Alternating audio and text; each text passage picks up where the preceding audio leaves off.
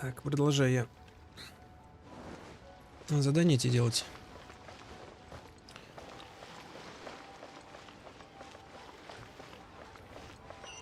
Ну, на которых остановился в прошлый раз. Привет, шайтан. Я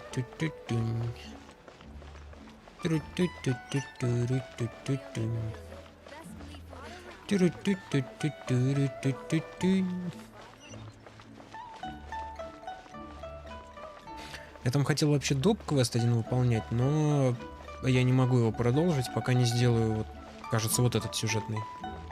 Типа какой-то из NPC занят, видимо.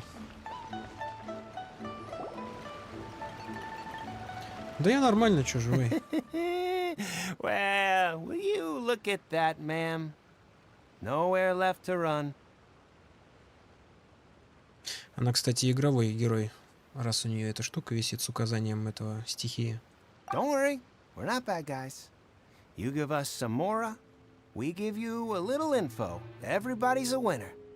Boss, I got a bad feeling about this. Look at her, the white hair, the energy she gives off. I'm telling you, there's something different about her. So what? She's loaded. How are we ever going to repay those gambling debts if we just let money walk away from us, huh? I've already told you, I don't need your information. If you still can't grasp that, I'm happy to repeat it in a way that won't be so easy to forget. Come on, ma'am. You seem like an intelligent lady. I shouldn't have to spell this out to you. It's not about whether you need the info or not, okay? It's about you taking out your money and handing it over and nobody getting hurt. I won't... No more excuses! Okay, I know you have money. I saw you. Yeah, I saw you. Strolling into Leo Lee Pavilion, ordering a table full of food, and only taking a few bites. Then seen you at kiosk, then Wanmin restaurant. Same story each time. You order all the signature dishes, take a few bites, then you're on your way again. How could you afford to be so wasteful if you weren't from a rich family? And since you're so rich, what's the loss to you in giving us a little spare change, huh? Master warned me not to lay a hand on anyone in Liyue Harbor. But here we are. Perhaps... yes. Let's call it fate. Boss, I'm telling you, something's not right. What are you afraid of? We're just selling information. It's not illegal. If she lays a finger on us, all the better. We'll sue her for everything she's worth. Привет, лорд. Здорово, Валерий. Не ведут дело при помощи грубой силы. Oh, you again. The Millilith. What are the Millilith doing here? Did you do this? You ought to mind your own business. I swear! Silence! How dare you threaten innocent civilians? You're coming with us. No, don't be angry, sir. Please, let me explain.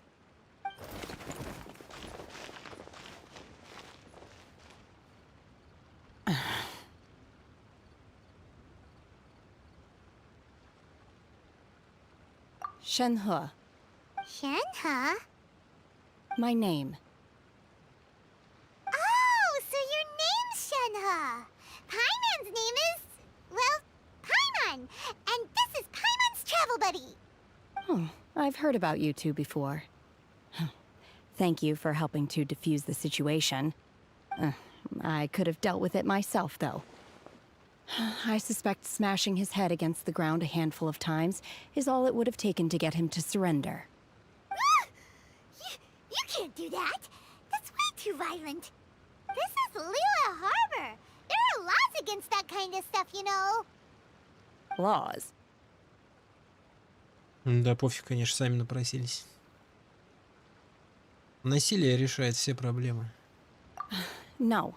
Apparently not. Really? So how exactly have you...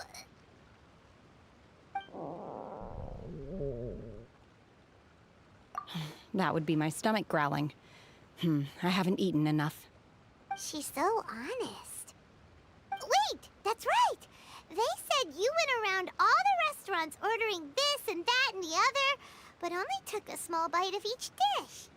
Then of course you're still hungry. So, anything in particular you're hungry for? Chingson, glaze lily, violet grass. These are my usuals. Medicinal herbs? Kinda hard to explain. Anyway, Boo Boo Pharmacy's not far away. Let's take Shenhe there for a big medicinal meal. After all, you can't work on an empty stomach. Ну, Пайман-то только похавать. Do you think Shenhe might be an adeptus? It seems like it's her first time in Liyue Harbor, and she doesn't seem to get how things work here. If she is an adeptus, that would explain everything. Where does she fit in with the other adepti, though? Что адепты Are на you here to каждом buy some углу. herbs? I do hope you brought your prescription. Chingson, glaze lily, and violet grass, please. Half a pound of each. What kind of prescription is this? Sounds more like a lunch order. Oh, here you go. That's everything we have in stock. Thank you. She's really eating them!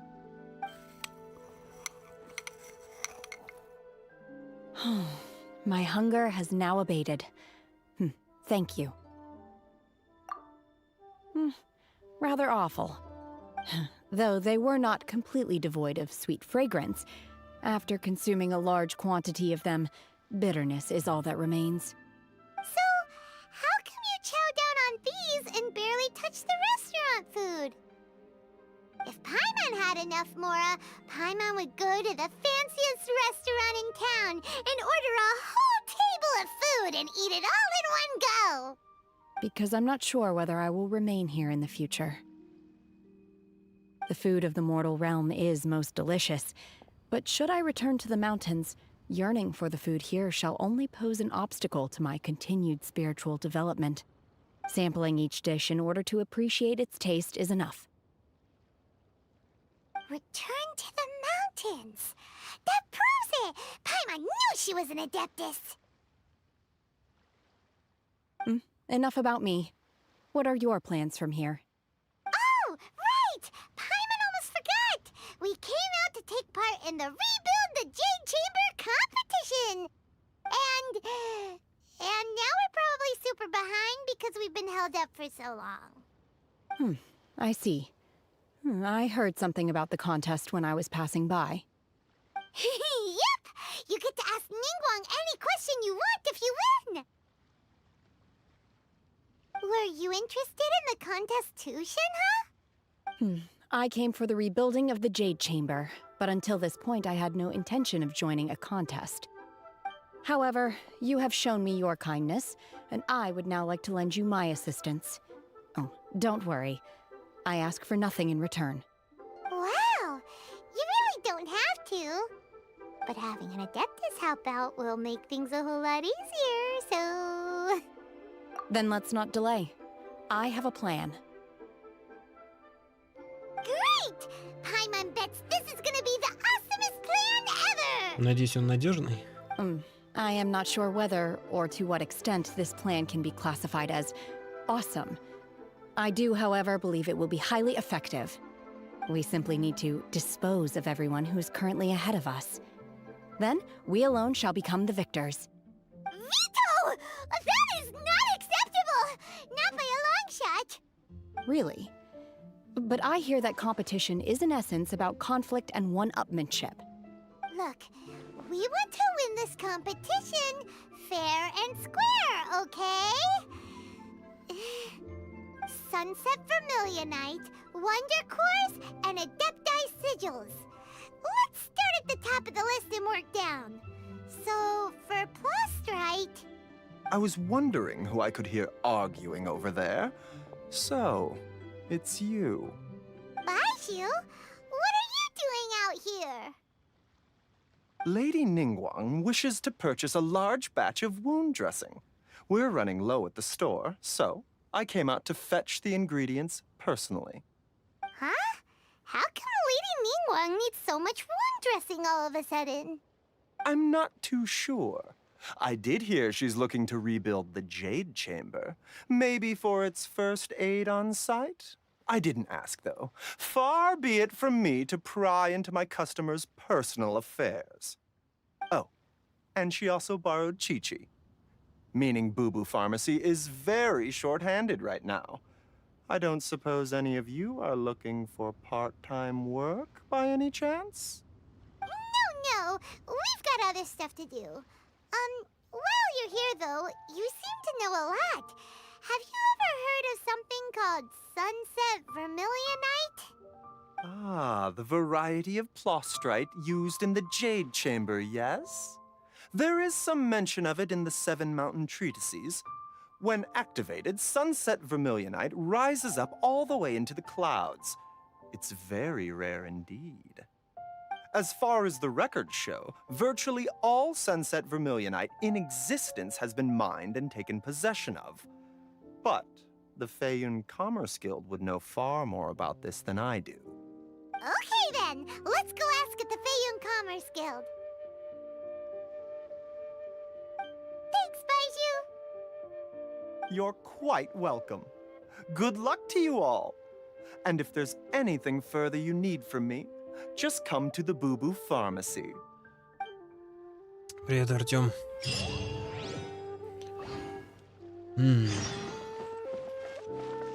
Созерцатель морей.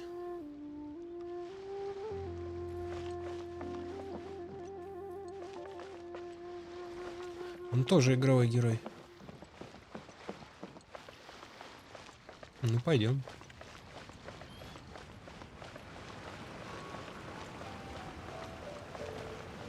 Rest assured, the Chieftain's top priority is the people's well-being.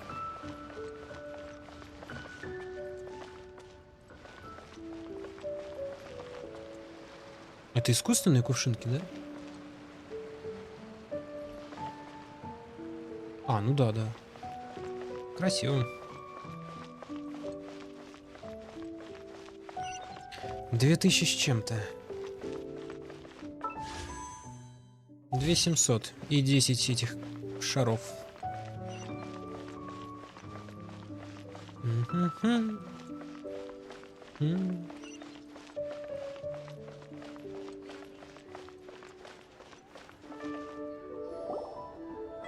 Master Xingqiu, thank goodness you're finally back. Ну, ща помолимся, да. Why do I detect an urgency in your voice? The guild has had a whole string of strange orders in recently. Everyone's been completely caught off guard. Your father gave me specific instructions to ask you to stay and help out if I happen to see you. I see. Have someone sort the orders by type for now. I'll deal with them myself shortly. Oh, how wonderful. Thank you, Master. With you on the job, I can breathe a sigh of relief. Hey, Xingqiu! Glad you're here. We want to ask you for some information. Traveler, Paimon, please wait a moment. Shu, I need to entertain some guests. Please continue with your work for the time being, and we'll discuss the matter of the guild's orders in more detail later on. Understood, Master Xingqiu.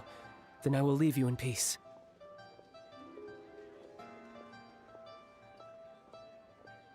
I wasn't counting on finding you here today.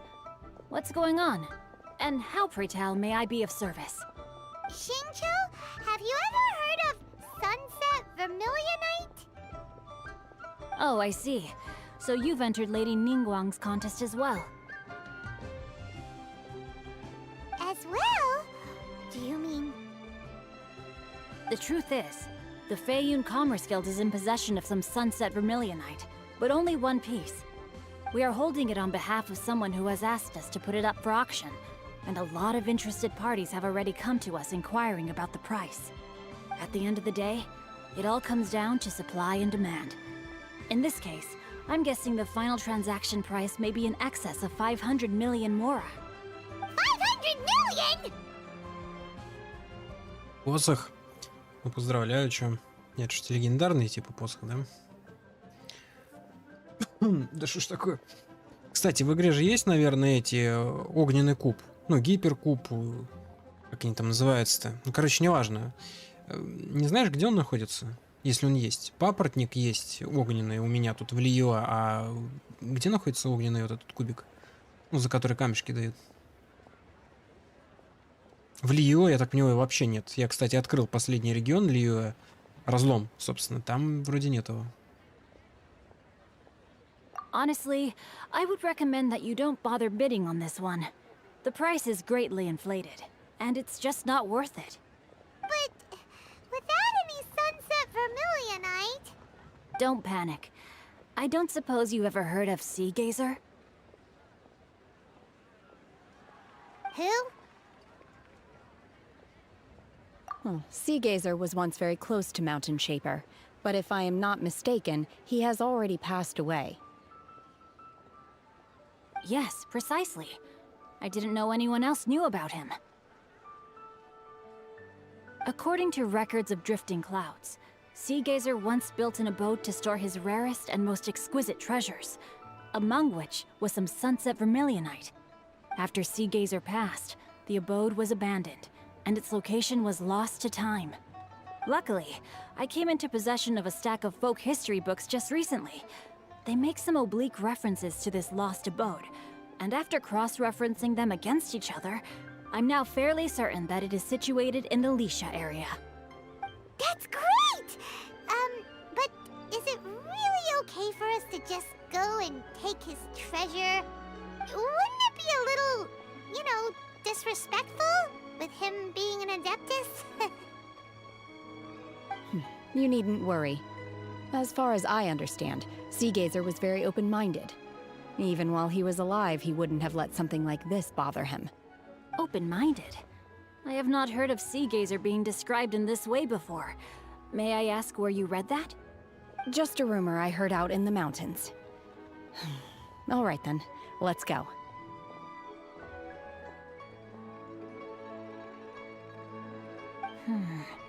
There's something about this young lady that reminds me of a good friend of mine.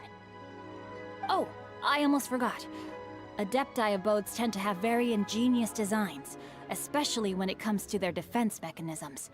Plus, it's likely to be crawling with monsters after being abandoned for so long. So please, be very careful. Okay, we will be. Thanks, Xingqiu.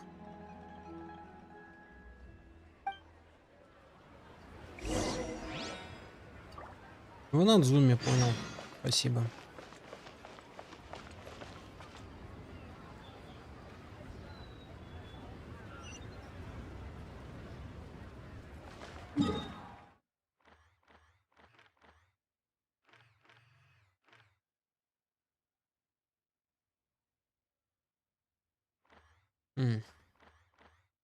Тут у меня что-то стоит. Но пешком, мне кажется, придется карабкаться опять по горам. Что-то лень мне.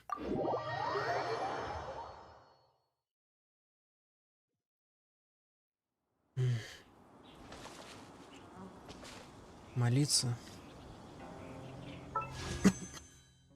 Да что ж ты кашель какой-то. Давай молиться.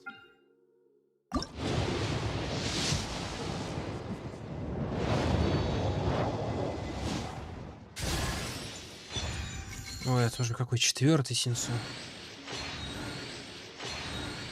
Ну, на синсу везет.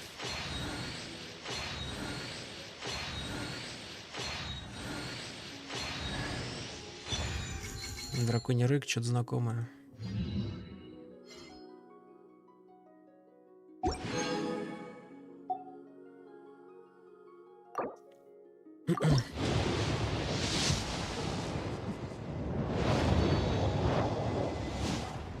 Про магазин звездной пыли, да, я знаю.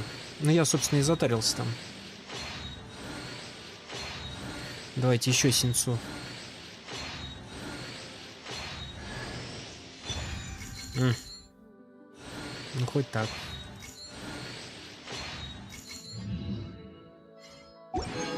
Спасибо.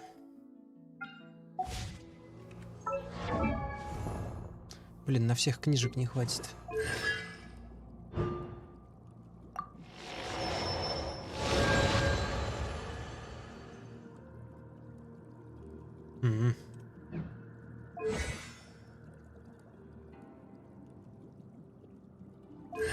Что там, заветы дождя?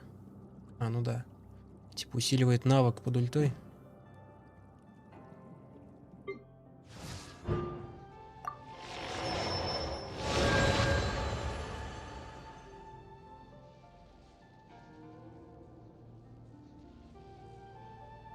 Мгм.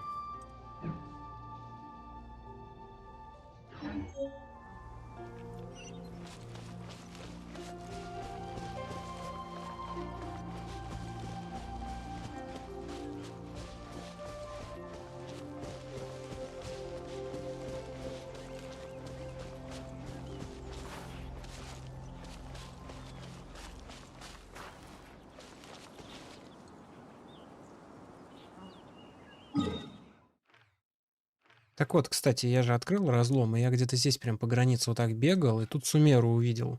Сумеру вся такая зеленая прям. Я так понимаю, там леса. You seem tired. Would you like some tea? I'll brew you some. Do you take sugar?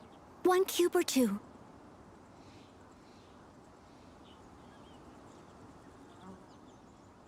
Да, синцу дофига. Надо будет его подкачать, что ли. Мне просто книжек не хватает на всех.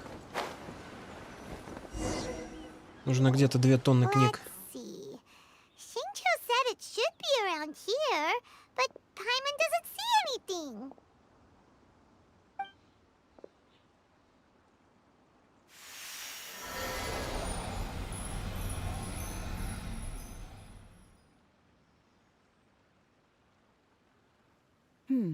This place was hidden using a special Adepti art. But now that I have removed it, we can inspect the area more closely. Wow, that's amazing! Yep, let's take another look around. Hey, look! Is that a new Sealy over there? Кручу ли я? Если ты мне, то ну да, я только что крутил. Обкрутился вдосталь.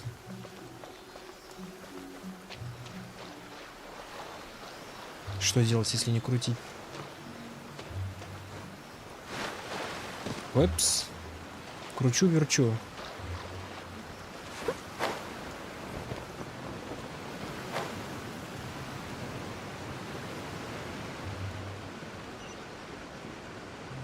Твою мать, а.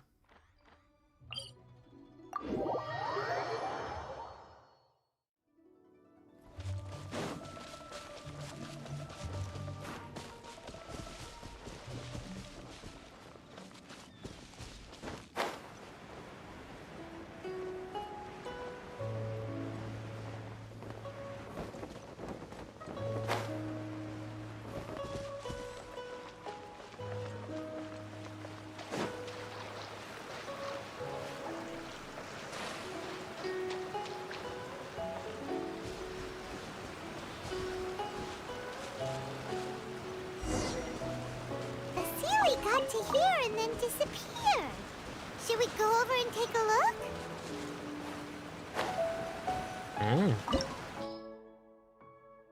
Возможно, и награды нету. Замечательно.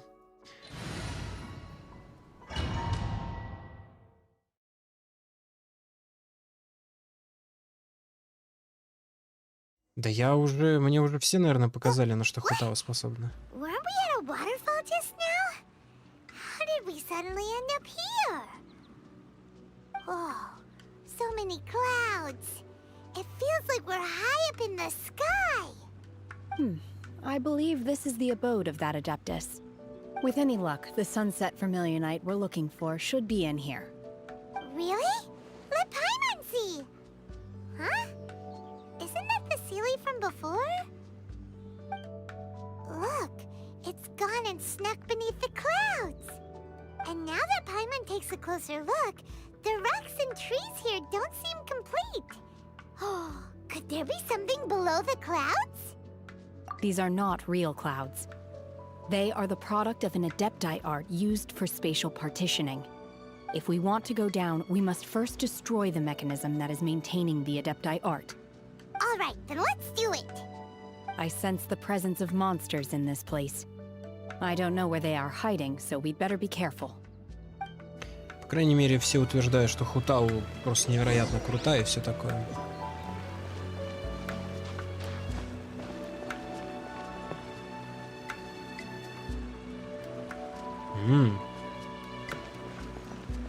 Это место не похоже на другие.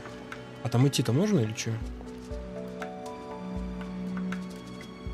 А как я туда доберусь?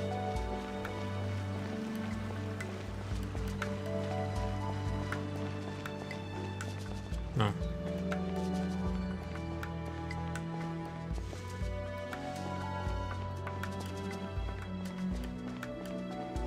Красиво тут. В принципе, как и всегда.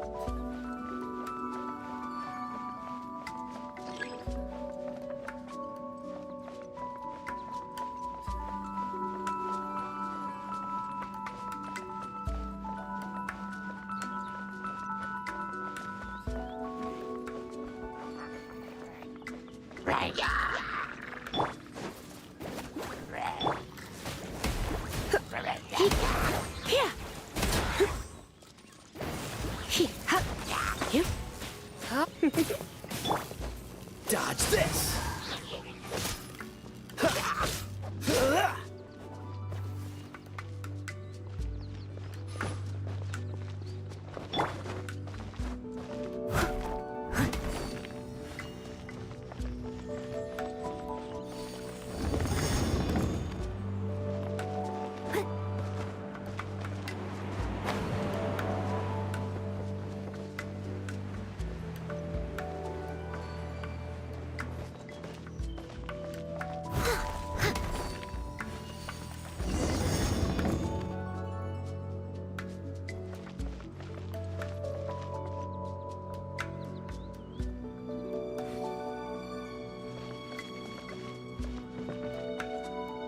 Там ничего нету.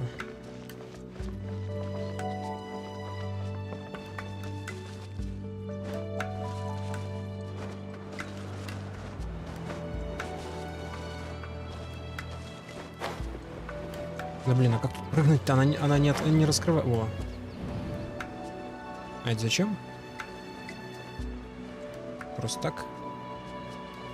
Некуда лететь-то вроде. It appears that we've been taken for intruders. This time, why not allow me to take care of this?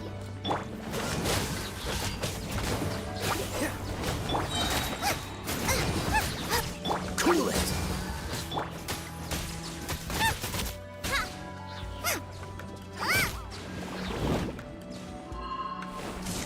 Nice and spicy.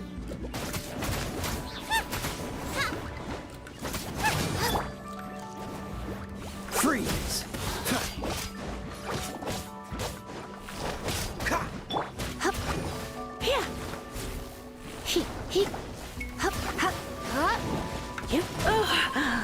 My. Dodge this. Don't get frostbite.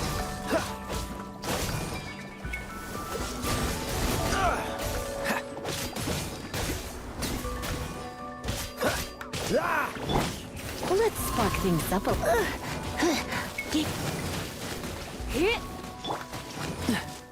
Cool it.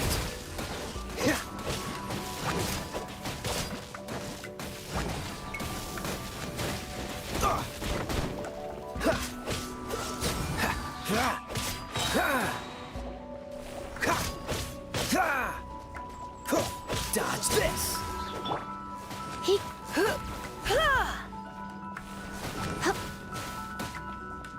You're in for a little shock. Freeze. The core of the mechanism is exposed. Now's our chance.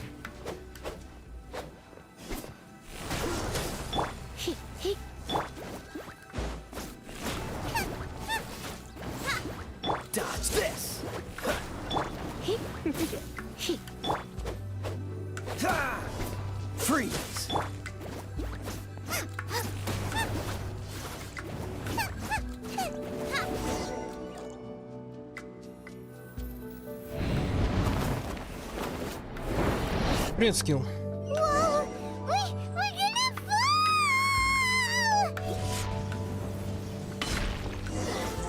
Is everyone okay? Look! Cecilia's disappeared beneath the clouds again! It looks like we need to go further down. But before that, let's destroy the guard mechanisms on this level first. Out of the frying pan, into the fire!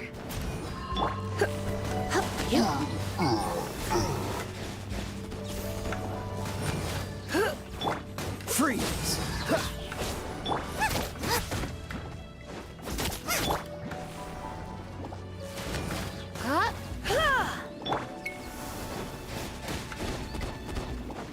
I must leave no stone unturned.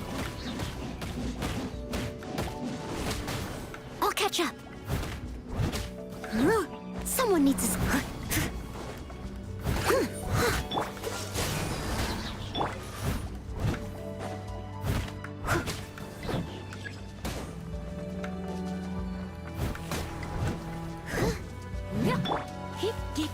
Boba, get them!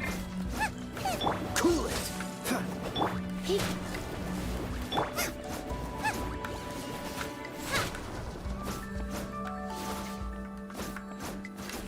Out of the frying pan, into the fire! Dodge this!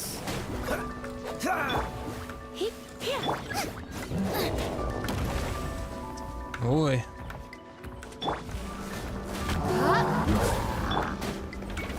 Race you!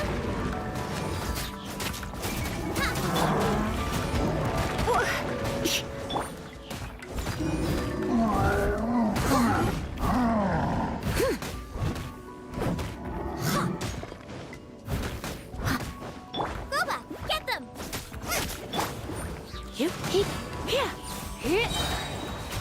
Cool it!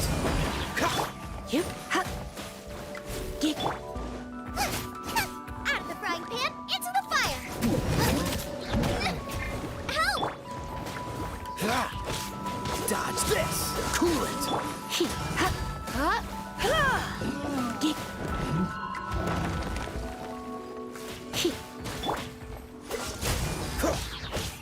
Boba, get them!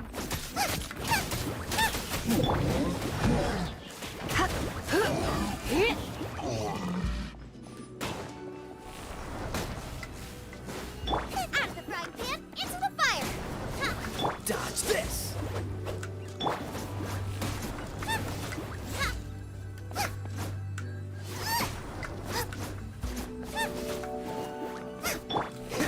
Freeze!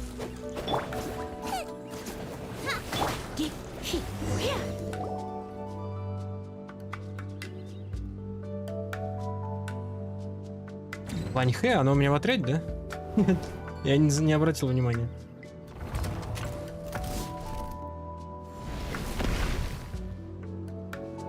We're gonna fall. This time, we're really gonna fall. Ah! So high. Luckily, there was a pool of Да, water кстати. at the bottom. Otherwise, that could have ended very differently.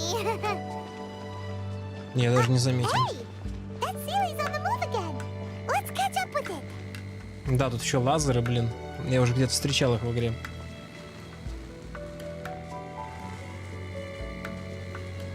Шаньхэ. Она что? Холод.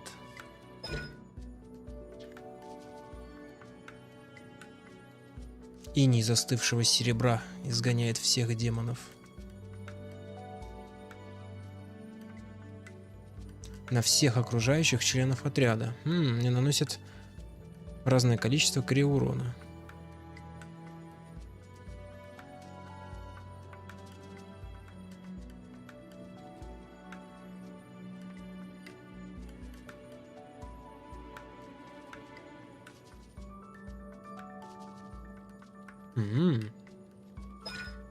Это все в отряде будут криорон наносить?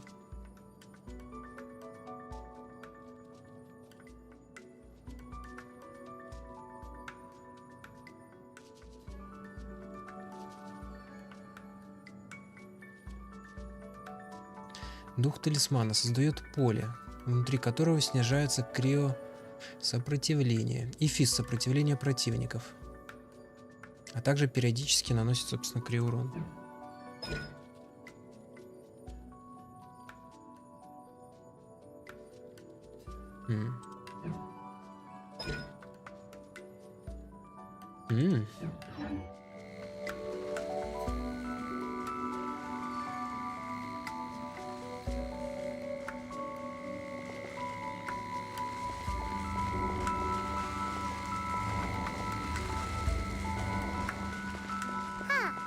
Something looks different about this stone wall. Let's take a closer look.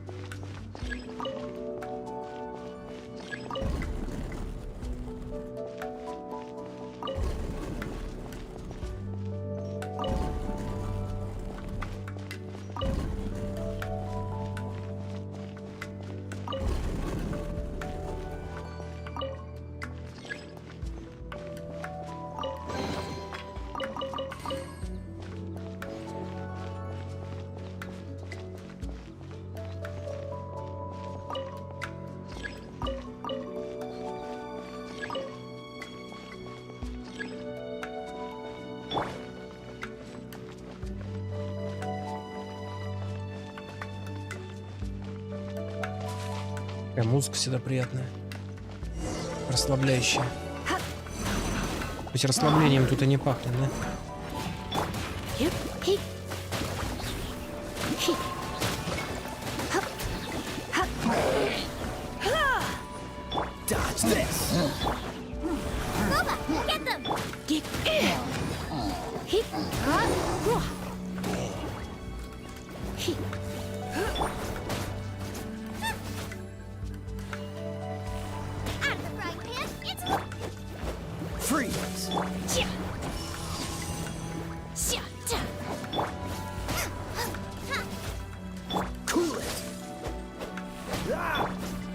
Nice and spicy.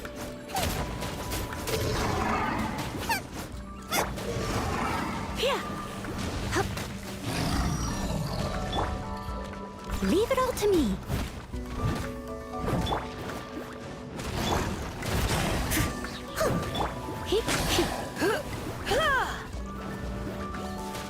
Freeze!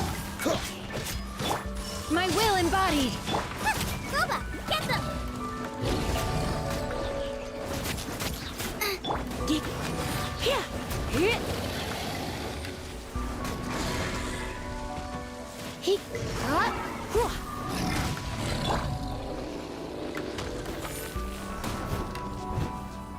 Out of the frying pan, into the fire. Unleash.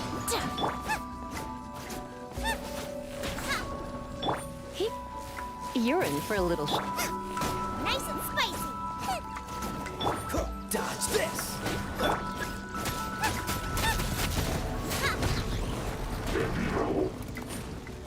You're toast.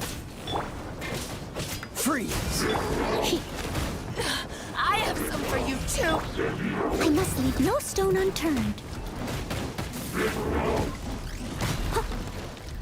Dodge this! Manifest. Boba, get them. Get you.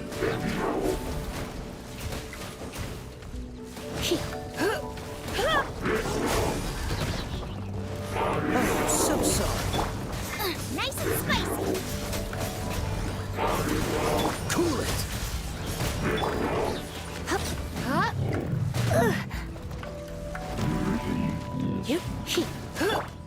Out of the frying pan, into the fire.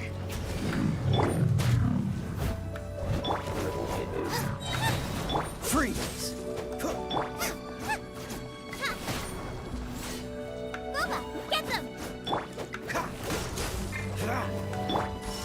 transfiguration. Dodge this!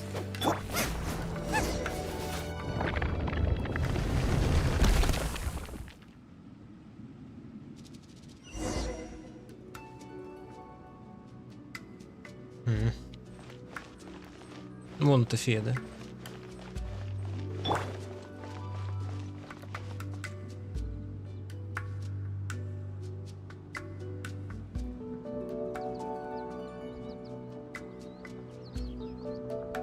Два. Вроде было 3, нет? Да у меня нормально, как всегда. А ты как?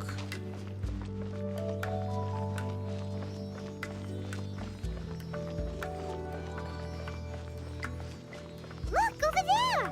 Could that be the sunset vermilionite? Блин, тут еще красивее.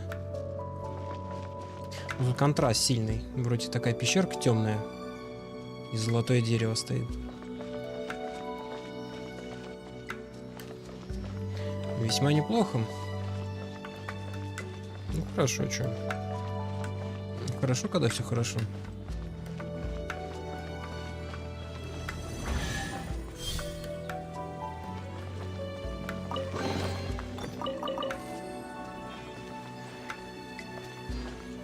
Можно перевести дух.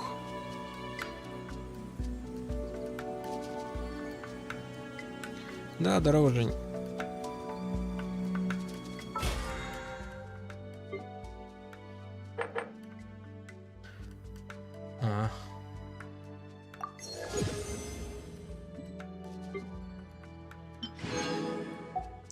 Только 6-й.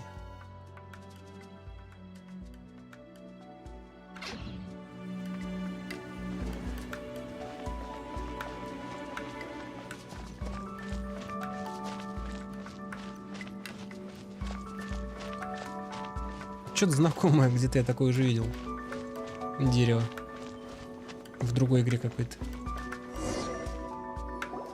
Is this it? Is this the sunset vermilionite?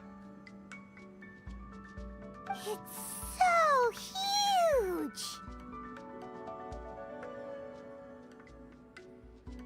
That's true, but then again, why isn't it floating? Prostrate doesn't float until it's activated. It may look different from most ordinary stones, but it weighs around the same amount. Only after being activated does Prostrate reveal its true nature, breaking free from the shackles of the mortal realm and ascending up into the heavens. Wow, Shenhe, you seem to know everything about this. Only because my master is fond of chatting about these things. The moment she has some time to spare, she'll come straight for me and start telling story after story. I don't care for her stories most of the time. I certainly didn't expect them to ever come in handy like this. Ну, я могу сейчас вот этот квест закончить тогда, и как выйду отсюда, можем боссов убивать, если хочешь. Hold on a sec. Paimon just realized something. If we activate it here, there's no way we'll be able to get it back to the site, right? Heck, we'll be dragged up into the sky too! But if we don't activate it, how else are we gonna lift it?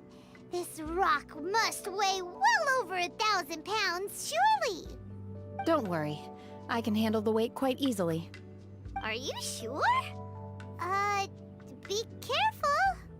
Please don't worry. I'm well aware that a Prostrate sample this large must be highly valuable. I will be gentle with it and make sure it does not get damaged. My safety. That's right! Paimon's sure you can handle it and everything, but if something this heavy lands on you, you're gonna get yourself hurt, no matter who you are. You gotta be extra careful when lifting heavy objects. It's just common sense. Is it now? Well then, thank you. I'll go on ahead with the Prostrate. Let's meet at the building site later. Ну, это не от меня зависит. How is Shenhe able to carry that huge rock all by herself? Adepti super strength much? We can't slow down yet. Let's go meet her at the building site.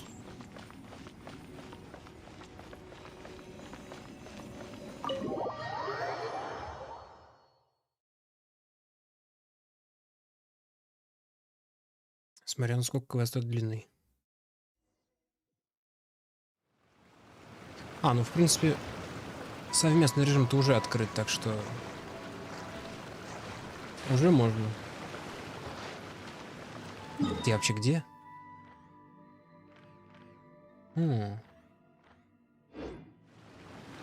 Какая красивая река.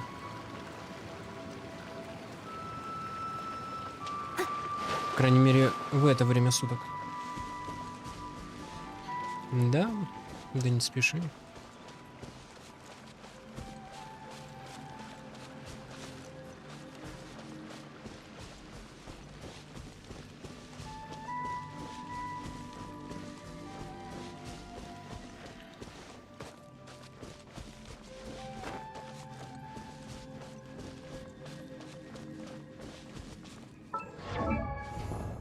Не знаю, кто мне нужен. Огонь. Да, огонька бы добавить. Не помешало бы.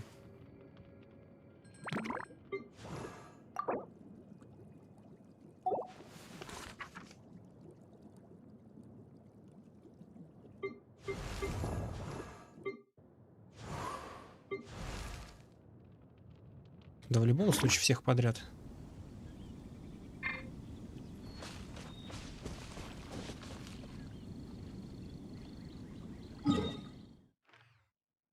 Ну тут я уже был, да.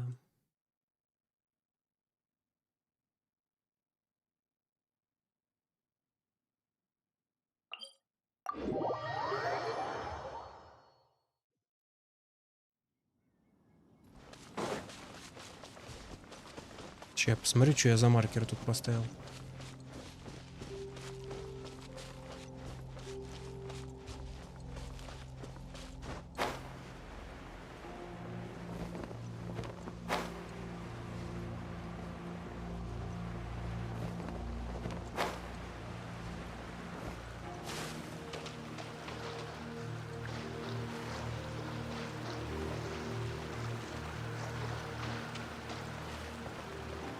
Так я, наверное, вот на этом и ставил как раз.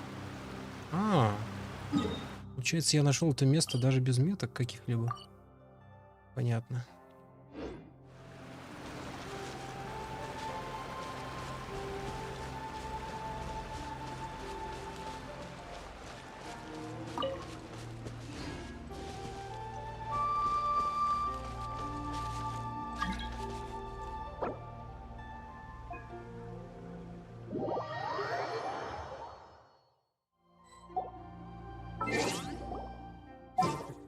Ладно. Тогда что мне надо?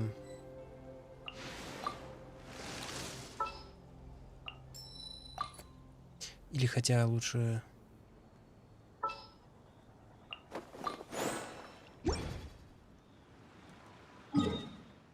Сейчас надо только еще подлечиться. Где этот папоротник?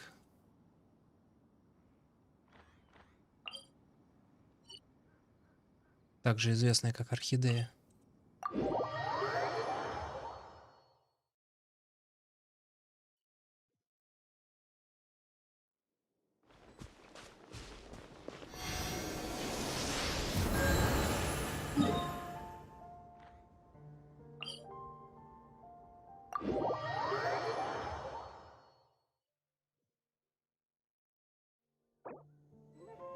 Да.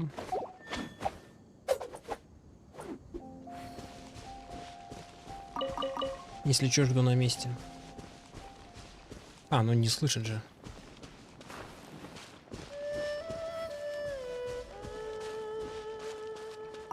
Ди-ди-ди-ди.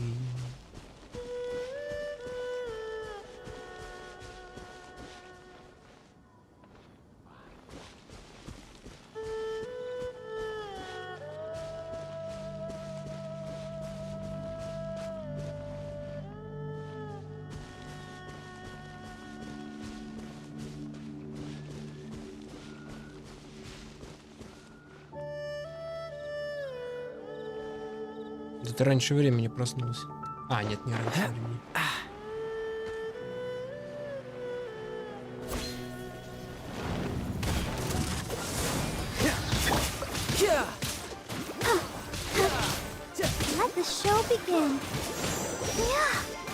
Cool it.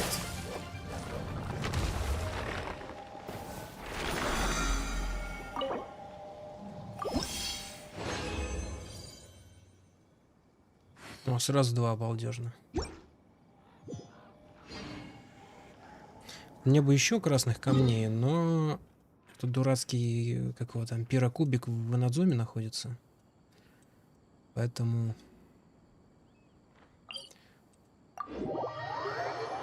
Пойдем гасить тогда всех подряд.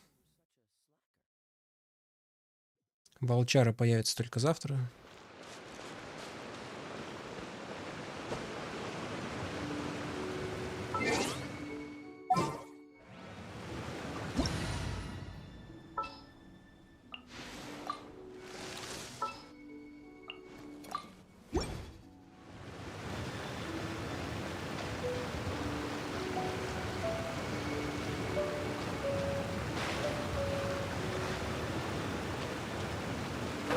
Могли бы тут мостик сделать.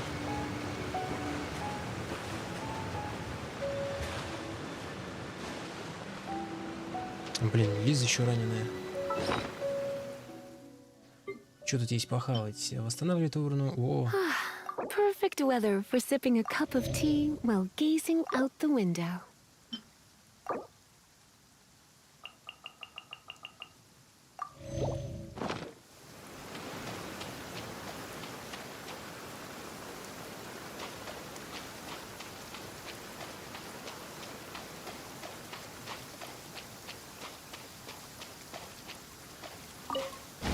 An assassin from our homeland, or a fool who trespasses upon the waters of Chainsa. Coveting the shapes of the living, pure water can take on many forms. In this way, shall water deliver your punishment. The power of water is its ability to take any shape. You've been a naughty boy.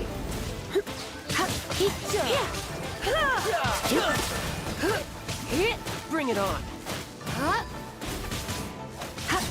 Without solid ground, terrestrial creatures become simply helpless.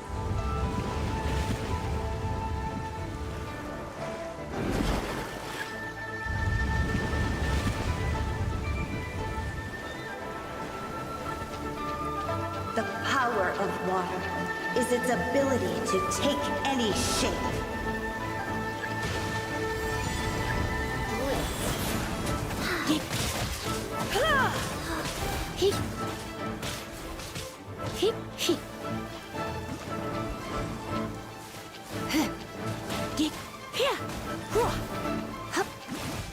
One who is ignorant of water's treasures fails also to comprehend its horrors.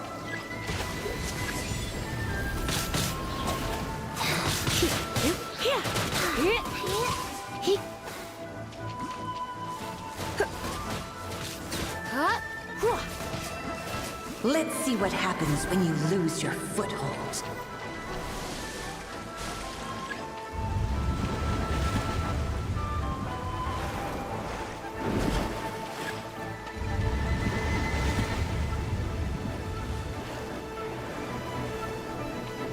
The power of water is its ability to take any shape.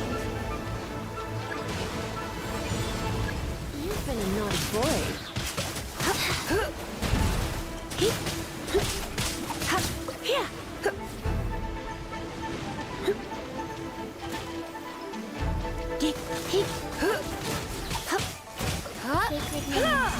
As long as rain falls and rivers flow, water will exist forever.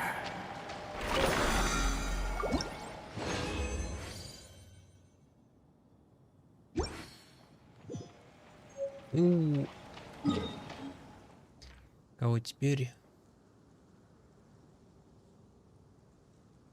Анема, он мне нужен, Анема.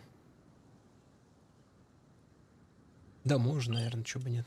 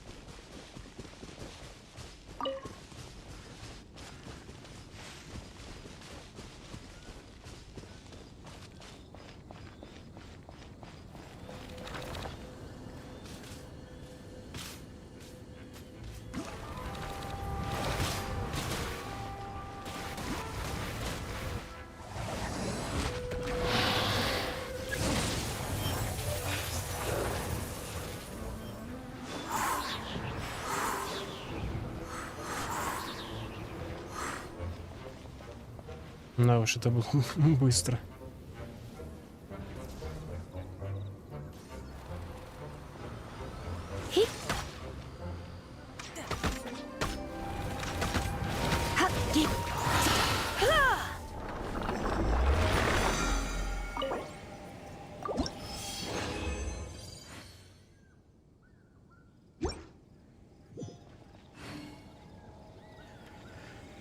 Так, сколько там энергии я не посмотрел.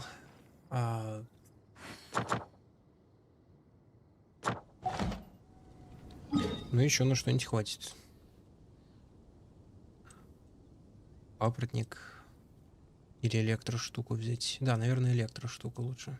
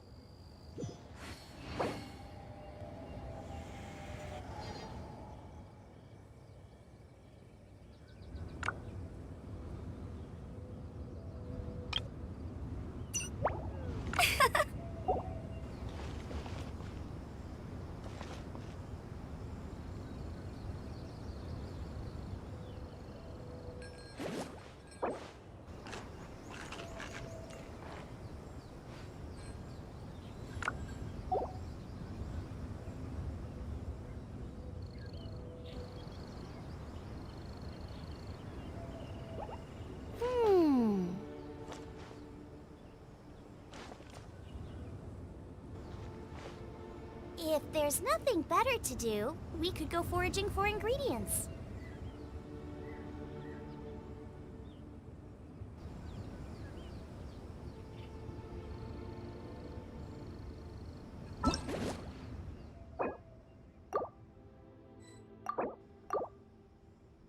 Ну все, тогда возвращаюсь к квестам дальше. Кстати, теперь же... Что там от меня надо? Ладно, наверное, это тогда доделаю полностью.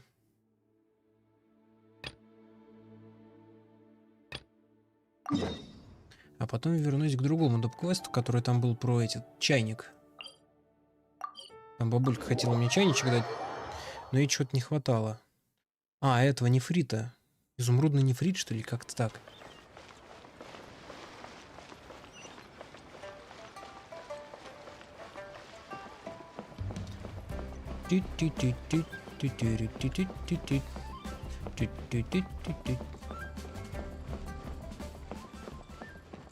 Что-то не помню, тут раньше эти леса стояли.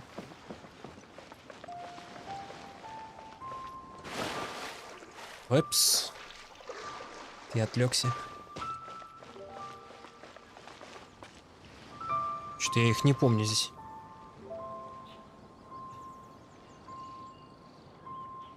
В рекомендациях? Я не у тебя в рекомендациях, а вообще в принципе в рекомендациях. Ты тут ни при чем.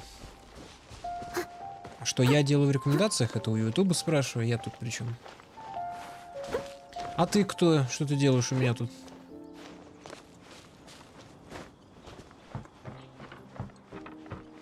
Может, я и в рекомендациях, но... Ты сам решил нажать на меня, да? Смотри, как красиво. По квесту? Че, все помнишь?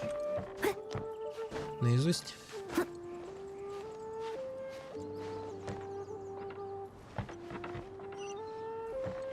Просто подумал, может, все эти штуки появились после того, как я подрался с этим, с Чайлдом в Золотой Палате, или как она называется там.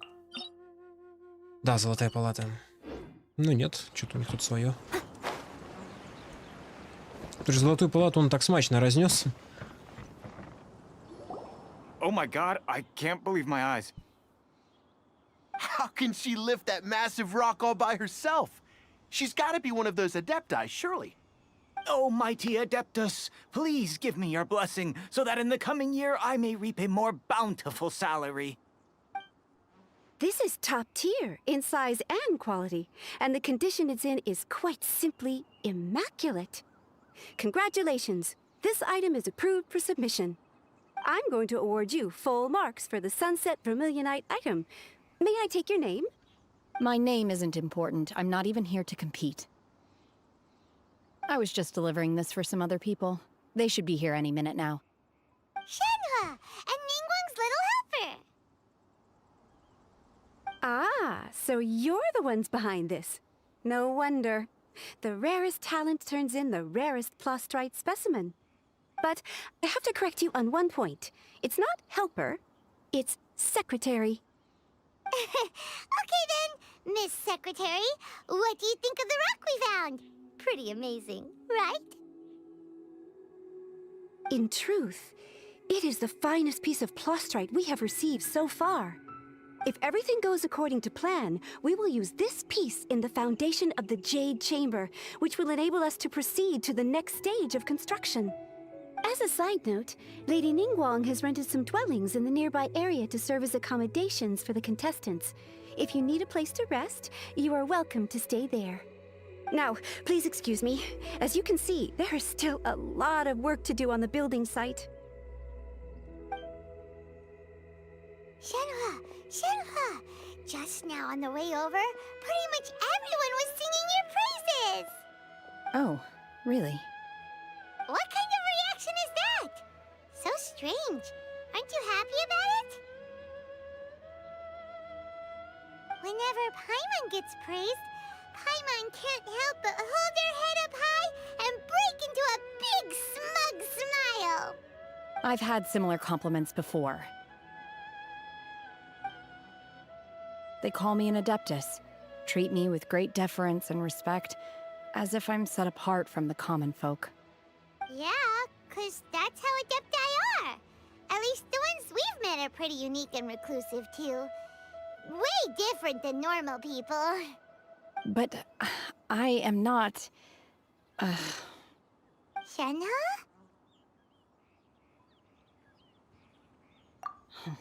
I'm fine. I've been exerting myself quite a lot ever since we set foot in that abode. I'm just a little fatigued. Well, Byron said that there are some makeshift hotels we can use, right? Let's go check in and take a rest. No need. I simply need to find myself a secluded place in the wilderness to sit and meditate in silence. You can't do that. It's dangerous out in the wild on your own. When you're hungry, you go eat something tasty. And when you're tired, you go lie down in a nice, comfy bed. All right? Seriously, don't punish yourself like this. Okay. If you insist. Great! Now we're talking. Let's head to our hotel.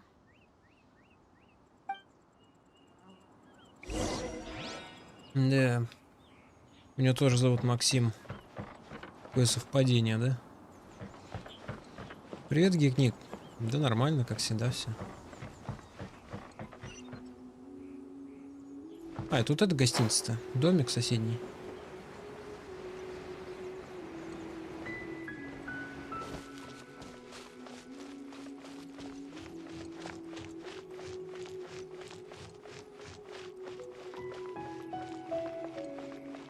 Ну, прям уж гостиница.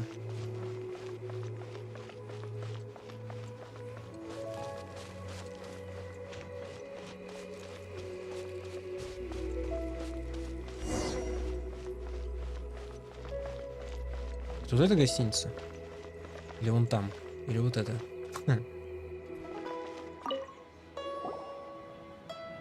Hi there! Checking in, are we? You're just in time. We only have 2 rooms left.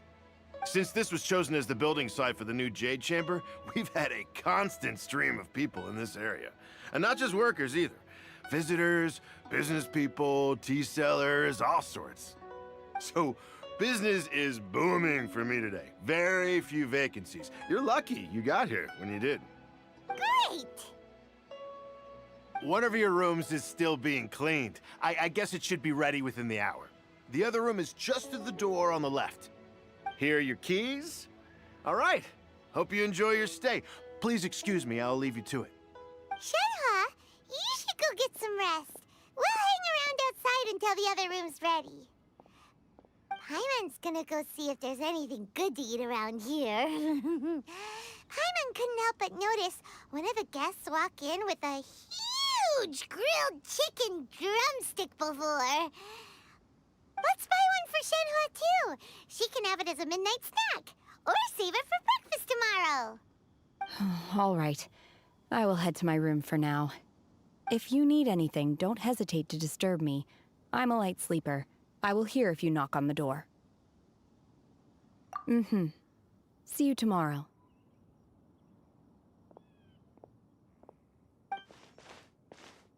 Hey! Isn't that Cloud Retainer? What's she doing here? Let's go and say hi. Масса шла, опять мне в гору лезть. 2 дней даже не прошло, как они уже дворец начали строить. Видимо, он ей очень нужен прям.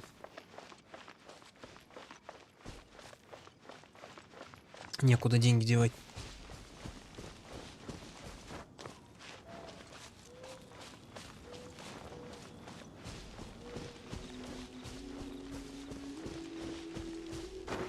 Даже адепт прилетела. Здрасте. One trusts you have met Shenhe. So, are you getting along quite well? So far, so good. Yeah. So, you know Shenhe too, Cloud Retainer? Naturally. Save for Ganyu, who spends the majority of her time in Liyue Harbor.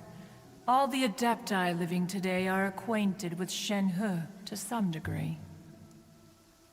Cool. So, what's her Adeptus name anyway? Calling her Shenhe feels kind of friendly, but also kind of disrespectful.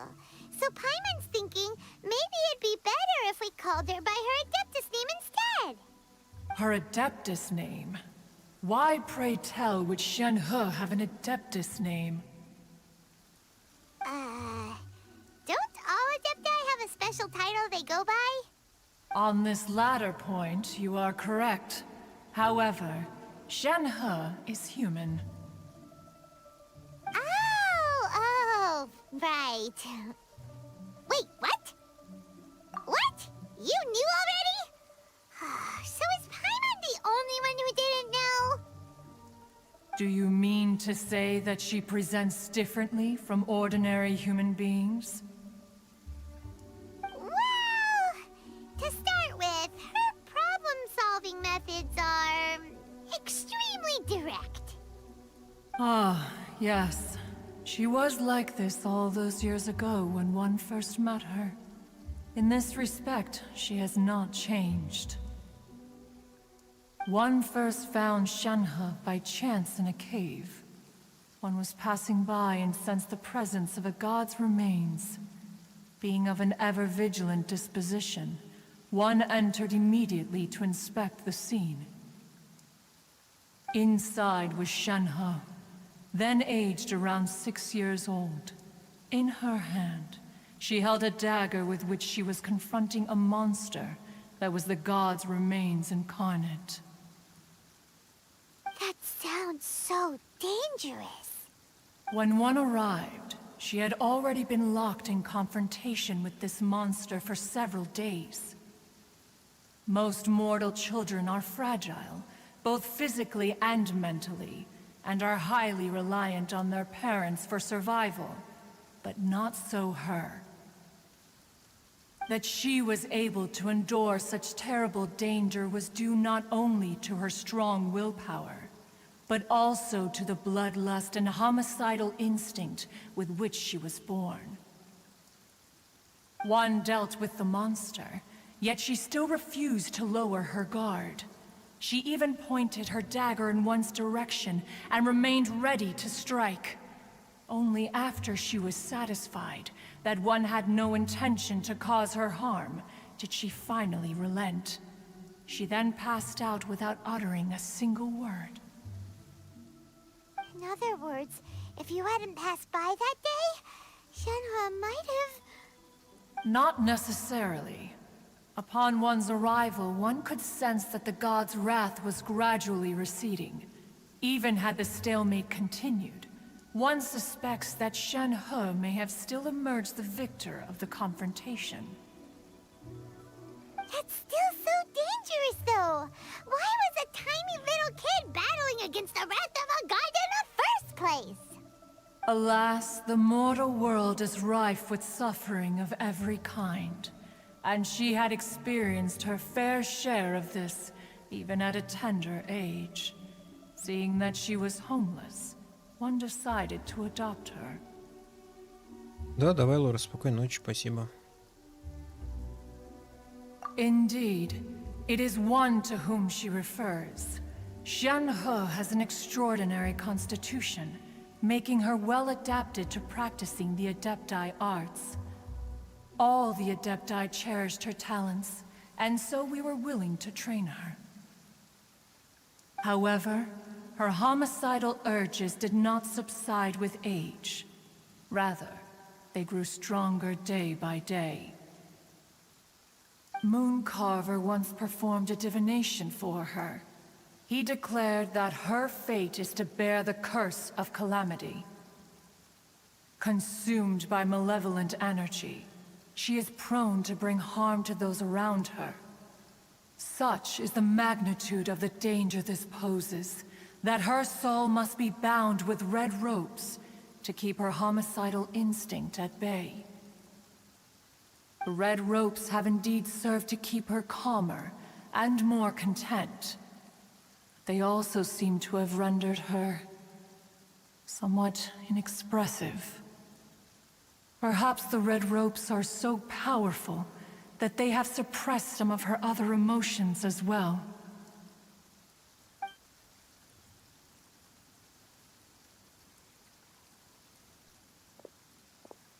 It is only by fate that people's paths may cross. Now that Shenhe's path has crossed with yours, please be sure to treasure the gift that fate has given you, and take good care of her. Oh, now Paimon gets it. You came out here to check up on Shenhua because you were worried about her, didn't you? Huh. You dare draw such a facile conclusion on the nature of one's present excursion? Incorrect. The truth is that while Liyue Harbor may seem peaceful today, danger is always lurking in the shadows. Ningguang once made a bold assertion that this is to be the era of the contract between Liyue and the humans. Well, one is most curious to observe how she will respond to the coming storm. If she handles it admirably, one is willing to be a witness to her achievements. But if she does not, the Adepti shall not hesitate to seize control. Let us conclude our conversation here for today. One has occupied enough of your time, and night is approaching. Be sure to get ample rest.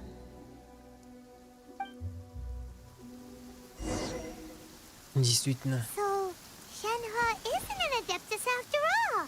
She just grew up around the Adepti. Дождитесь следующего no дня. wonder she doesn't like being treated as an Adeptus.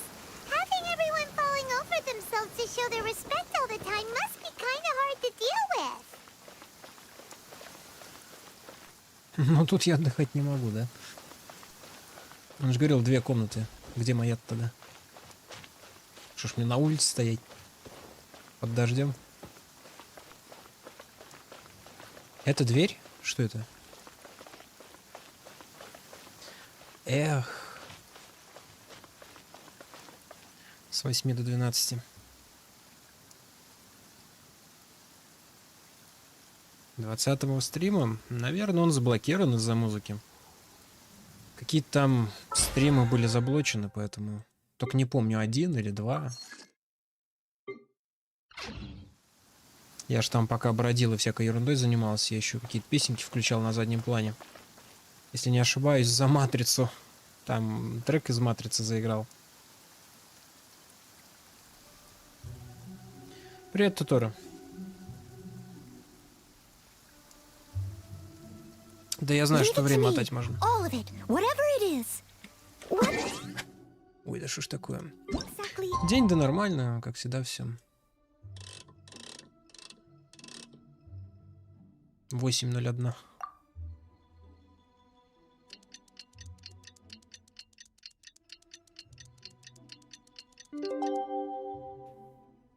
Новых? Но они какое-то время уже... Ну, подписаны. Hey, so, Shenhua... Master has relayed my situation to you, I take it. Oh? How did you know? I'd intended to wait until you came back before going to sleep, but I didn't hear you come in. I was worried that something may have happened to you, so I went outside to check and caught sight of my master. On top of this, you have been acting very strangely around me this morning, causing me to suspect that my master must have told you everything about me. After all, Master is... very talkative. Sorry, Shenhua. Paimon had you down as an Adeptus this whole time, but it turns out Paimon was wrong. It's okay. I don't mind. The fault is mine for not explaining everything to you sooner, because in my experience, trying to explain is a futile pursuit. Still, though you mistook me for an Adeptus, you never treated me as distant and unapproachable. Instead, you treated me as you would a friend. For this, I am very grateful indeed. To be fair, we've met our fair share of real Adepti, too. Anyway, now it's settled. From now on, you're our friend. Whether you're an Adeptus or a human isn't the important thing. First and foremost, we're just plain old friends. Got it. Although I don't know quite what it entails in terms of what I have to do, I must say I like the title friend very much indeed. Great! Well, now that we're all rested up, we should start searching for the other 2 items on the list. But before we do that, let's go to the building site and ask Ningguang's little helper how the progress is going. After all, Sunset Vermilionite is so rare. Paimon Ningguang doubts many competitors will really be able to find any. If it turns out some of them have given up already, we'll be able to take things a little more slowly. Oh, and another thing. We bought some grilled chicken drumsticks on the way back last night. There was a place just outside. Here's one for you, Shenhua. Try it! They're so good. I concur. It has a rich flavor, far more agreeable than those I've cooked for myself in the wilderness in the past. Опять она ту женщину служанкой назвала. Она там вроде секретарша. В принципе. Нифига у них тут стройка, а? Они уже платформу сделали.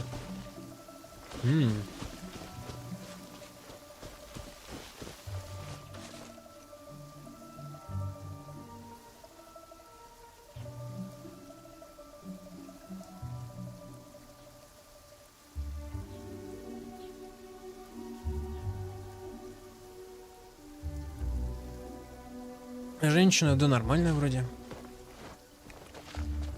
Сначала показалось странной, но теперь все стало яснее.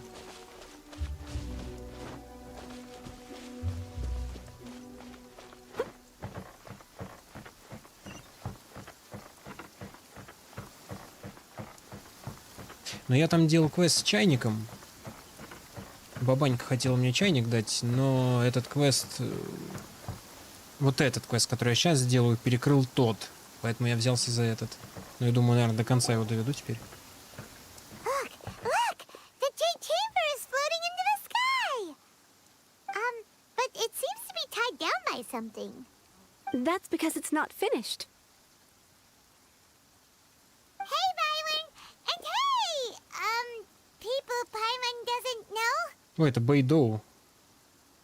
Given the enormous scale of the Jade Chamber, we split the construction work into 2 phases to make sure the structure remains balanced. Before we find some suitable plastrite, we build the Jade Chamber's keel at ground level. Once the plastrite is ready, we place it into the keel and let the partially constructed Jade Chamber rise up to the height of the surrounding mountain peaks.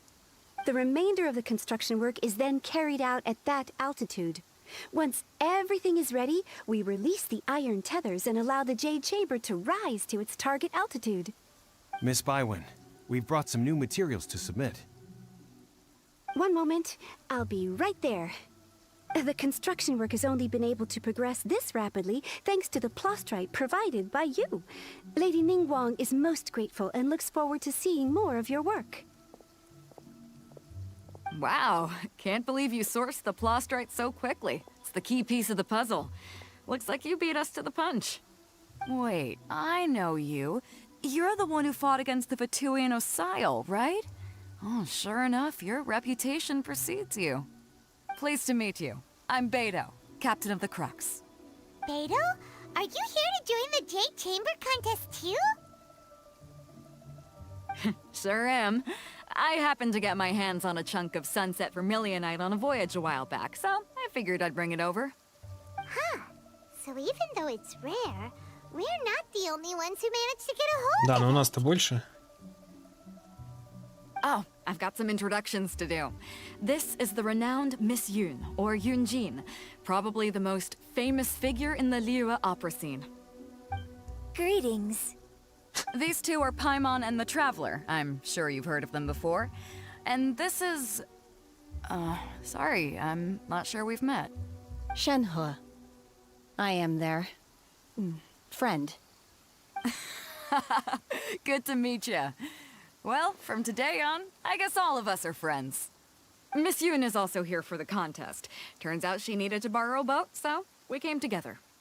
It's an honor to finally meet you both. I've heard much about you.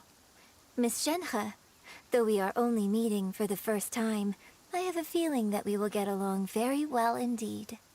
To be honest with you all, I am in great need of this opportunity to ask Lady Ningguang a question. That's why I joined the contest. Thanks to my father's connections, I was able to acquire a specimen of the plastrite required. Fortunately, it was approved for submission. despite being a little on the diminutive side. Говоришь, у нас больше. Wow. So it looks like the three of us are competitors now.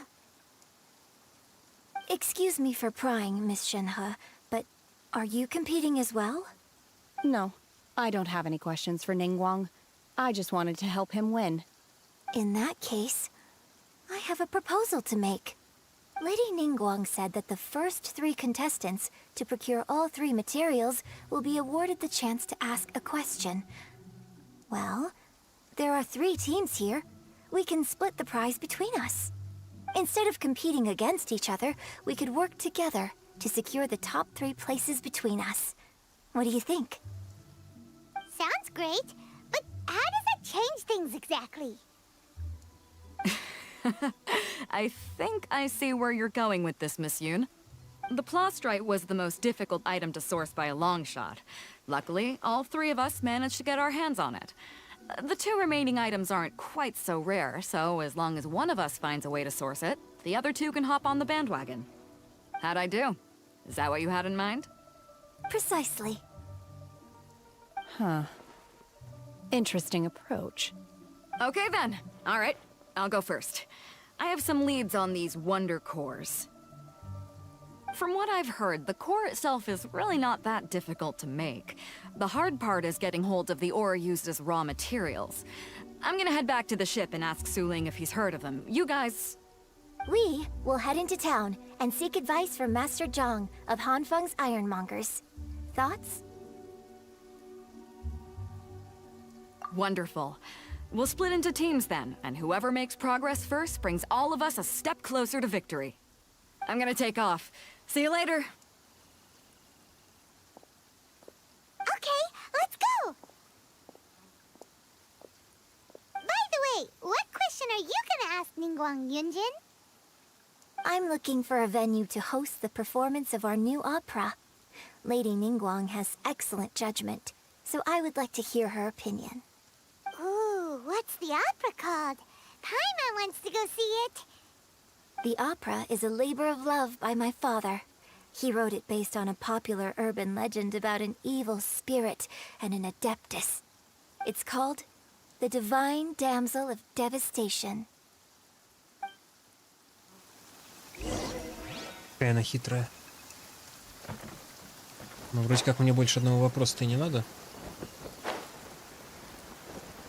А на корабле у Бэйдоу я уже бывал. И когда я туда прилетел, весь ее экипаж, у меня где-то около 8 раз сделал выговор. Но, в принципе, все закончилось нормально.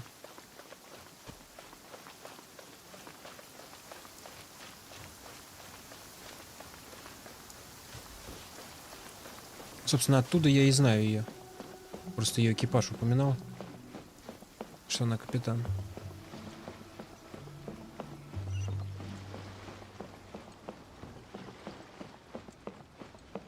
Спросите у мастера Джина. Ядрах чудес. Such fair weather. Кузнец, который? Why don't we do a bit of sunny work? Oh, what sort of work is that, you ask? Well, anything that makes you feel bright and sunny, too.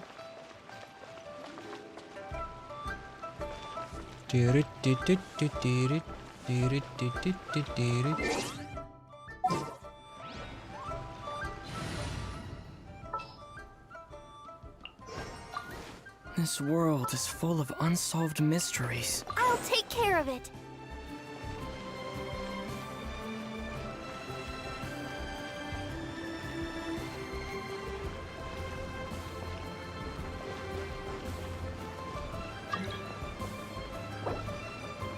Не знаю таких.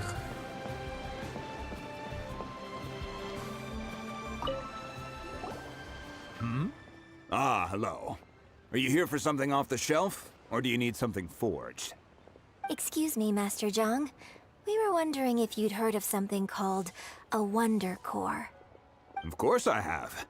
Sorry, who's asking? My name is Yunjin. Perhaps you don't know me, but I believe that you forged some weaponry for my father in the past, for stage use. Yunjin? Stage use? Oh, so you must be Miss Yoon.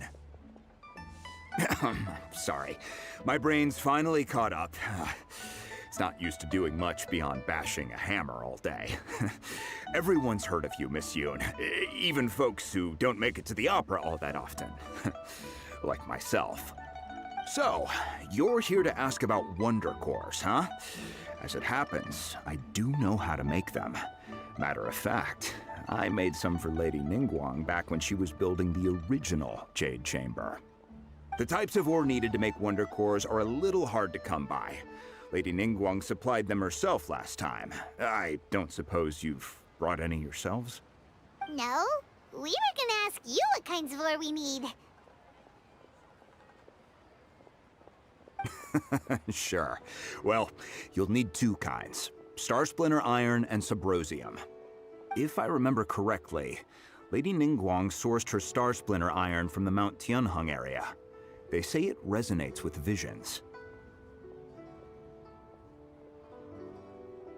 It could take some work, but if you stick with it, you'll find some eventually.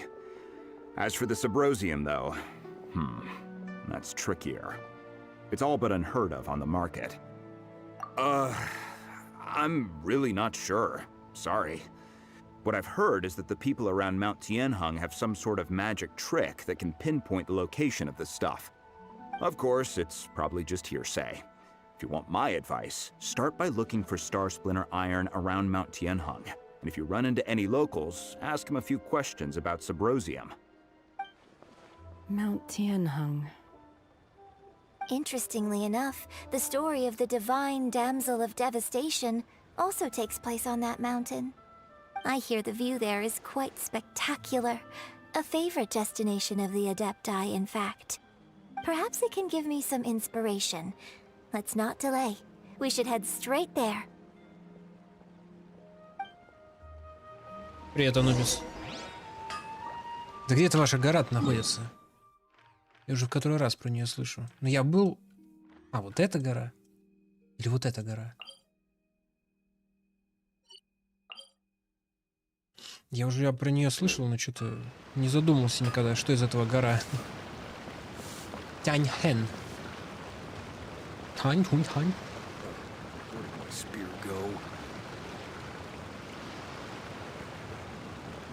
Нева и Делюк. Делюк это вроде хорошая тема. Огненный навык у него классный. Там в несколько ударов вроде, да? Да и ульта у него такая классная, там Феникс появляется. У меня такого нету. А, Жень, если ты что, ты спрашивал, что по героям. По героям, да ничего особо не изменилось. Из нового Мика появился на прошлом стриме вроде. Синцу выпал уже сколько раз? Раз, два, три, четыре, 5 раз, получается, считая самого Синцу. Фишель, да, созвездие первое. И все, да, все, пока ничего не изменилось. Сянь-Лин немножко вкачал. Но мне красных камешков не хватает до 3-й звездочки.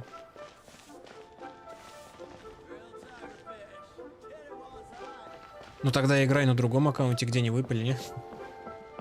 Тот аккаунт, видимо, да, удачливее.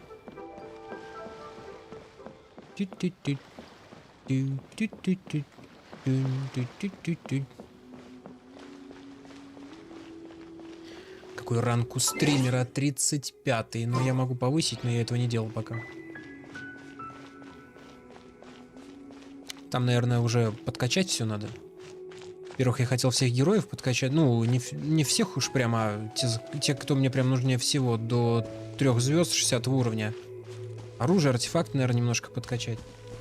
А потом уже, наверное, это возвышаться буду. Или как там это называется. Да пока и так норм.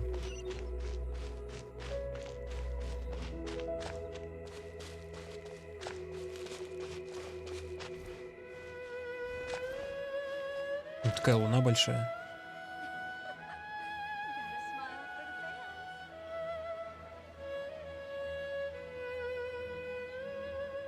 Ну... Но в любом случае, рано или поздно и Делюк выпадет.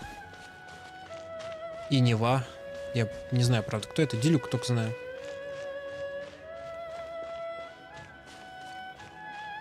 Че, вы там, я смотрю, сразу с нескольких аккаунтов играете некоторые, да? Как у вас сил хватает? Тут на один аккаунт-то сколько всего?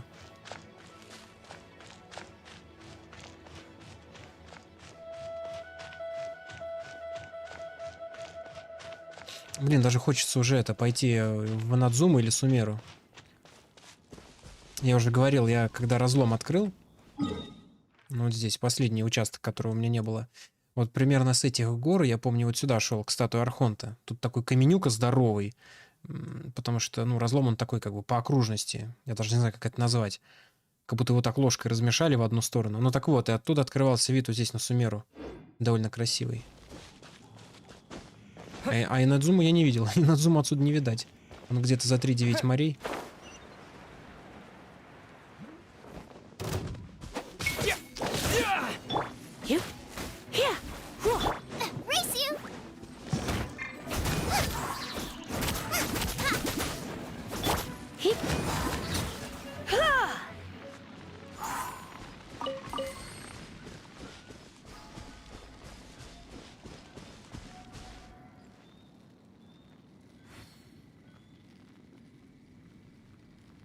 А, Нивелет. А, тогда знаю его, да. Я поиграл за него в этом, ну, бесплатной ротации, или как там это называется. Прикольно, у него пушка на усиленной атаке. Или на заряженной, как это правильно. Ну, я понял. Нивелет. Я просто еще не слышал, чтобы кто-то его так в сокращении называл. I came to Mount Tianeng once with my father as a child. I remember it being such a long climb that I could barely feel my legs by the time we reached the top. This is quite a trip down memory lane for me. Look at these majestic towering peaks and the gently flowing streams. It's like setting foot in paradise. No wonder the legend of the divine damsel of devastation is said to have taken place here. Adepti wander oft where mortals seldom stride. Indeed, this looks like a place that one might expect to be frequented by Adepti. The Divine Damsel of Devastation is your upcoming opera, right? And the story takes place in Mount Tianheng. Huh. Seems like you have a real connection with this place. What's the story about, though? It's the story of a girl becoming a hero. Cool! A hero story? They're Paimon's favorite! The legend first arose in this area. It is said that there used to be a prosperous village on the mountain. In that village, there was a loving couple who were completely devoted to one another. One day, a terrifying monster appeared.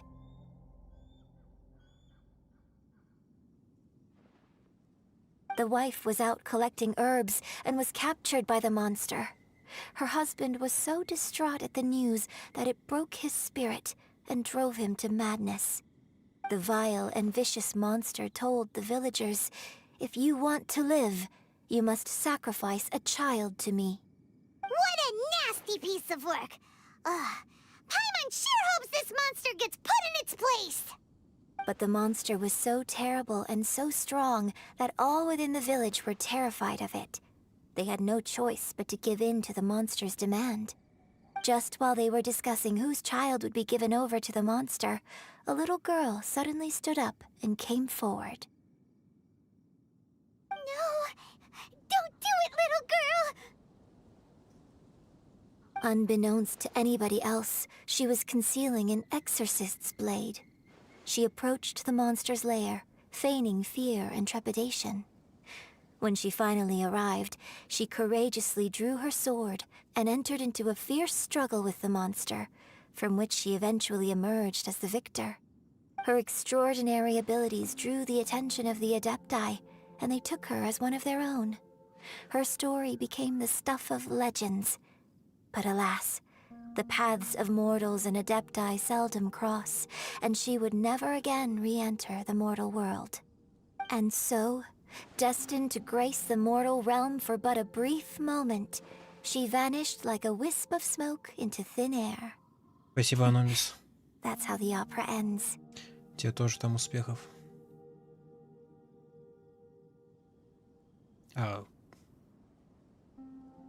I really like this story. Так она ж про тебя. But I personally think that perhaps the little girl was not as brave as the opera makes her out to be. I'm not sure she deserves all the praise she is given. I've never considered that before. Opera is always an interpretation of the events it purports to portray. A certain degree of deviation from the truth is always inevitable. When my father wrote the script for this play, I suppose his intention was to inspire his audience with the character of the divine damsel. I think it's a great story.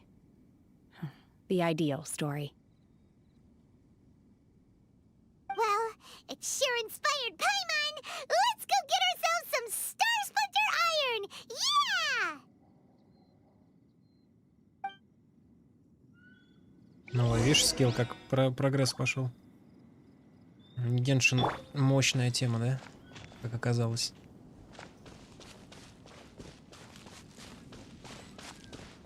Но аудитория благодаря Геншину приходит, я так понимаю, узконаправленная. То есть люди, которым именно Геншин нравится и ничего более. Если я подрублю другую игру, например, на следующий стрим, хоть один раз, мне кажется, сразу 50 человек отпишется.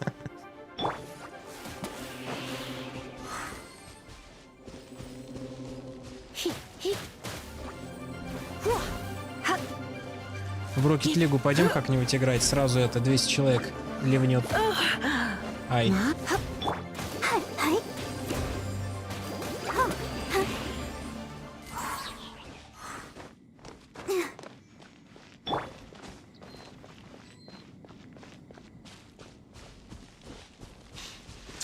Так мне на гору лезть.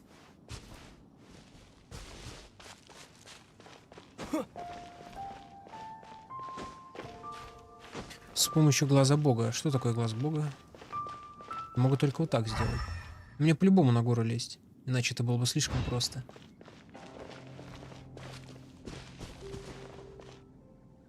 473, ну да, типа того.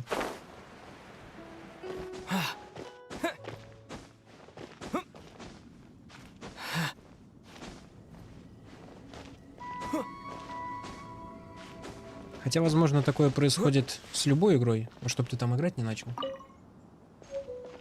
Так, один нашел. Вон, кажется, еще один. Это ж он, наверное.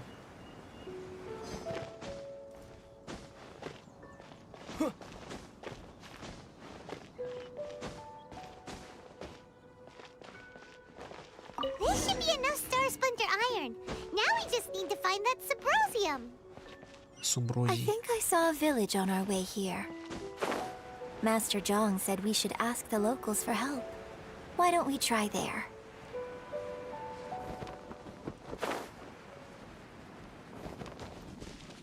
Ты вообще где? А.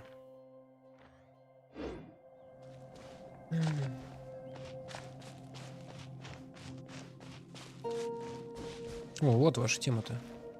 Еще даже. А эта руда всегда здесь была? Что-то я такое не помню. Где тут инвентарь-то?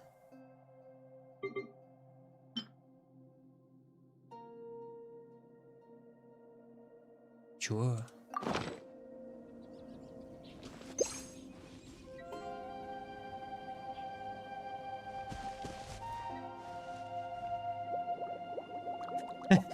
А.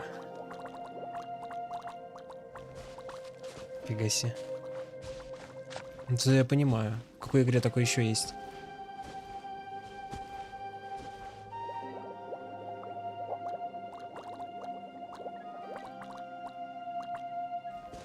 Куньк. Нормально.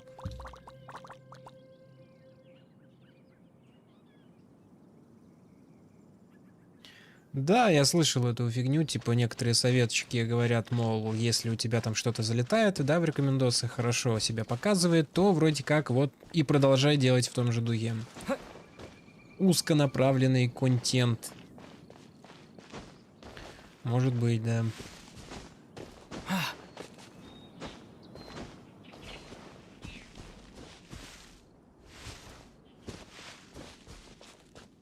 Наверное, единственные игры, по которым я бы мог нечто подобное делать, это Резик. так как это довольно большая серия игр вроде как.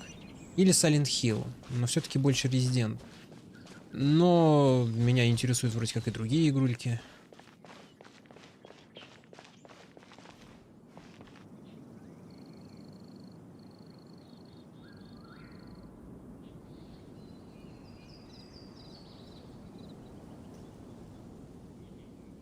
Людям надоест? Может быть. Но в любом случае, что бы ты ни делал, появляются новые люди, молодежь, так сказать. Кто-то приходит, кто-то уходит.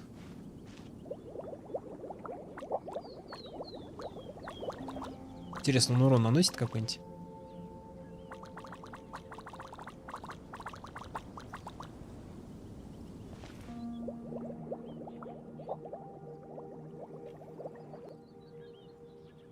Блин, вот это клевая тема.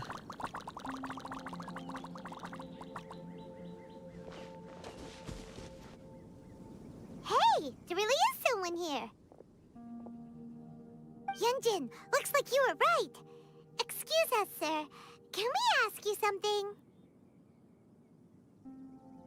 Huh. He didn't seem to catch that. Давай я его пузырями. Hello, sir.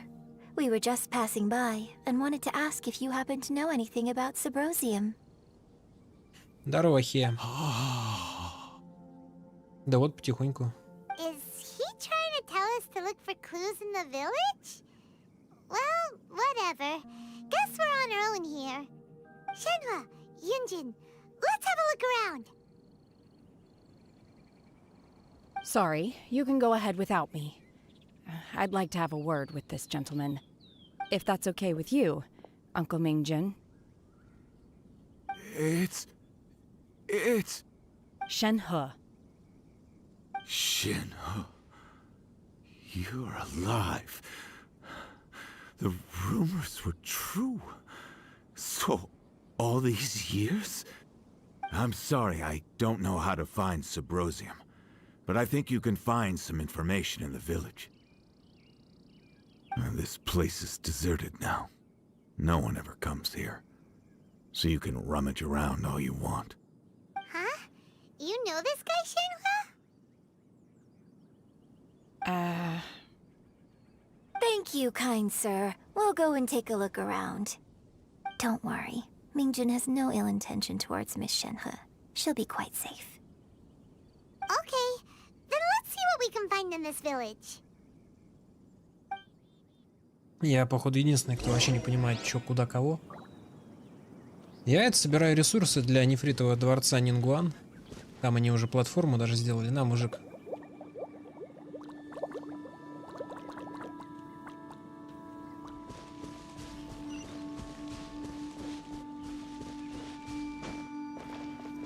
Не вешай нос.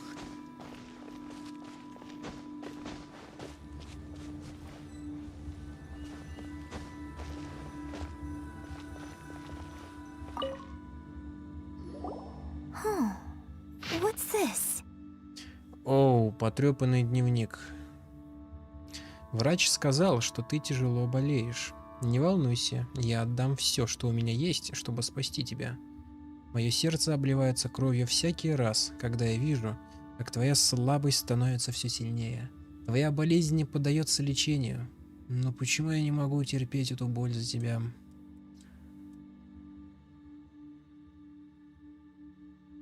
Ты сказала, что ни о чем не сожалеешь в этой жизни, и только хочешь, чтобы я позаботился о Шаньхэ. Но если ты ни о чем не сожалеешь, откуда эти слезы?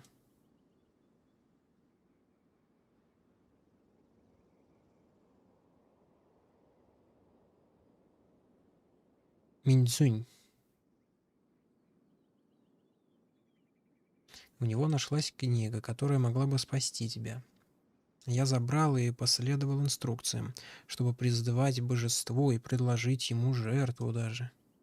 Божество явилось, я сказал ему, что готов обменять свою жизнь на твою.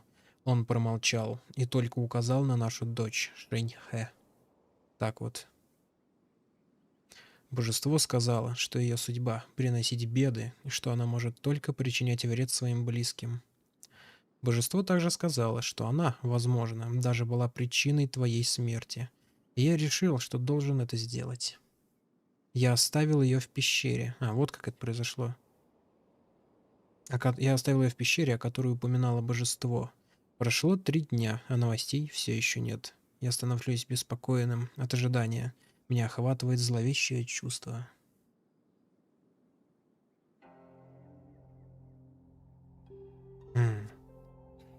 Ну ты дел наворотил. Какой-то цыганский, блядь, бог пришел, какую-то херню лапшу навешал на уши. So, Shenhe is the divine damsel? Now that I think about it, she does behave rather like an adeptus, and she is about the right age. So that's why I've been getting the strangest feeling whenever I chat with her. I should have noticed it earlier. According to this text, the divine damsel from the opera was actually the daughter of the loving couple. And she didn't volunteer. She was sacrificed to the monster by her own father. Oh, the truth is even more lamentable than the opera. Now I understand why Shenhe said the girl was not as brave as people think. It wasn't her choice to enter that ghastly situation. She was forced into it. Oh, it looks like my father may need to make a few revisions to his beloved opera. Так вот. Здравствуйте, Елена. Ну да, не знаю, какой-то стрим 11-й. Ну, не знаю, 3, да, недели 2 назад начал. 3, наверное, уже. 35-й ранг, если что. А главный герой, он же типа, ну, подросток, он же молодой. Или он просто маленький. Не, ну он точно молодой. Не знаю, лет 18, наверное. Поэтому они выше него.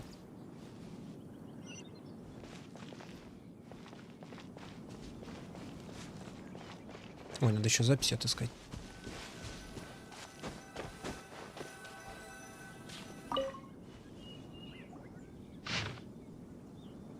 Летопись перемен деревни. So it seems that Shenhe's father thought he was summoning a benevolent deity using a magic incantation. But in fact, he summoned an evil god's remains, which took the form of a monster. His obsessive yearning for his deceased wife led to a terrible tragedy. The villagers moved away in fear, without ever learning the truth. And now, this place is deserted. Still, I do wonder what the connection is between Shenhe and Mingjun. We've looked everywhere, but still no mention of Sabrosium. Let's have a look over there. Жескач какой.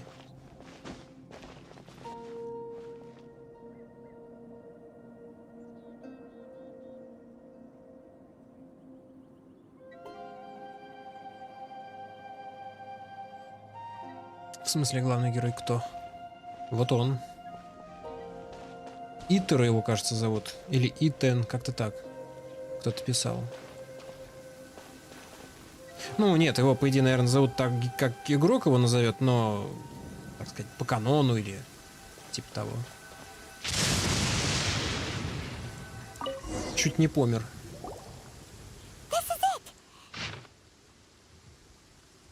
Горные беседы. So basically, we need to go to the middle of the lake south of Mount Tianheng at dusk, and we'll find us some Sabrosium.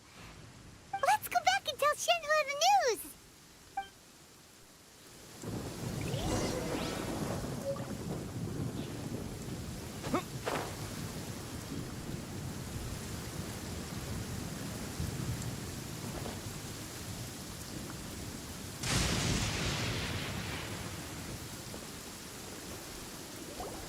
One year when I was back visiting, I heard a story about a white-haired adeptus from a merchant passing by. I never imagined it was you. I was a very close friend of your father's. I could have stopped him from performing the summoning ritual. I had plenty of chances, but I couldn't bring myself to stand up to him. I just let things happen, let it all escalate. Well, we all know how that story ended. I bring flowers back here every year. And each time I wish I had a chance to apologize to you.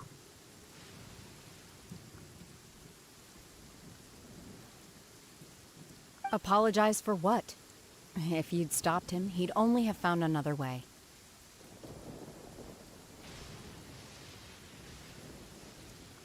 There is nothing he wouldn't have done for his true love. Nothing. Do you still hate him? I don't know what I feel. I'm told my fate is to bear the curse of calamity, so my master bound my soul with red ropes to curb my aggression. But it also dampened my emotions, making me dispassionate, like the Adepti. So if you ask me how I feel about the past, if I hate my father or not, the truth is, I feel nothing at all. It must have been so tough for you all these years. Shenhe, we're back! Oh, then I will leave you all in peace. Shenhe, it brings me some solace knowing that you are okay. I'll tell you more about the old times next time we meet. Thanks, mister. We found some info in the end.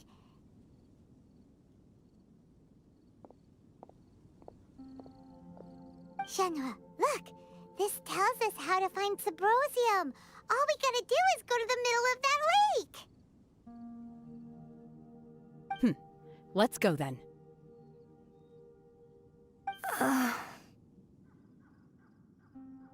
Miss Shenhe, there's something I'd like to talk to you about. Just now, in the village, we found your father's diary. It turns out that many of the details in the Divine Damsel of Devastation are not true to the facts. So I'd like to change them. Why? I know I say that opera always deviates from the truth, but now that the main character is standing right here in front of me, I cannot simply dismiss your lived experience in favor of my father's fiction. It's okay. I like your version.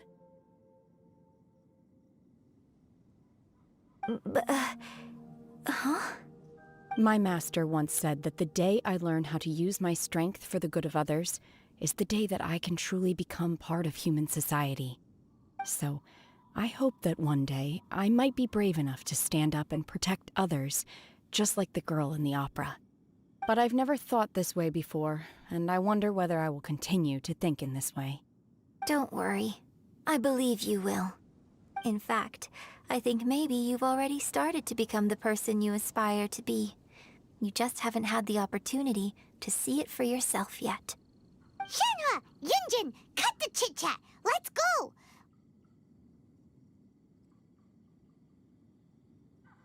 We can't let someone else beat us to it!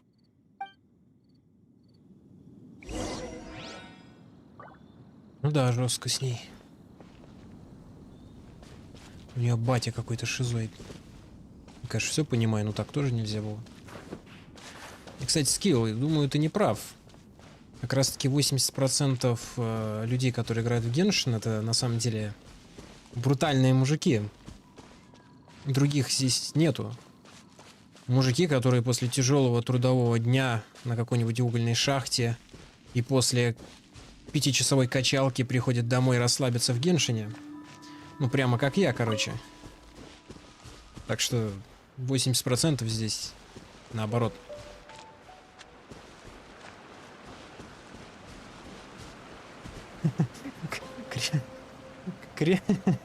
Крепкое мужское сообщество.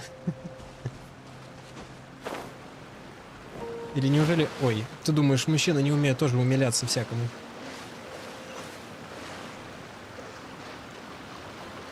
Что может быть и лучше после тяжелого трудового дня посмотреть немножко аниме и поиграть в Геншин?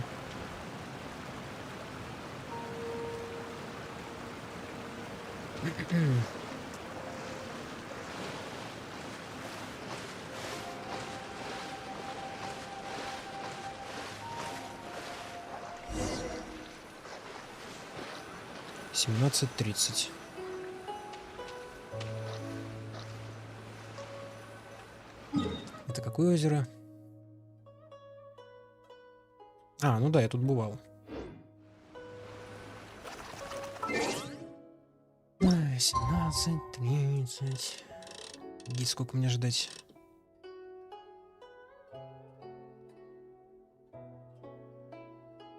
Черт. Тут нельзя писать самому-то. Мне нужно 17:31, это принципиально. Четко.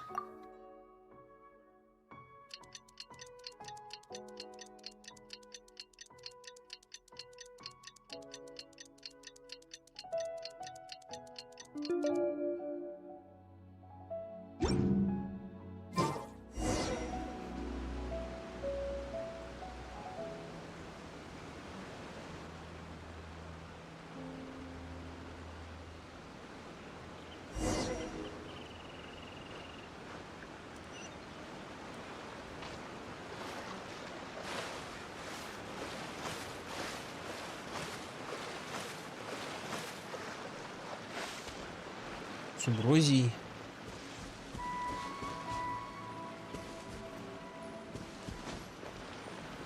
Вот это ваш суброзий. А это квестовые? Что я такие вроде первый раз вижу. Руду такую.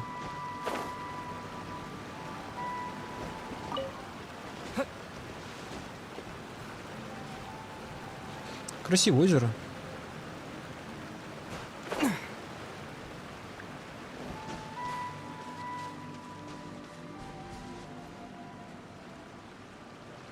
Уточки плавают.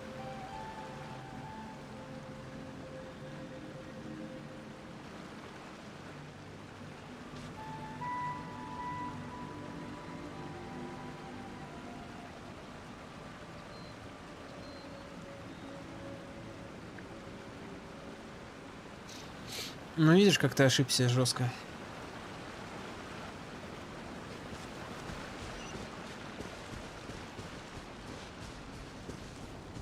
Не, ну если серьезно, я не знаю. Знаю только, что Елена не единственная девушка здесь.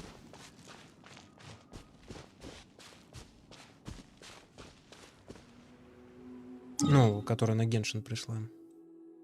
Если можно так выразиться. Тут сюда мне надо. А, к кузнецу. Вот там фиг его знает, кого больше, без понятия.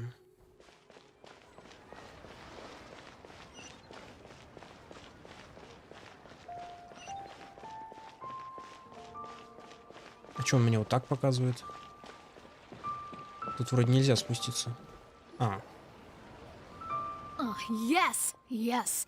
They have the audacity to go after anything. Подожди, это не то. The 7 dragons, gods. No ancient artifact that relates can escape their greedy ambitions. Still, this time is different. Who do they think they are, going after the Abyss Order's treasures? Oh, Traveler, it's you. Huh? Ganyu, what are you doing here with Lan? Do you have a commission you need to post? Hello.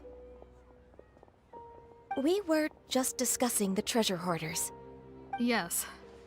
We were just saying how even the audacious treasure hoarders should know better than to mess with the Abyss. It's just too evil. But we recently received intel from the Ministry of Civil Affairs that 2 big-time treasure hoarders in Liyue and Mondstadt are planning some big joint operation. 2 big-time treasure hoarders? Yes. They're known as Big Sis of the South and Raptor of the North. Oh, Raptor! Paimon remembers he tried to run away from Amber in Mondstadt. But who is Big Sis of the South? Ну да, кстати. Это ж азиаты. У них всегда, ну, короче, да. Это, кстати, на другой квест наткнулся. Такая музыка, кстати, играет. Таинственно загадочная. You were correct. She's the head of the treasure hoarders in Liyue. As I understand it, the treasure hoarders all call her boss. Some say that the god of thieves even bestowed a gift upon her for her exploits, making her big sis of the gods. But that's probably just a wild rumor. Anyway, the treasure hoarders discovered some previously unexplored ruins that the Abyss Order has been secretly guarding in the shadows. Despite how dangerous that makes it, all the treasure hoarders can think about is what kinds of treasure could be inside. They have already devised a plan. They will send out a decoy to divert the Abyss Order's forces away from the ruins, then send an expert thief inside to steal the treasure. To this end, Big Sis and Raptor have reportedly recruited a certain Grand Thief from Fontaine. Grand Thief? That's quite an impressive sounding title. Oh, indeed. He is an extraordinary individual. The Grand Thief is highly respected in the treasure hoarders, in the same way that we adventurers look up to great adventurers.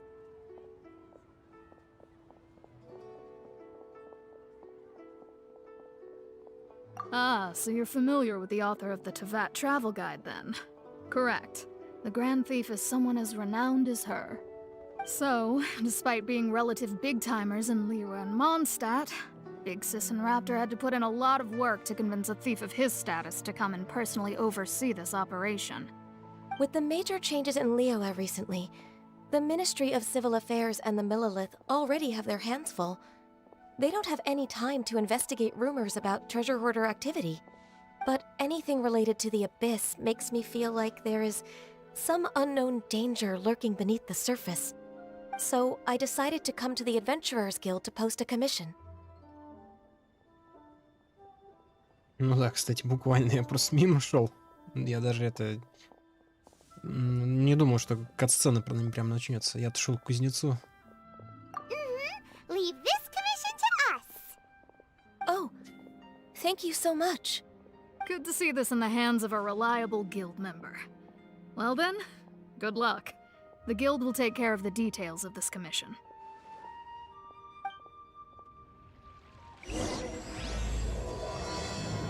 Мы встретимся снова. Это вот это, да. Это ж мне надо было доску объявлений какую-то посмотреть. Доской объявлений тут и не пахнет. Направляйтесь в руины.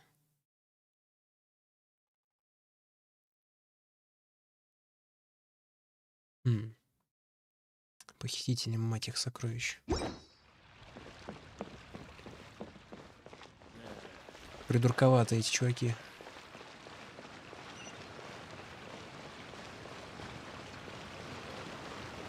Лезут куда не надо лезть.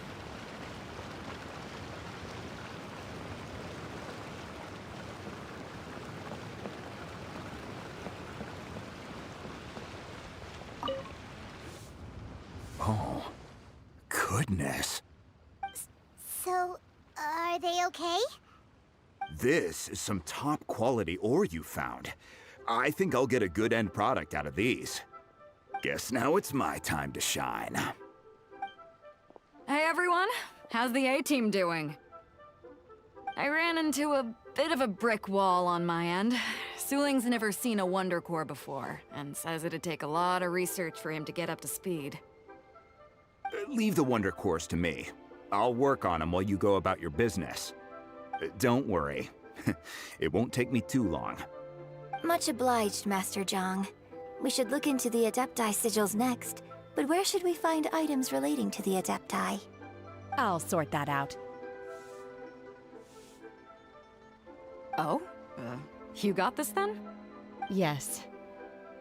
I have been training with the Adepti for years. I know a thing or two about making sigils. When we first met, I told you I came for the Jade Chamber, not the contest. In fact, I came specifically to deliver Adepti sigils. Master heard that Ningguang was planning to rebuild the Jade Chamber, so she sent me to deliver some Adepti sigils to her. Master also said she hoped that I can take this opportunity to rejoin human society. But now that I'm here, I wonder if I've been removed from the world for too long. There's so much basic knowledge that I lack. Maybe it won't work for me to stay here after all. But either way, I'm very glad to have met you, and I'll take care of those Adepti sigils.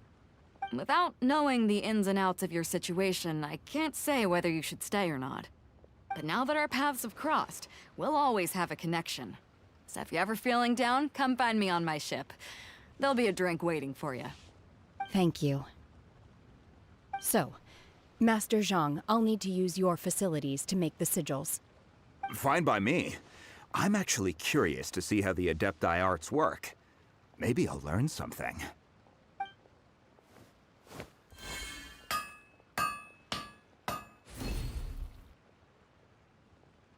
Whew. The sigils are ready. Though they are in some respects inferior to my master's, I can assure you there will be no quality issues. I've finished forging the things you asked for, too. Great! Let's go submit them before someone else gets there ahead of us. Что, все готово? Да ну, надо же. Черт, опять промок. Ну, было не так уж сложно. Помотала мальца, а так норм.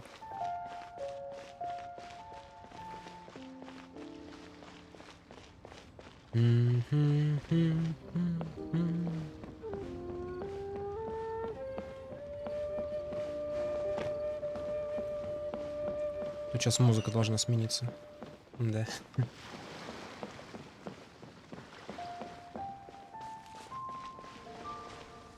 Ну, ту же самую. Могли бы как-то сделать иначе, когда переходишь в другую область, чтобы тот трек, который играл, он все-таки до конца, ну, воспроизвелся. А потом уже другой начинается, а то иногда он прям заканчивается так резко.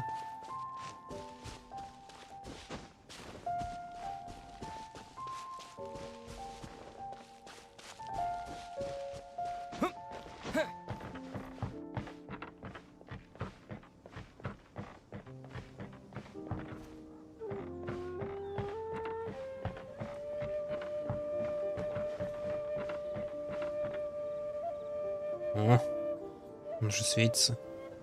Как это держится тут все вообще? А, ну это держатель, чтобы он не улетел, да? А как они высоту контролируют? Что, он что-то на орбиту не выйдет?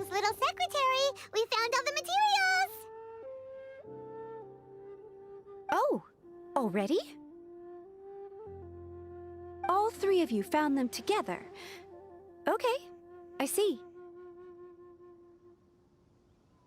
The Wonderclaws and Adepti sigils look good. It seems that we found our winners.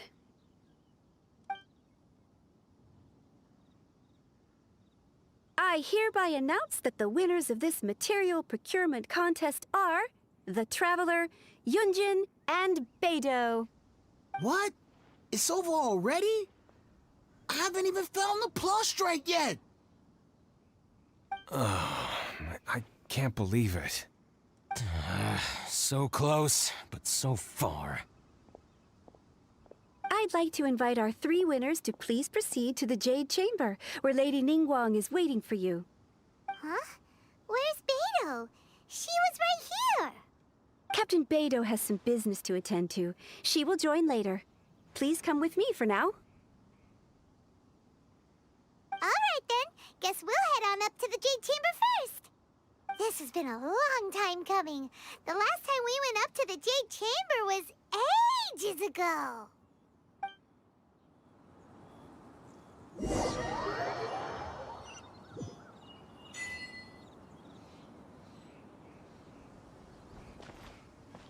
Вы следуете. Следую куда? Как я опять сюда попал? У вас тут есть трап или лестница? Не показывают, как мы сюда поднимаемся. Или у вас тут лифт? Combine the Adepti sigils with the Wonder Cores and insert them into the Jade Chamber's control compartment. The construction of the new Jade Chamber is now officially complete. Once the tethers are released, it will soar into the sky. Thank you all for your work. Now it is time for me to fulfill my promise. Yeah! Miss Yun, I've already heard something about the reason for your involvement. You are looking for a venue for your new opera, aren't you? That's right. Lady Ningguang, I would like to hear your opinion. The unveiling of Miss Yoon's grand new opera surely requires a venue of equal grandeur. So what would you say if I proposed that we stage your first performance right here, in the newly built Jade Chamber? The Jade Chamber offers a splendid panoramic view of the mountains and the bustling city. It is fitting for the finest performance to be hosted in the heavens. I can think of no better stage for you than here, Miss Yun. Thank you, Lady Ningguang. Then I will prepare my props and other articles shortly. Please allow me to bring all these aboard the Jade Chamber. You're quite welcome. It's truly what a good opera deserves. Oh, a traveler, Shenhe, Paimon, I'll be leaving now. Do come and see my play when the time comes. You're next. What is your question? I should clarify. I do not know your sister's whereabouts. Please, don't waste your question on this matter. Wow, you're a mind reader, Ningguang. Oh well, guess Paimon will ask a question then. Managing a successful business is not as simple as you might think. Capital, connections, sensitivity to the trends, and instinct for what is a good opportunity. All of these traits are crucial. If you want to know how to make money, I will honor our agreement and give you an answer. But that is not to say that it will work for you. Wow, Paimon hadn't even asked the question yet. Your question was written all over your face. Now look, you helped me rebuild the Jade Chamber, and I intend to repay you handsomely for it. So I promise you that should you one day require financial assistance, you may seek employment here. I will pay you at the highest rate of remuneration. Oh, great! So next time we run out of Moro, we just need to come to Ningguang? No more questions from us. Shenhe, you got a question? Me? Yes, this is a group effort. Thank you. But I don't have anything to ask. Are you sure? This is a once-in-a-lifetime opportunity. I'd urge you not to squander it. Yeah, just don't waste it. Hold on a second. Paimon can probably think of another one. Lady Ningguang, do you think I can ever fit in Liyue Harbor? Now that is an interesting question. Liyue Harbor is very inclusive. As long as you respect the rules here, you will not be turned away. So, the key is whether or not you yourself can develop a sense of belonging in Liyue Harbor. Oh, a sense of belonging? Yes. To become fond of a place, to feel part of it, it always requires a reason. Perhaps someone you've met, or something you've experienced here. Or perhaps you enjoy the atmosphere of Liyue, and you will become accustomed to it. In short, everyone needs a reason to stay. I hope you can find yours soon. I see. Hey, what's going on? I just went to see the fleet a little later than expected. Come on, Beidou, it's your turn. Do you have a question for Ningguang? Me? Nah, I ain't got any questions. She forced me to help out, so I figured I may as well get involved with the contest. Ningguang, don't forget what we talked about. It's not gonna be easy to deal with. I don't think my fleet can take it on their own. Don't worry. I have made preparations. The wound dressings are ready, and the Millilith have set up an ambush. Glad to hear it. Watch your back. Stay alert. Beidou, Ningguang, what are you talking about? You'll see when the Jade Chamber ascends. However, it's not the most pleasant topic of conversation.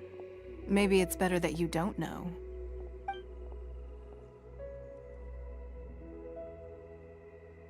When I first set foot in the Jade Chamber, I stood at the edge of the platform and looked down upon Liyue Harbor far below. At that time, I dreamed that one day the Jade Chamber's shadow would be seen in all 7 nations of Teyvat. My wish has not changed to this very day. However, it is not only out of consideration for myself that I have built the Jade Chamber anew at this time.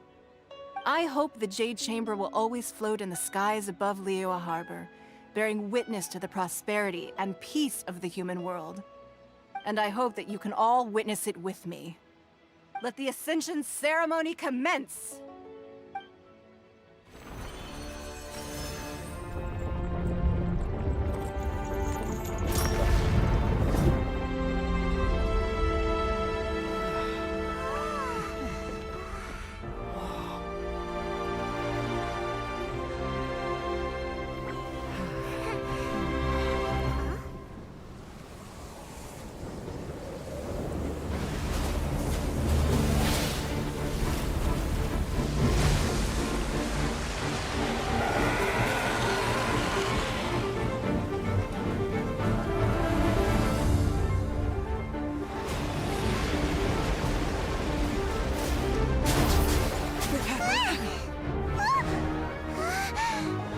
Right on cue.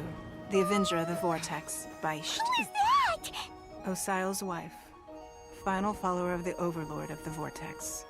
Sounds like you knew this was coming. Beidou sensed something was stirring in the deep. She warned me months ago. Knowing she harbors hatred toward the Jade Chamber, I chose to rebuild it now as a way of drawing her out. Got it. Well, let's go fetch the Adepti. No. Huh? In this human age, the people of Liyue must find a way to overcome this crisis on our strength alone!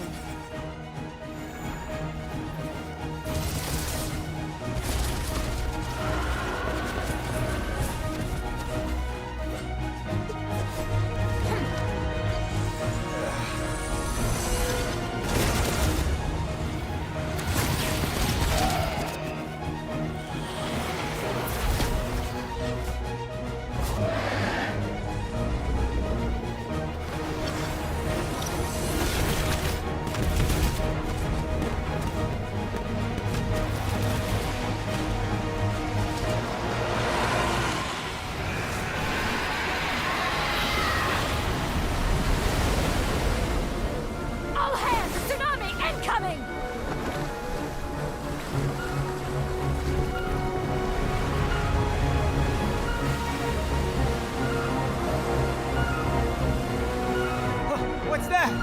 Wait! A giant wave!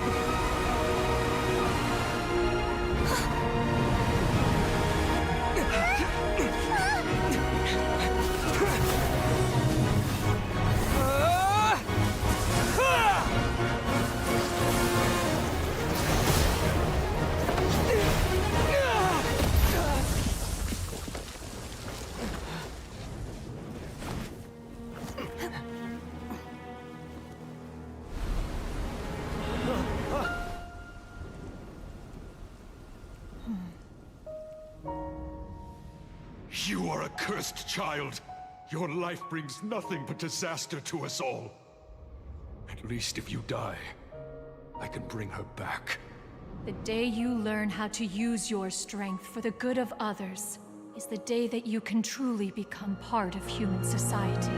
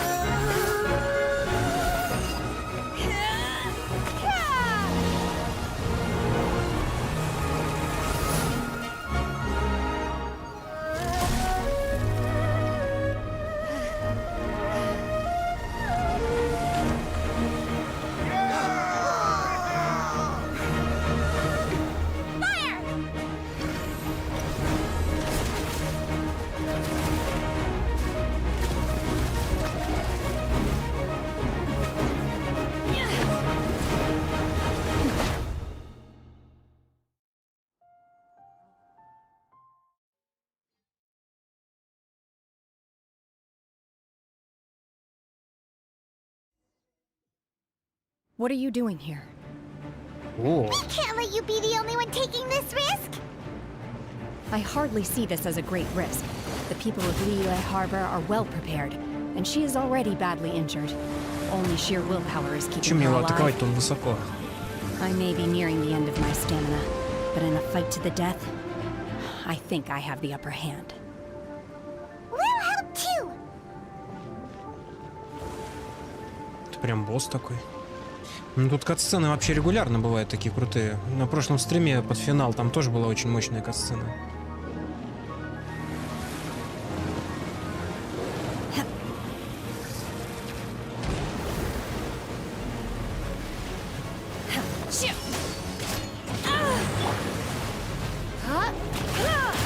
I'll protect us. Hi. You're in for a little shock.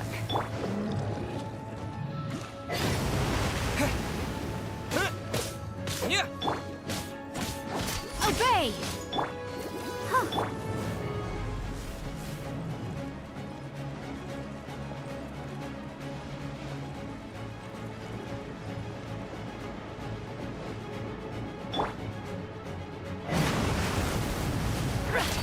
Take your true form!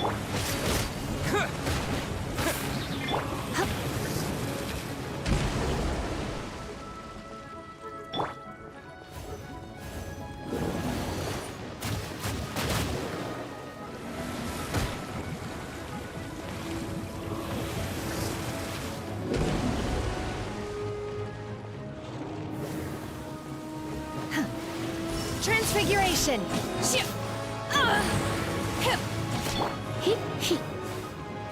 You try not to enjoy this. Неудобно с ним воевать.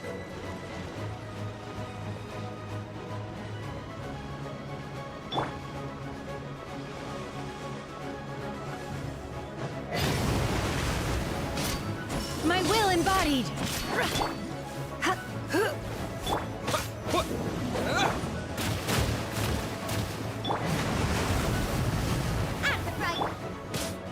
Transfiguration!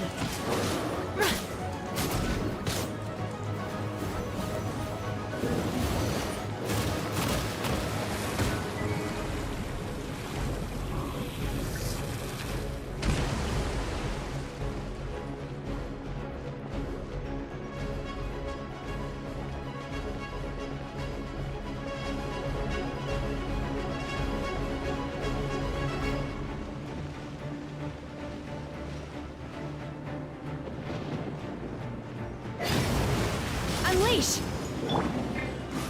Nice and spicy.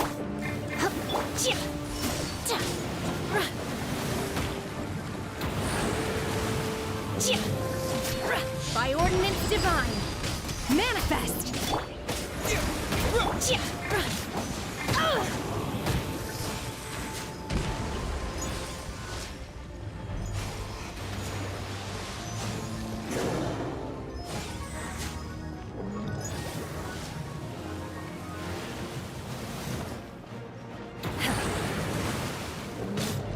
My will embodied!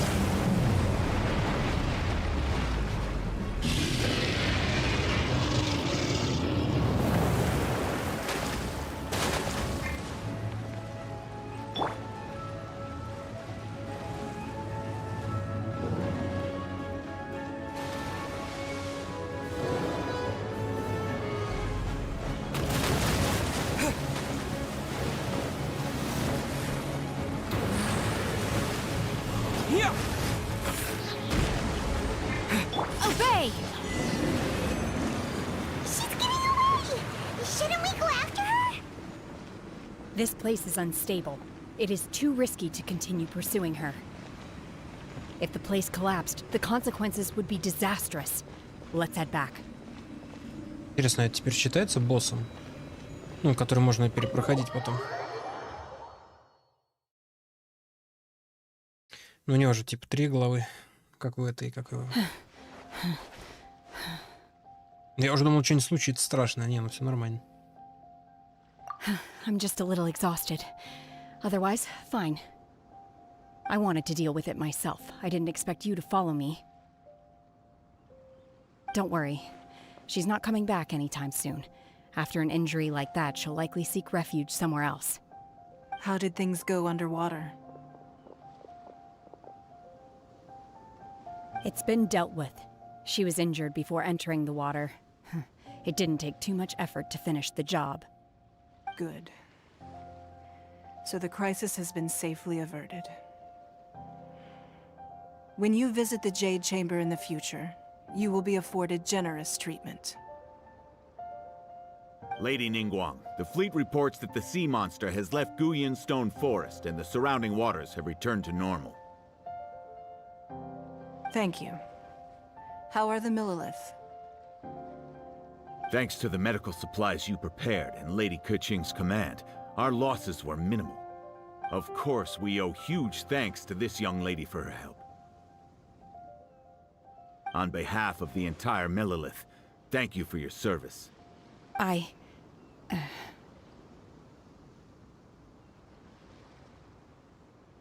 Great. Then next time I watch Miss Yun's opera, I'll be able to take the compliments.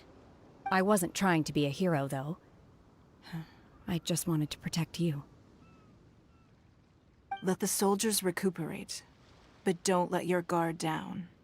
If she returns with a vengeance, we must be prepared. Yes, ma'am. You've been monitoring us for some time now. I trust you've reached a conclusion. You wish to hear one's opinion. Well, things would have hardly gone so smoothly had it not been for Shenhe. That I do not deny. However, final victory was always going to be ours, even had things been a little more arduous. If it came to it, I could always destroy another Jade Chamber. One has observed your adaptation of the Guizhong Ballista, and find oneself compelled to admit that you have evidenced some degree of novel thinking. You have learned from past failures and prepared for this crisis in advance. This is considerable progress compared to the last time. Hence, on balance, one finds your performance during this trial satisfactory enough. But there will no doubt be further trials to come in the future. Do not suppose that one will not continue observing you hereafter. While the position of Tianquan remains mine, I will always ensure Liyue's safety. Shenhe, one saw you secretly venture out from the mountains a few years ago, and noticed the air of dejection in which you returned. Hopefully this trip to Liyue Harbor has been a different experience. Yes. I can't explain it, but I feel happier than I expected. Good. Traveler, please take good care of Shenhe. She is a dear child. In fact, one has many fond memories of Shenhe's childhood that she may be interested to hear about. There'll be no need for that. Oh. They are all like this. Fine. Since you care not to listen, one shan't be telling you. One shall be going homeward now. Please, have a good rest. Come to the Jade Chamber when you have recovered your energy. We must celebrate both the completion of the Jade Chamber and the fact that Liyue has weathered another crisis. This banquet must be the most spectacular ever.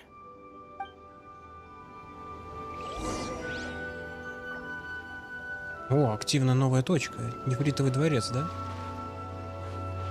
Ну дела.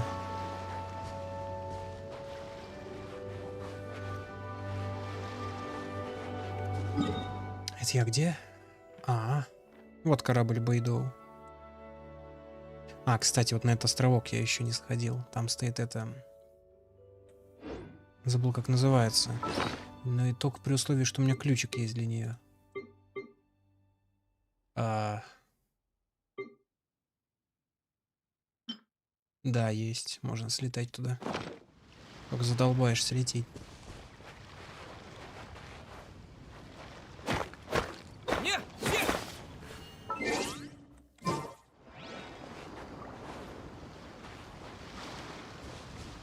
Что это баллиста?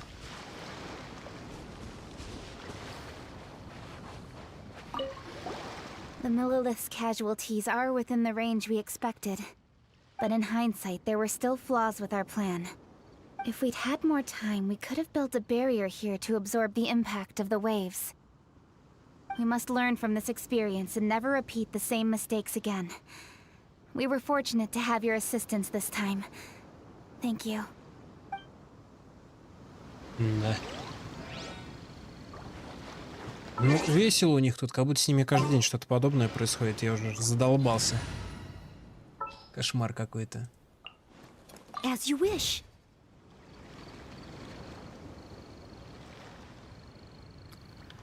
Фритовый, ну...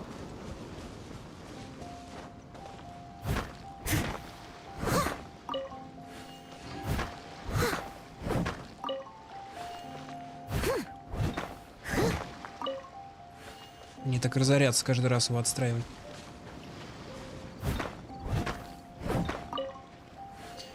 Так, значит...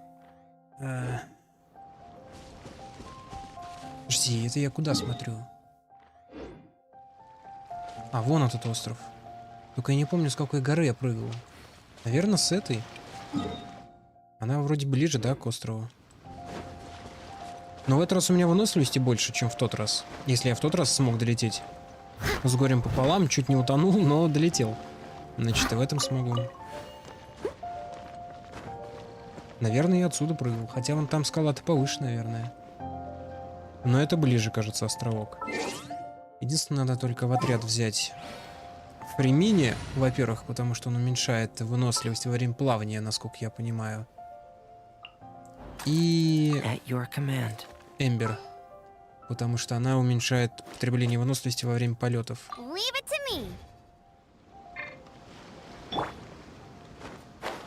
Наверное.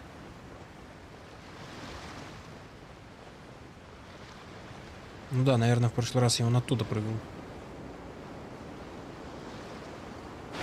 А в прошлый раз я дальше долетел. Нет, там выше, да. Намного выше.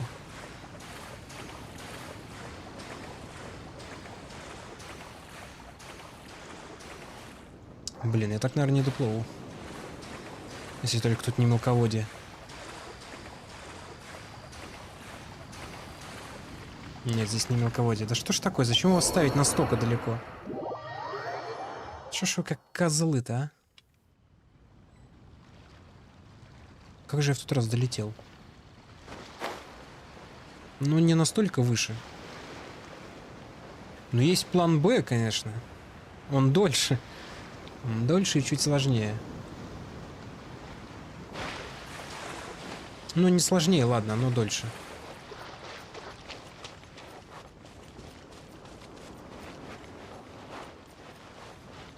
Что-то я задолбаюсь туда залезать, на самом деле.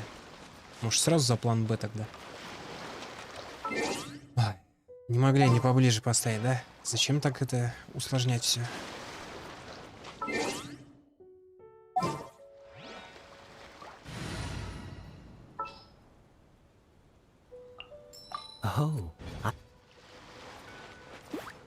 Упс.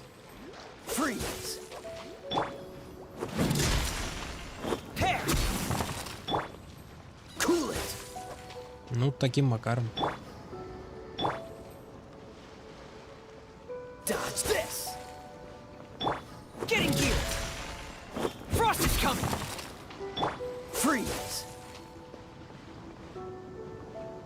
В прошлый раз я туда, помню, долетел еле-еле как-то.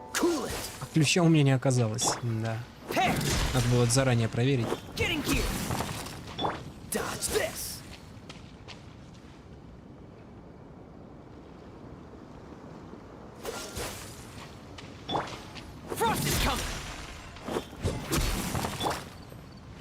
Упс. Нет. Да что ж такое? Ладно, я доплыву.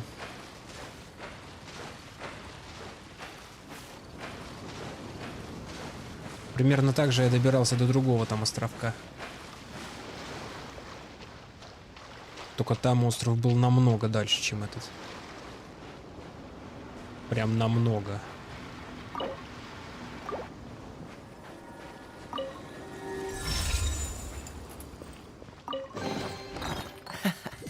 quite the find.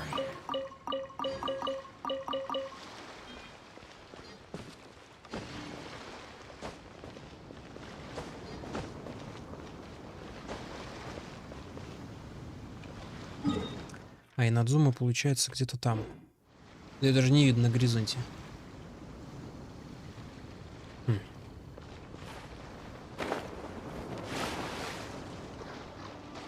Все, ничего тут нету.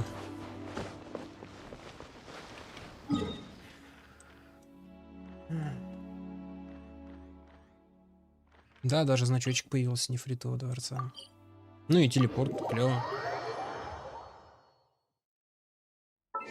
Так, надо вернуть как было.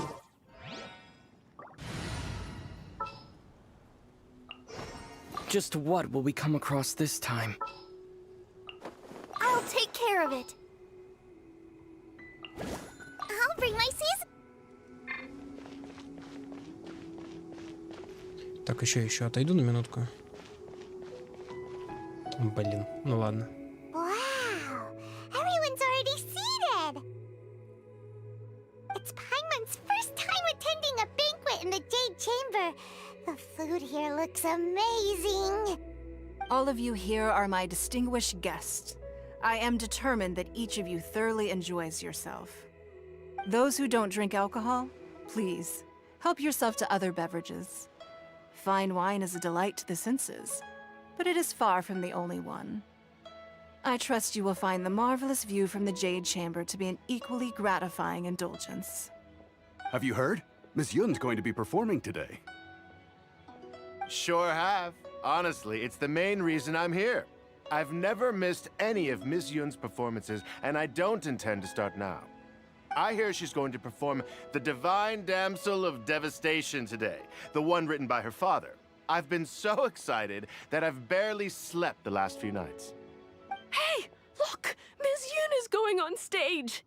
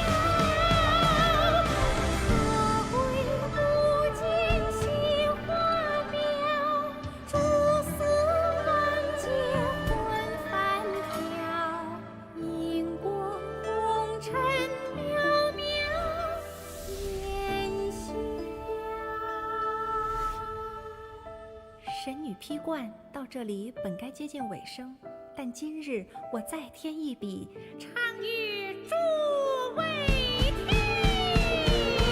知道为民人不是，自有知音多情词，红缨烈烈见流星，知知不操心。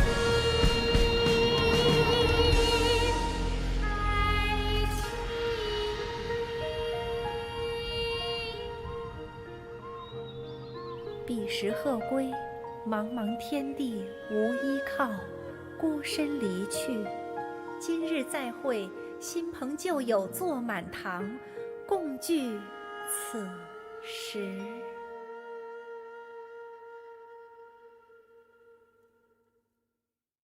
What did you think? Personally, I thought I sang rather well. It was beautiful. Paimon wants to learn too. It was wonderful. Also, thank you. You're welcome. Thanks to you, the Divine Damsel of Devastation is a more nuanced tale than ever. The play has an ending, but life goes on. I believe you will find a way to fit in Liyue Harbor. Thank you. I think I've found the opportunity I needed to change. Ms. Yun, here you are. Great to see you. Huh? Hey, this young lady with the white hair looks like some kind of VIP. Yeah, that's it, like an Adeptus. Wait, you're the girl from the opera, aren't you? The Divine Damsel herself. And look who else we have here, the illustrious traveler. Well, I'll be. This was definitely worth showing up for. Let me pull up a chair, all right? We'll all have a friendly chat, get better acquainted. Alternatively, you could leave us alone. That is, if you'd prefer to finish your drink via the orifice of your own choice. Uh-oh, this feels all too familiar. Shenhe's back to her old self again. Hey, what are you doing? Calm down, Shenhe. Calm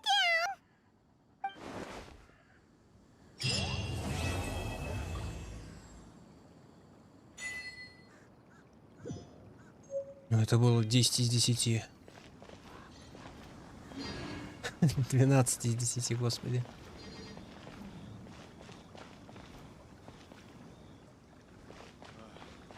Ну, красота.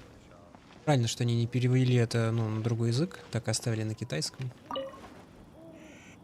Так, сейчас я отойду на минутку, как хотел.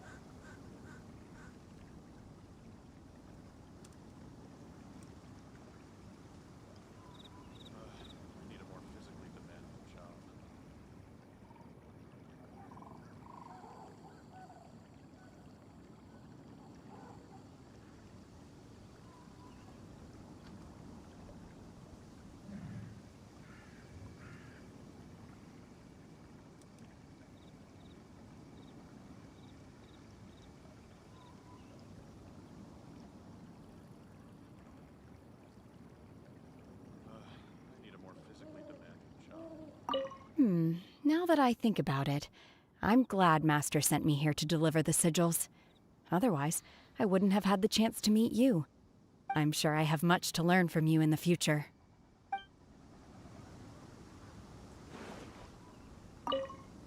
To act, one must first feel. After our trip to Mount Tianheng together, I felt much more in touch with the character today. I believe I was able to deliver a more profound performance because of it. Next time I have a new opera, may we study the character together again.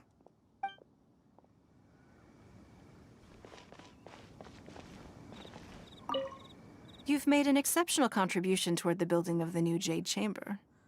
I will not forget this. I shall be sure to repay your kindness at an appropriate juncture. Да, а то я единственный, кто остался без ответов. Ладно, не единственный. Но все-таки. Красиво у вас тут, да. Народу, конечно, маловато. Ну, кому не нужны? А вы кто?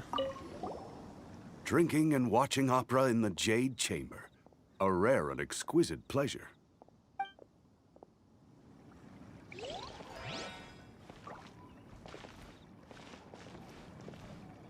More wine! More wine! Так, значит, с этим квестом все, да? Как всегда, там вроде подписали, продолжение следует. Да, это понятно, только что мне выдали. Я вернусь, наверное, теперь к чайничку, который я так и не доделал. Из-за того, что его перекрыл... Ну, вот этот квест сюжетный. И да, все-таки я могу вернуться в Нефритовый дворец, когда надо будет. Даже внутрь войти могу. Ну, в новый Нефритовый дворец. Ой, секретарши.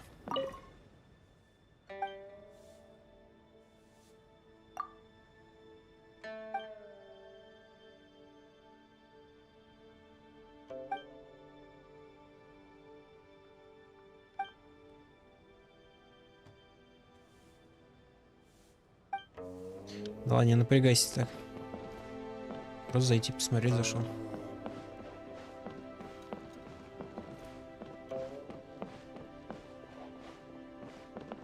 Ну, это прям точная копия.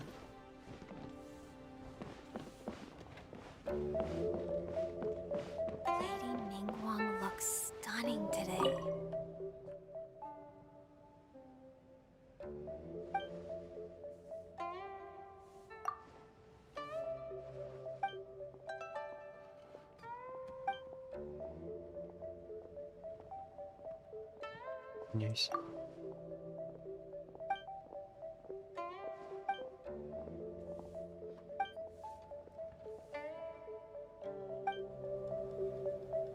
Ты чего все такие напряженные?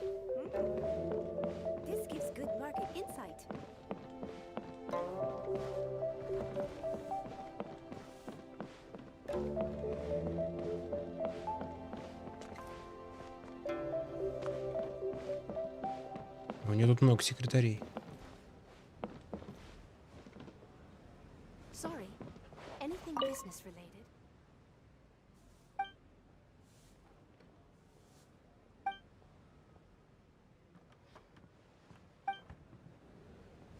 Ну ладно. Что туда можно идти?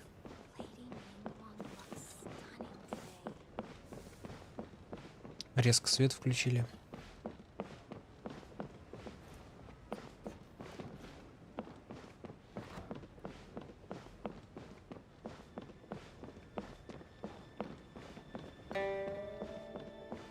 Чем больше у тебя дом, тем больше пыли потом протирать.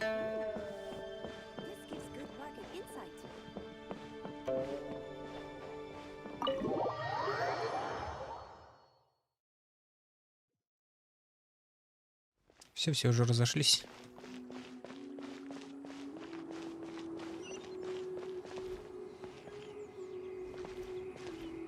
А он прям над городом. В прошлый раз он дальше, кажется, где-то был, да.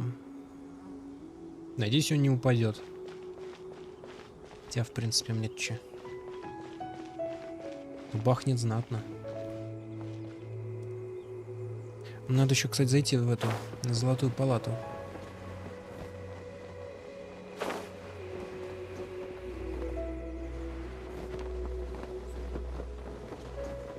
Гляну, что там да как после разгрома.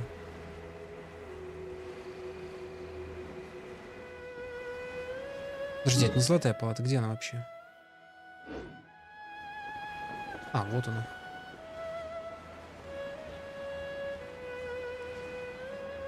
Там же босс вроде как доступен теперь.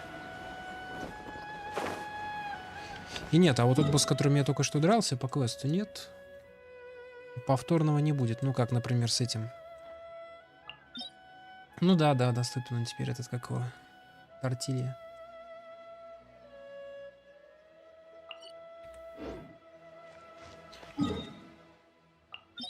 А, кстати, тоже один раз.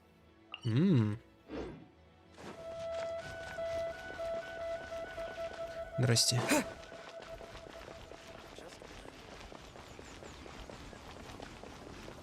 В прошлый раз, когда я с ним дрался, там такой шум был, но никто из этих чуваков даже не пришел.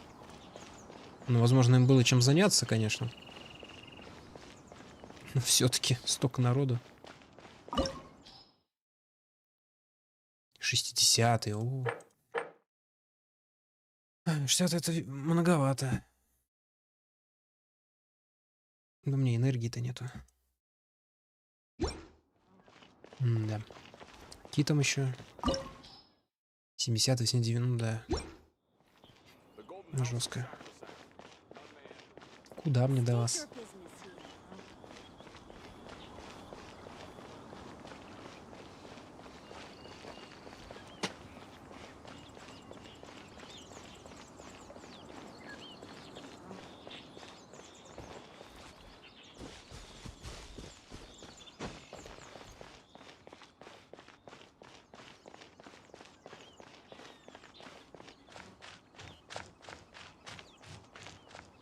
И деревья тут немножко кривоватые. Сосновые, наверное. У нас такие не растут. А может, такие вообще в принципе не растут? Может, их специально как-то выращивают? Ну, как бонсаи.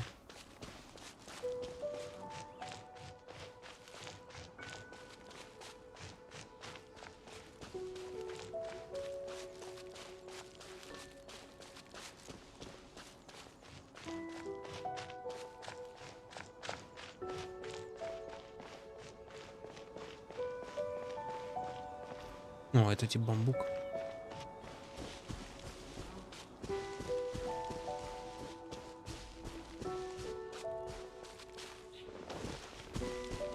А это что? А, это я к городу иду.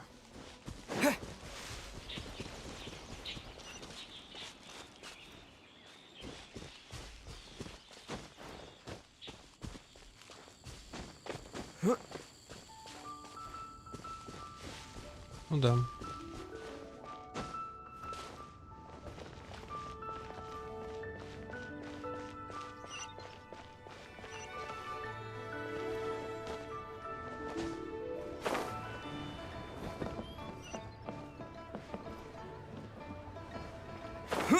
Где-то тут был дом Джун Ли, или как его там, ну, Геархонта. Вот это, кажется, разве не оно?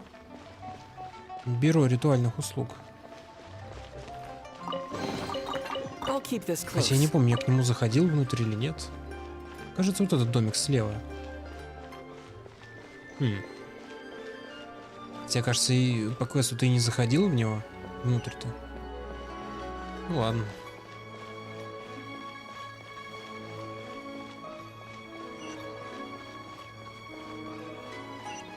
Куча дополнительных заданий повсюду.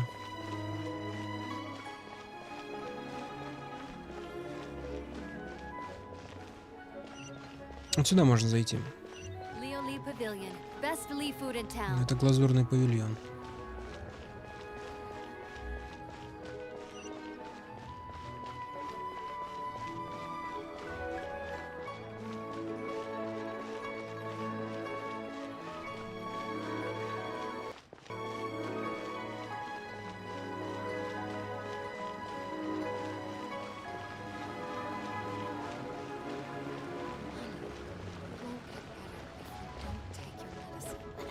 want to.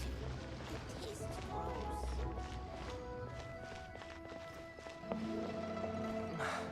I can't read what this says. My, to what do I owe the pleasure? Though I'm afraid that if you're looking for our little Chi-Chi, she's out gathering herbs. And if it isn't Miss Yanfei as well, now that's an even rarer honor. What business brings you here, might I inquire? Some charlatans peddling ineffectual medicines again, no doubt? No. I'm here this time to ask if you're familiar with Smaragdus Jadeite. Smaragdus Jadeite? Why, yes, there is some information about it included in the 6th commentary on the 7 Mountain Treatises. The 7 Mountain Treatises states that this substance springs forth from stone marrow within the mountains, and will bring disaster to any mere mortals who touch it. It is abundant in elemental energy, so if someone without a vision is in contact with it for a prolonged period, best case scenario, they fall ill. Worst case scenario, they'll suffer great changes in personality and their illness will only ever get worse. Anyway, I'm sure you didn't come all this way just to chit-chat. Knowing you, Yanfei, and given the specific nature of your question, I suppose that you're about to ask me to write an official affidavit attesting to the pharmaceutical peculiarities of Smaragdus Jadeite? That is indeed the case. If you would be so kind, Dr. Baiju. No trouble at all. It's just a single document. Won't take me a moment. I would mention, though, that you are not the only one who's developed a curiosity for Smaragdus Jadeite recently. A Snezhnayan merchant came to ask me about it not long ago. But after I gave him my reply, his expression shifted to one of remarkable disappointment. I wonder, Miss Yanfei, if your pressing business might be related to this Snezhnayan merchant? Ah, you needn't concern yourself about that, Dr. Baiju. Thank you for penning us that document. I'll make sure to compensate you in due course. You're too kind. Take care now.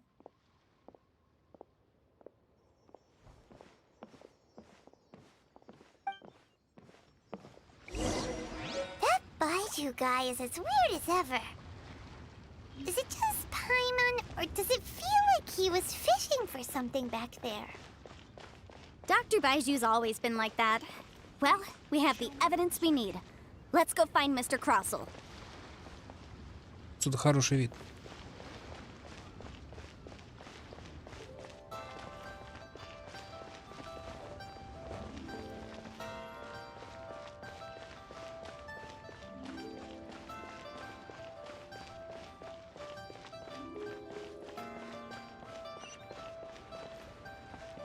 Хундоу. But I don't want to. Honey, it tastes gross.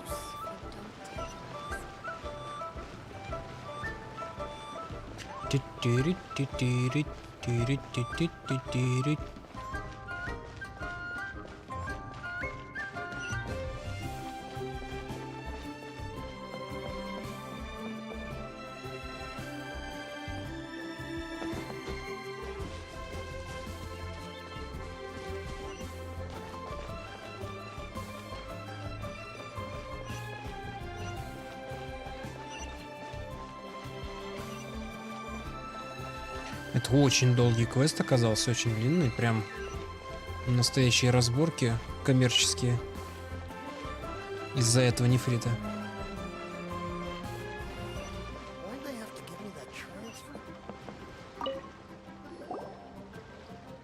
Miss Yanfei, have you finished your investigation? I trust you will now be in a position to assess the compensation due. Yes, my investigation is indeed concluded.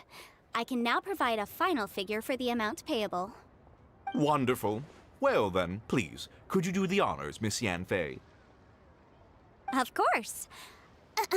According to the stipulations of the contract, Mr. Crossell, you must pay Mr. Chow 10 times the original transaction price in Mora.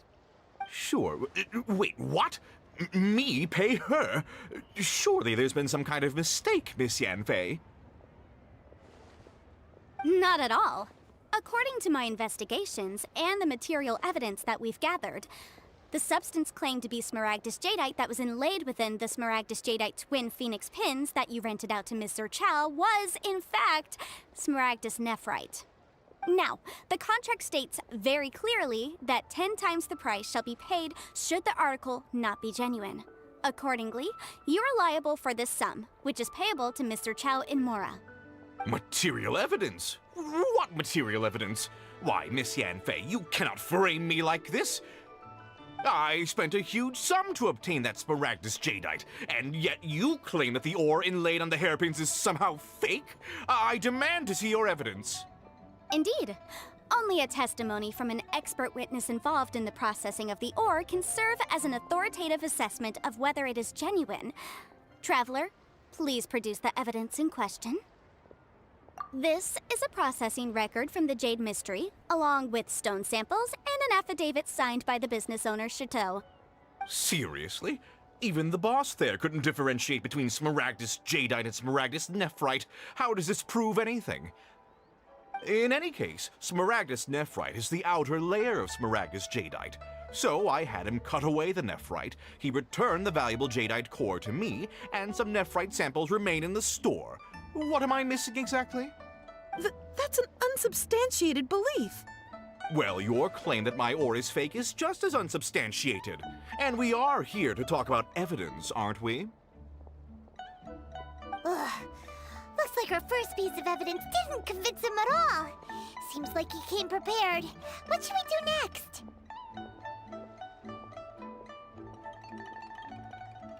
Hard evidence, something legally binding. We have just the thing. Show. This document proves that my hairpins are the real deal, doesn't it? This is the Ministry's seal, after all. It shows that the ore inlaid on the pins is indeed smaragdus jadeite. Our second piece of evidence didn't work either. And this guy's getting more belligerent by the second. You know, you could be right. Perhaps the hairpins are the real deal after all. Of course I'm right. All the evidence shown supports my story. Well, hang on a moment now, because I do recall one final piece of evidence that we haven't revealed yet. Traveler, would you do the honors? This shall serve as decisive proof of our case. What's this? Smaragdus jadeite springs forth from stone marrow within the mountains and will bring disaster to any mere mortals who touch it. Sustained contact with smaragdus jadeite over a prolonged period will, in less serious cases, cause a mild malady, while in serious cases, the patient may suffer a dramatic change of personality and fall seriously ill. Mr. Crossell, were you aware of these peculiar properties of smaragdus jadeite? I had no idea. No idea, you say? I'd guessed as much. But for you to have rented out such a dangerous item, I'm afraid that this falls outside the scope of my work, but within that of the Ministry of Civil Affairs. However, I'm sure that the Ministry will be relatively lenient considering that, as you say, you were ignorant of the danger you posed. Don't worry, Mr. Crossell. I will make sure that all the evidence presented here will be handed over to the Ministry. I trust that you'll give them your full cooperation in their investigations. What? Wait! I knew. Oh, so you knew? Oh, dear, Mr. Crossell. But if you knew of smaragdus jadeite's dangerous properties beforehand, why would you... Huh? No, The hairpins aren't actually inlaid with genuine smaragdus jadeite? Is that what you were about to say? You do understand, Mr. Crossell, that this means that you will have to pay Mr. Chow 10 times the original price in Mora? Mr. Crossell, your answer, please. My client and I are waiting. He's seriously intimidating right now. It's like she's a different person. I admit it. I confess. The ore I had inlaid on those hairpins was smaragdus nephrite. But I'm a victim in all of this, too.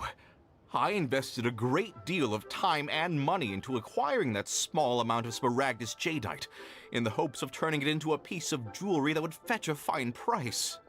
But after receiving it and carrying it around for a few days, I started to feel extreme discomfort. I couldn't sleep a wink or eat a single bite. I was in a constant state of agitation, too. I went to Boo Boo Pharmacy to get myself checked out, only to discover that this sort of stone cannot be worn as jewelry. But how could I let all that money go to waste?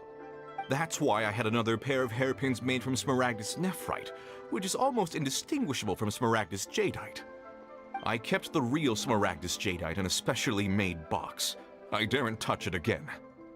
I was worried that someone would see through it, which is why I only dared to rent them out, not sell them. And then to top it all off, Jiqiao lost the hairpins after I rented them out to her. Exactly! If they weren't the real deal, why'd you make her pay so much? I didn't want to either, but when I purchased that Smaragdus Jadeite, some of my business partners found out. I knew they'd be watching closely to see how much I could make off it. If word got out that I sold a pair of fake hairpins, then my days in this line of business would be over. All right, let's cut the appeals phase right there. I failed to see what bearing any of this has on your transaction with my client. According to the contract, you must pay Mr. Chow 10 times the original price in Mora, and that is final. 10 times? Croso looks like he could faint any second. As for me, according to my contract with Mr. Chow, 20% of that sum will go to me. 20%? That's as much as I spent on that Smaragdus Jadeite! There's no need. It's fine. You don't have to pay me that much, Mora. Even if the Smaragdus Jadeite on those hairpins was fake, I still bear responsibility for losing them. Legally or not, I think I owe some compensation for that. Ms. Jiqiao, you... However, Mr. Crossell, since you have no use for that chunk of Smaragdus Jadeite, why don't you give it to me instead? I'll consider us even. What? But all right then. This cursed rock's brought me enough grief as it is. Miss Yunfei, I'll turn this Smaragdus Jadeite over to you. I trust that it will suffice as remuneration? Well, that's not quite how the rules say this should go. But whatever. It'll do. Thanks so much for your help this time, Miss Yunfei. When you have the time, I'll be sure to visit and express my thanks more appropriately. Oh, come on. No need to stand on ceremony. Now, if I may confirm this again, Mr. Chow, have you and Mr. Crossell come to an understanding? Well, yes, I believe we have. Well then, that's good. Mr. Crossell, it seems that my client has no further claims against you. Is that so? That's good. That's good. Actually, Mr. Crossell, I'd like to talk business for a second if I may.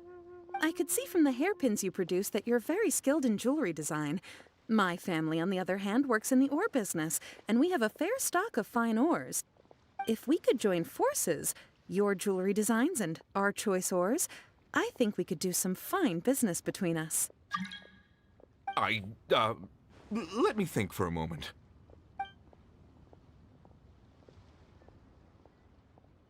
Well, that's that. And we've got the Smaragdus Jadeite that Granny wants too. All's well that ends well, eh? Да уж, с Йеннифей лучше не связываться.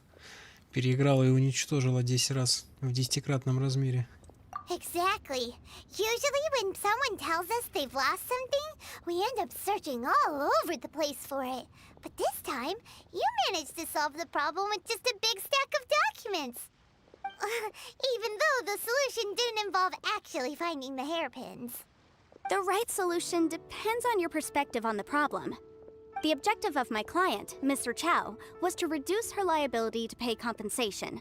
So, rather than looking high and low for some hairpins, proving that the rented item was nowhere near worth what the vendor had claimed it to be was the more efficient solution.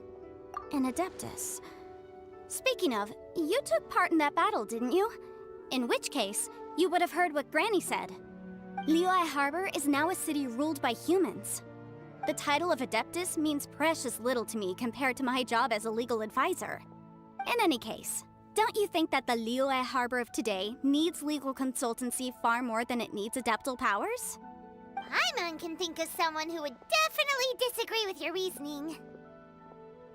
Well, since we got what we came for, it's time to pay Granny a visit. I bet she's been on tenterhooks for a while now. Да, я уже забыл вообще, с чего все началось. If we could join forces, your jewelry designs and art... Ай,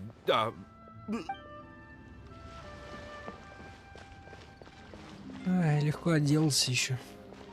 Ну ладно, ей видней, наверное. Можно было и содрать с него денег.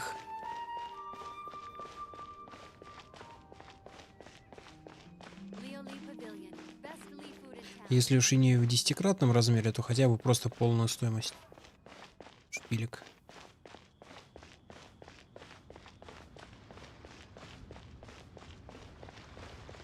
Или в 5-кратном.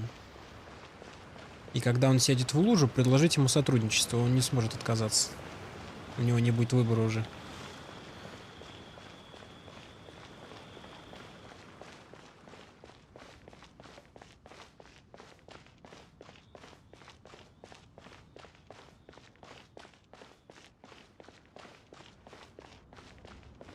Бабуль, я все принес. Ah, you've returned. How did it go? Were you able to find the Smaragdus jadeite? Good, good. Then we have all the materials we need. Well, if we're all set, Granny, I'll get going now. Got a ton of clients waiting for me back at the office. Oh, you. All right, then. Go see to your business. Granny should be able to handle the rest. I'm off then. Bye! Oh yes, Traveler. Make sure you don't lose the business card I gave you. I've been looking into the laws of other nations as well. If you should ever bump into any trouble with the law, come find me directly. Regulars get discounts too. Come now, child. Are you leaving or are you not? If you have no wish to leave, perhaps you'd like to help me clean my teapot, hmm? I'm leaving! I'm leaving! That child. Goodness knows where she learned to be so rambunctious. Her father was hardly so riotous or fond of talking nonsense back in the day when he stood beside Rex Lapis. Ah, indeed she is.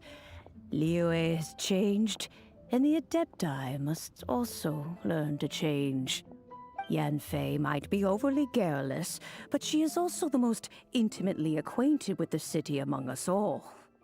Ah, Liyue is not the same place I once knew. All right, then. Let us speak of this no more. Back on topic. I believe that I still owe you a little gift. Oh, Paimon's so excited! How is it made? It is but a single teapot. It shan't take long at all. Just wait here for a moment.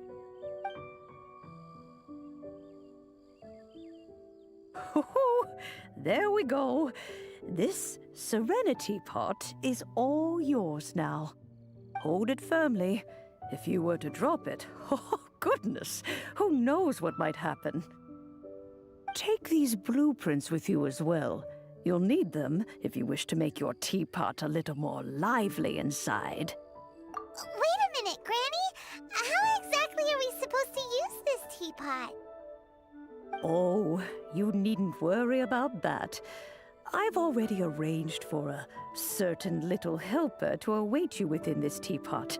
She will explain everything you need to know about it.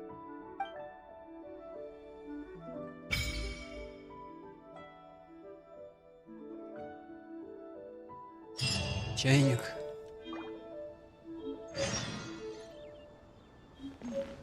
This is a peaceful neighborhood. Часть вторая.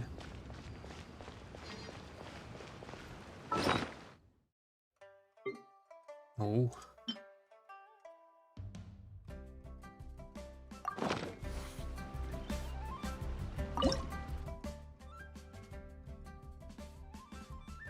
О, можно выбрать. Изумрудный пик.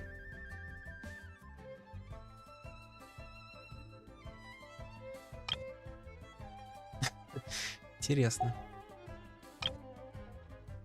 Ну, горы, я люблю горы. Блин, это тоже красиво. Да, чайник вручили. Ну, давай сначала горы. Я же наверняка потом смогу менять. Хотя, блин, пляж тоже хорошо выглядит.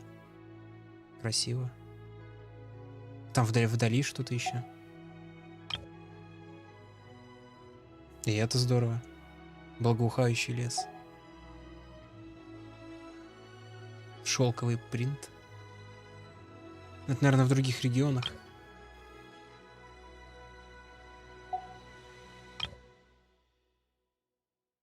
А, это с мостиками вот это, да?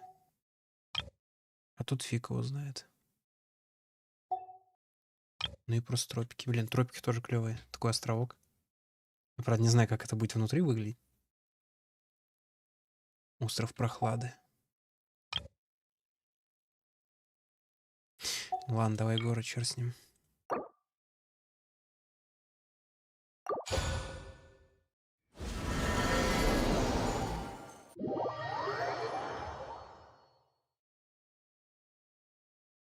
Wow!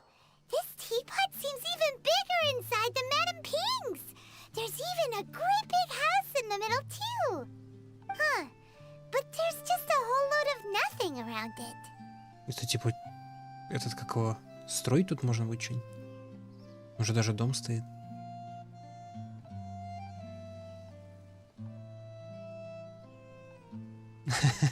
Выкопай яму. Paimon can't do that! Well, you're the one with the sword anyway, you do it! Still, why is it so empty here apart from that house? Давай пойдем посмотрим тогда. Oh, wait a second, what is that?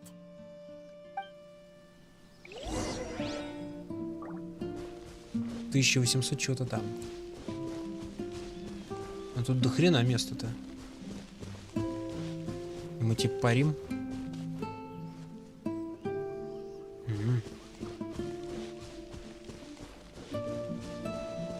Ладно, пойдем посмотрим. Типа мы тут жить можем.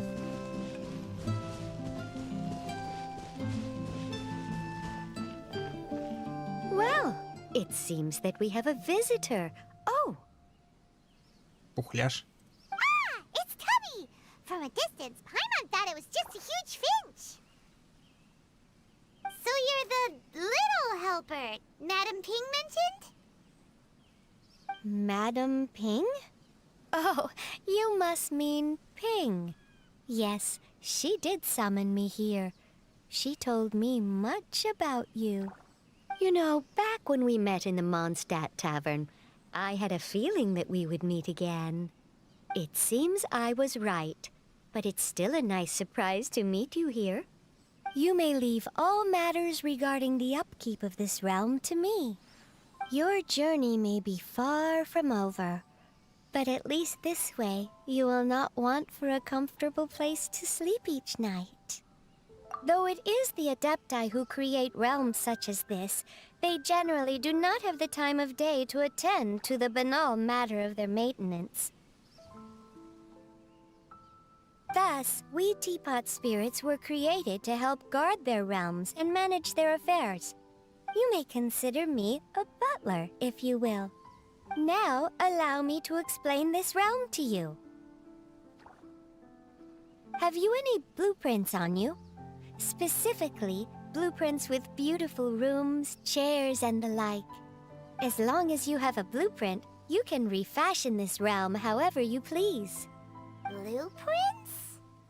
Oh, that's right! Granny handed us some when she gave us the teapot, didn't she? Let's take them out and have a look.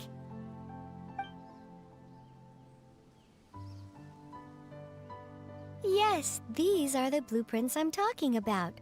Go on, open them up. Just commit the image of the objects to memory and prepare the necessary materials. Конечно. Then simply release the thought from your mind and the object in the blueprint shall appear within this teapot. Сейчас пойду лес рубить. Wow! Is that all it takes?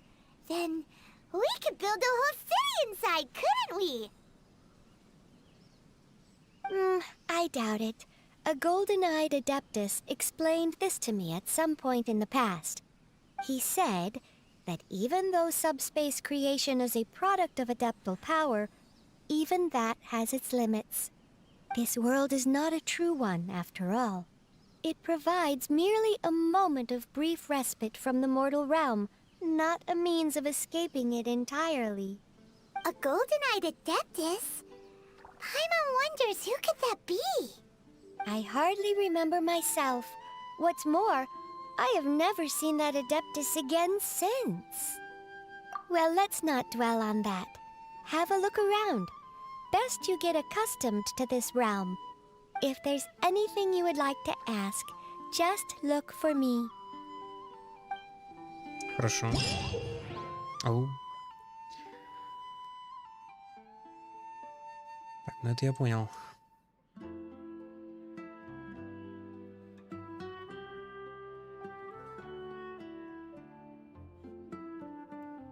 Мгм.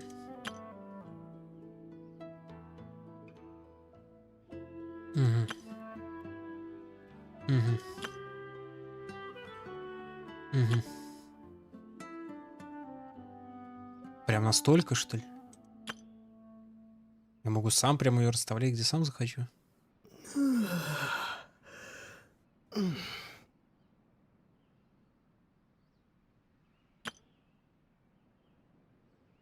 Мгм.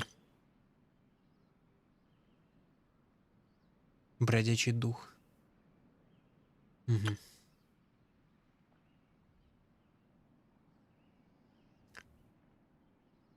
Ага.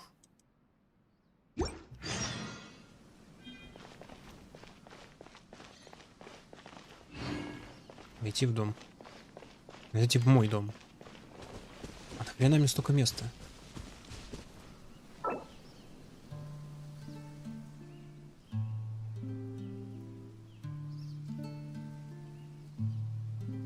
Что? Серьезно? Пользовательское соглашение?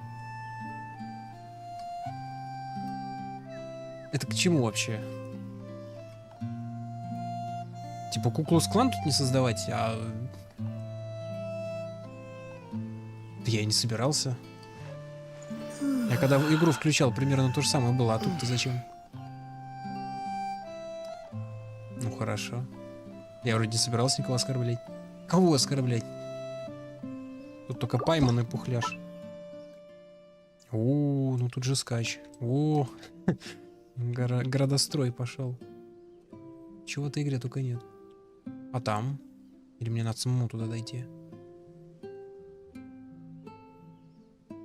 Двор.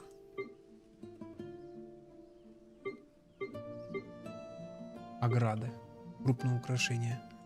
Строение. А, это у меня ни хера нету.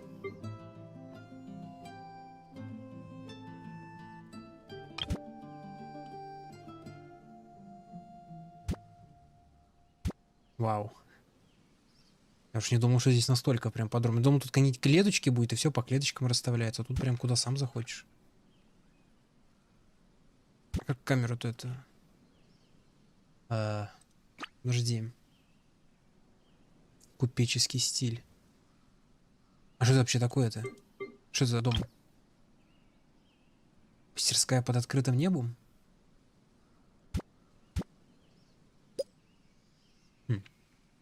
Я же, наверное, в любой момент могу это переместить, если что, да? Ну давай.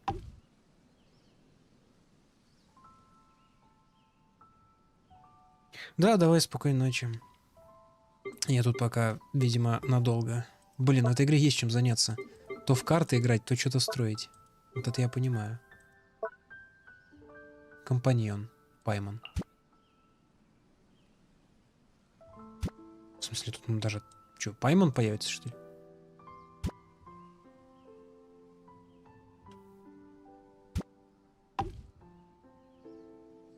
И что это значит? Животные. Главное здание. Текущее. А это вот это? А, я вот тоже могу переместить. Офигеть. А, во, можно камеру опустить. Во, да. Интересно, а к другим... Ой. Другим игрокам можно заходить в чайник? Смотреть, что у кого как.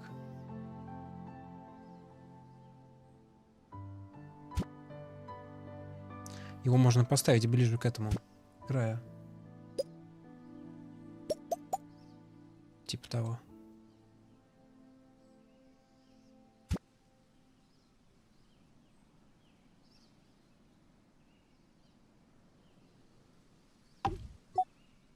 Мощная тема. Конечно, мощная. Можно тропинки делать.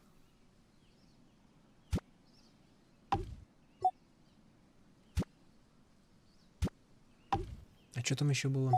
А, убрать, отменить, вращать, подтвердить. Главное здание. Это вот это. Если я что-то снесу, ресурсы вернутся же, да? Да и по сути больше у меня толком-то ничего нету. Ограды, крупные украшения. Строение. А, тут разные стили. Стиль Лиюэ, стиль Манштата, Хиличурлов. Что, стили прям, ландшафт. Кусты, о. Еще что-то посадить могу. Блин, ну мне это какое-то время займет. Я тут надолго, видимо. Насажать деревьев можно.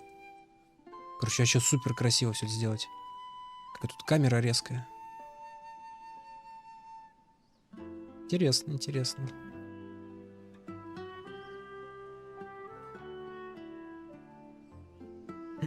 А, это поиск. Ну а так у меня больше нет нифига.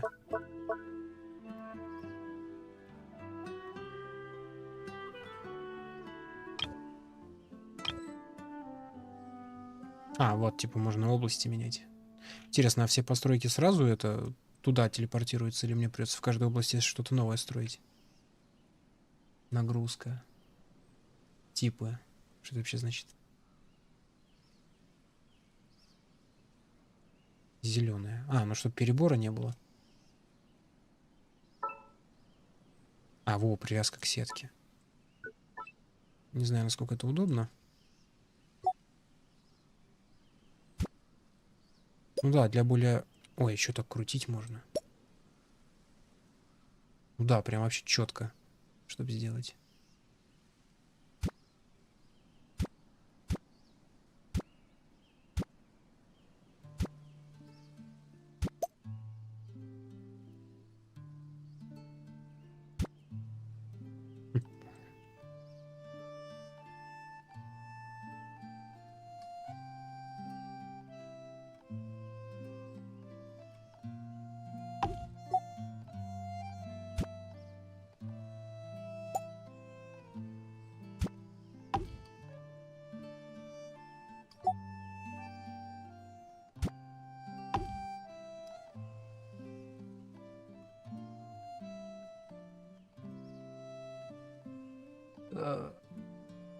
А, комплект.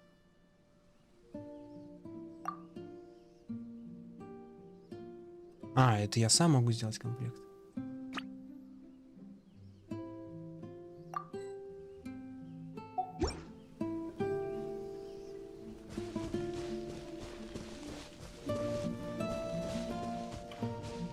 Кузнечное дело. А, это прям моя личная кузница. То есть я могу тут и такие вещи, всякие, костерчик там поставить, чтобы еду готовить. Понятно. Без кузнеца, да?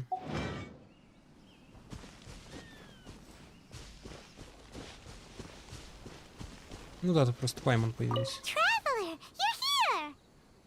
Anything interesting you want to talk about today? Nighty-night and sweet dreams!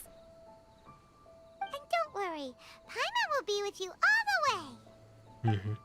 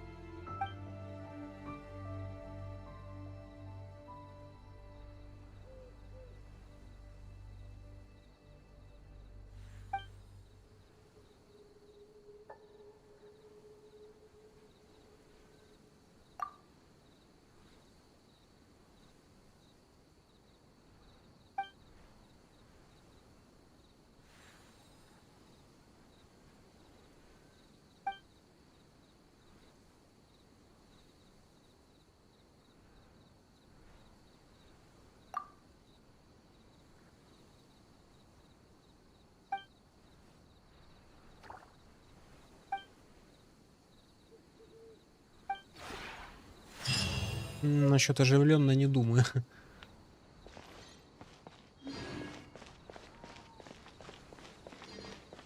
Нафига мне тут народ?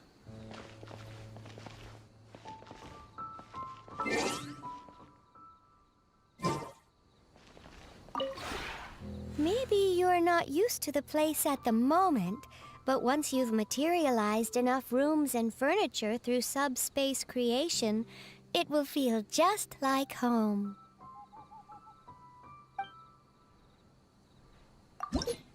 А, тут тоже еще вот эта тема. Уровень доверия. Текущая форма. Изумрудный пик. Высочайшая сила адептов. Скромно. А.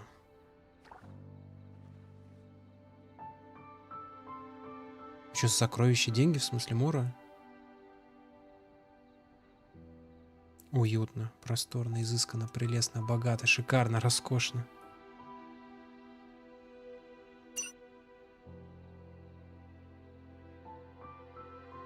Ну да, я смогу открывать все остальные. Весенний пик, летний пик.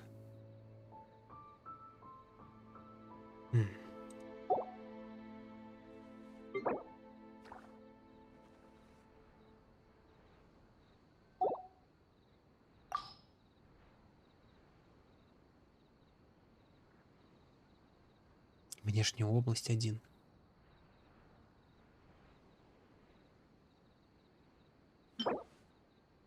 Арочный дом Манштата. А я в него смогу зайти? А, это вместо вот этого дома, что ли? Балкон скорости.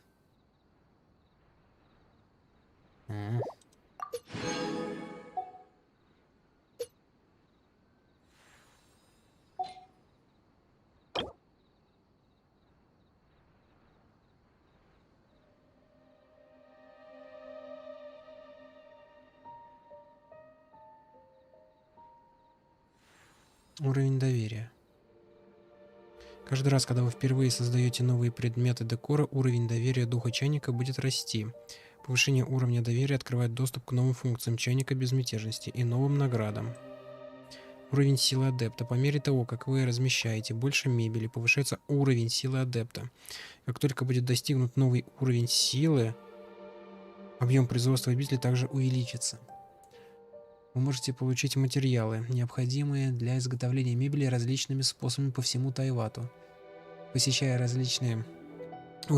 обители своих друзей, вы можете помочь им сократить время изготовления мебели. Каждый день вы можете оказывать помощь нескольким друзьям, но один и тот же человек не может получить помощь дважды.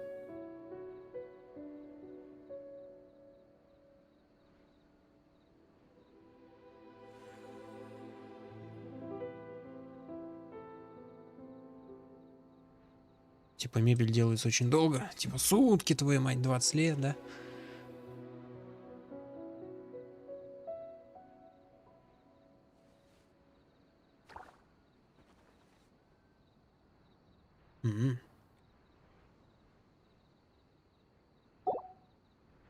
Ну дела.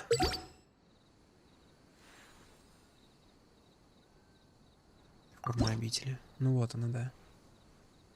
А, повысить этот уровень доверия.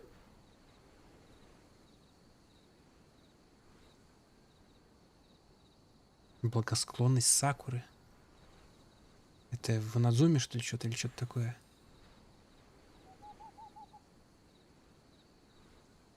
Ну да, видимо, я могу строить в разных этих что-то свое. Ну тут дел не в проворот. Изменить декор. Изготовить сокровищницу.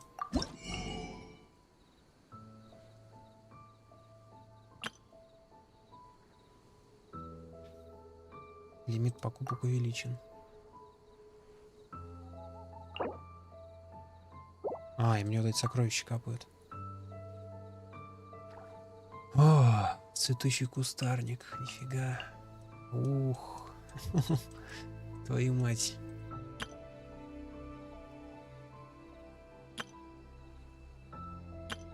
Флора и фауна. Еще сажать что тут могу.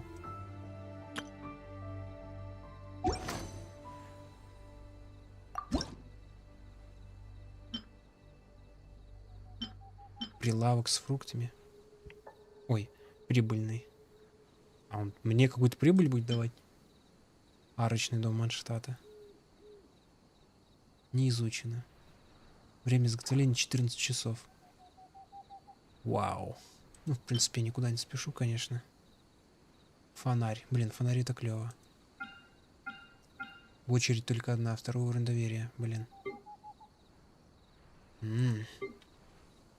Блин, вот же скач-то какой.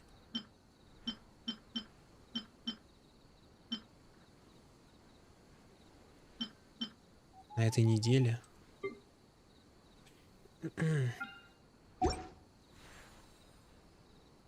If you ever...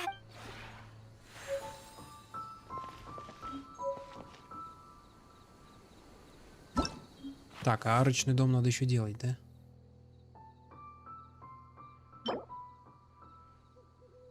Пышное дымчатое дерево. И чертеж.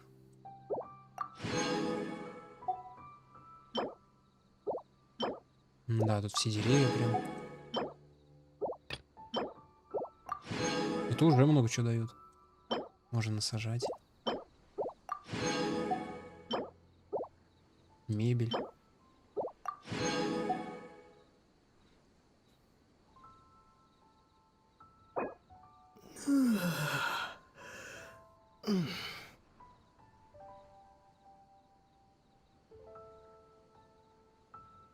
А, да это я понял. Почему они это здесь написали? То есть я кого-то должен пригласить и...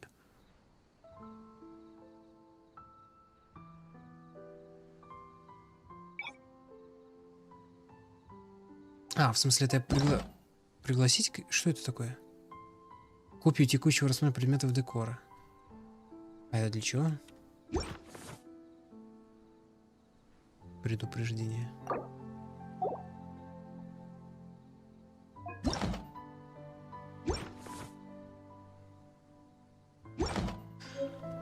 Ух, как все сложно тут.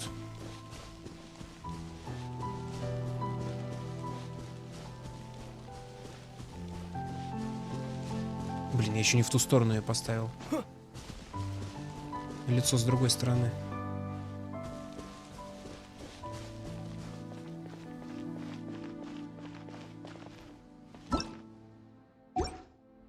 А, внутри что? Я типа сам тут мебель должен расставлять. Какой кошмар. Симс пошел. Зачем мне вообще столько места? Еще и второй этаж есть.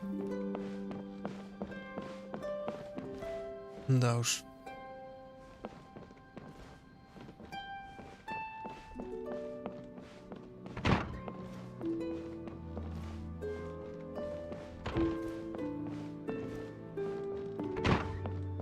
Жалко, окна непрозрачные. Но свет из них такой прикольный, красивый. Прям отражение вон на полу, на паркете.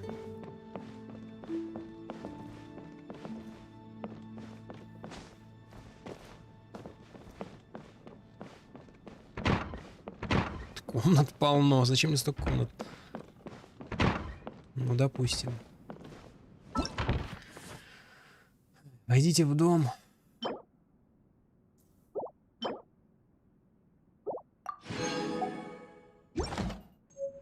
Тут тоже такой крафт. Ну, о. Жестко. Лестницы.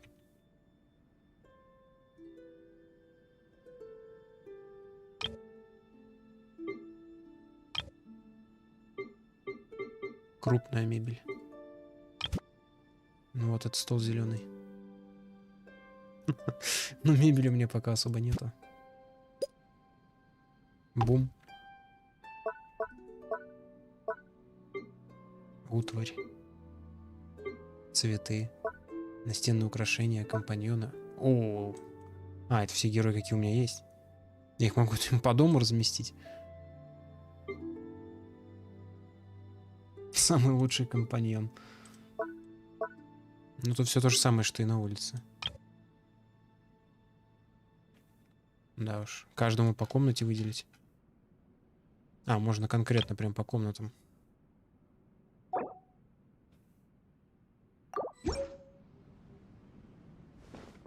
Круто, стол.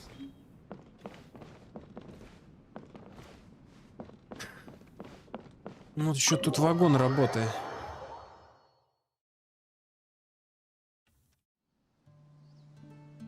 А вон те места мне зачем?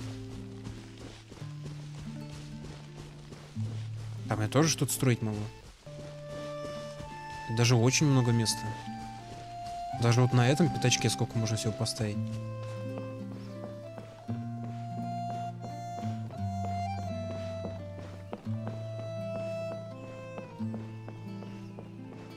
А, все, туда не надо уже. А зачем тогда мост повесили? Так, тогда ладно, хорошо. Значит, вот этот пятачок. Идет расстановка мебели.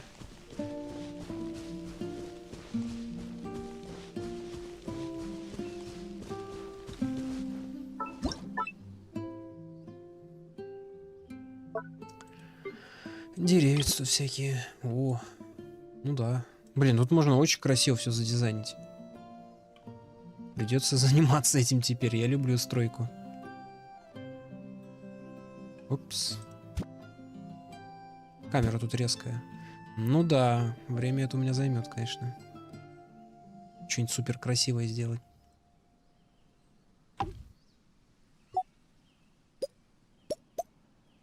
Так это вот так должно быть. Да.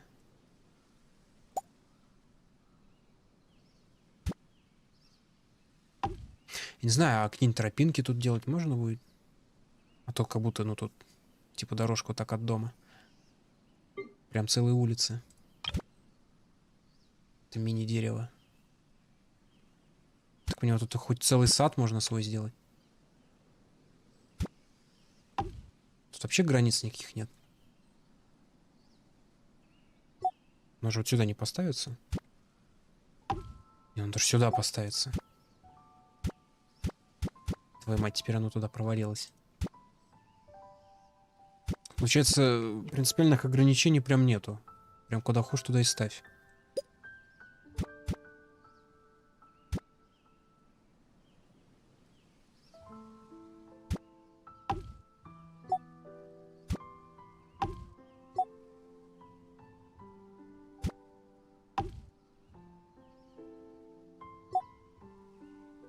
Дом, наверное, да, пускай где-нибудь тут стоит.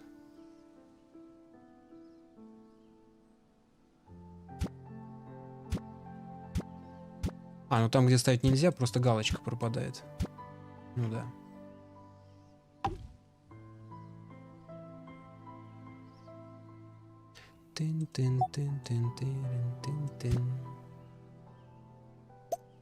Это сейчас начну все вымерять попиксельно. Все красиво было.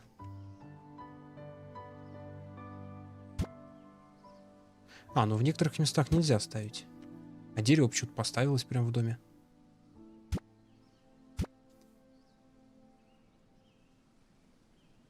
Ну, пойма надо внутри. Про ограничения я имел в виду, что я могу прям вот в упор ставить как-нибудь так красиво. Именно как надо. Ну, так удобно выглядит, удобно. Прям вижу, насколько близко он стоит. Квадратик вот так.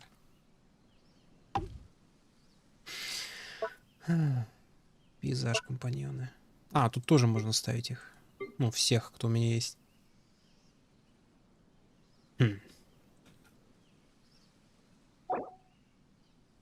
Подожди, а что там по деревьям еще?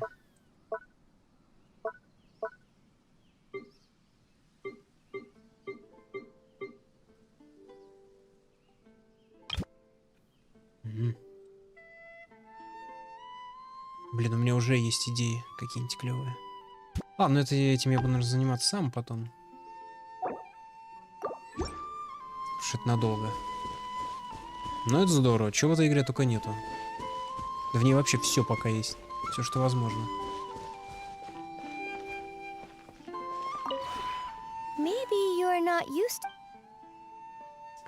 Сокровищница, уровень. Сменить форму обители, изготовить декор. А это чертежи, которые у меня есть, правильно? Стенд для сувениров. А я могу на него что-то ставить или он просто так? Чайный стул. Резной стол. Складная ширма. Фонарь. Тут смена дня и ночи, если тут всегда день. Фонари вообще нужны? Что такое прилавок? Он будет доход прям приносить или как? Арочный дом Манштата. Это на замену вот этого или это отдельный дом? Второго уровня доверия. Как его там повышать-то? Так, ну пускай что-нибудь делилось, светильник, он пофигу. 14 часов, с ума сойти. Изучить.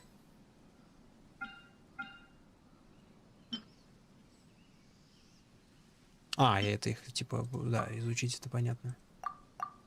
Ну, типа, сами чертежи. Потом сам лютый крафт. Арочный дом Манштата. Береза. Вихта. Это мне идти деревья рубить?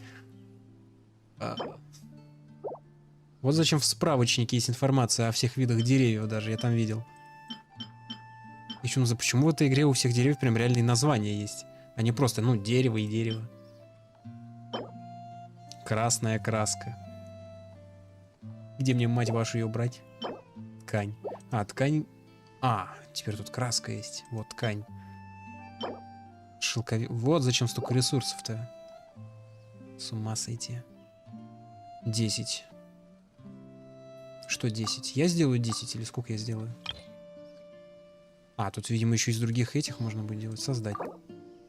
А, из одной 10 штук? О, да это неплохо, выгодно. Красная краска. О, из закатников. Да они на каждом дереве растут. Шикарно, одна штука. Ну, я могу хоть 400 сделать. Так, в этой игре внезапно 3 раза больше деятельности появилось. Пойду деревья рубить теперь. Песчаное дерево? Что это? Это вот тут делается? Песчаное дерево. А типа трансформация. Конвертация древесины, офигеть.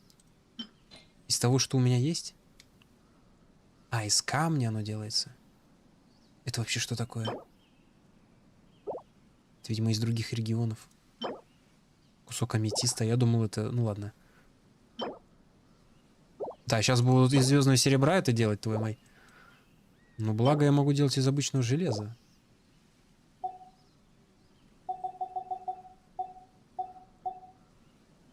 $50 в неделю. Еще так мало. У меня тут производство наладится такое, что с ума сойдешь. Как это применить? Оно добавилось? А, по 3 штуки за штуку. 3 к 1, с ума сойти, да вы чё?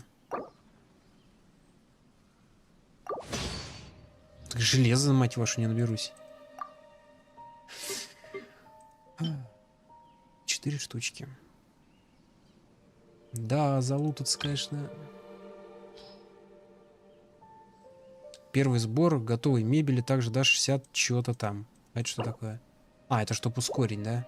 Я буду делать 14 часов. Создать. Очередь. Все, мне ждать 14 часов. Либо я могу ускорить. Что значит получить? Оставшееся время ускорения. В смысле, за один флакон я 4 часа, что ли, это отниму? Ну, в смысле... А, я думал, останется 4. Да нет, не надо, я не тороплюсь. Слушай, пухляж, да я тут с ума сойду. С таким крафтом, блядь. А вот эти штуки я получаю. Ну, лет через 10, может быть, я и накоплю 300. А там сколько дается? Издевательство какое-то над людьми. А, 60. Ну...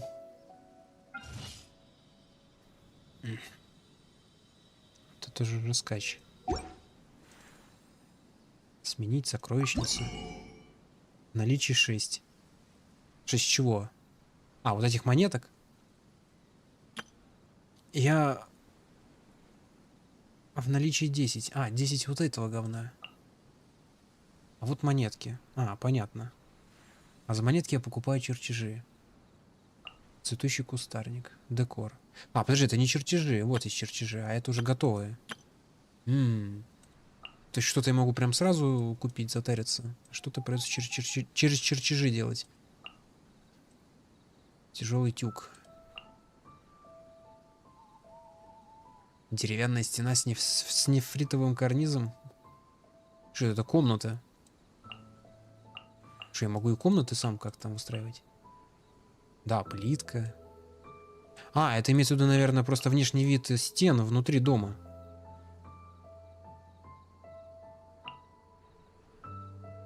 Фонари. Богатство обители. Что так дорого-то? С ума сошел, что ли?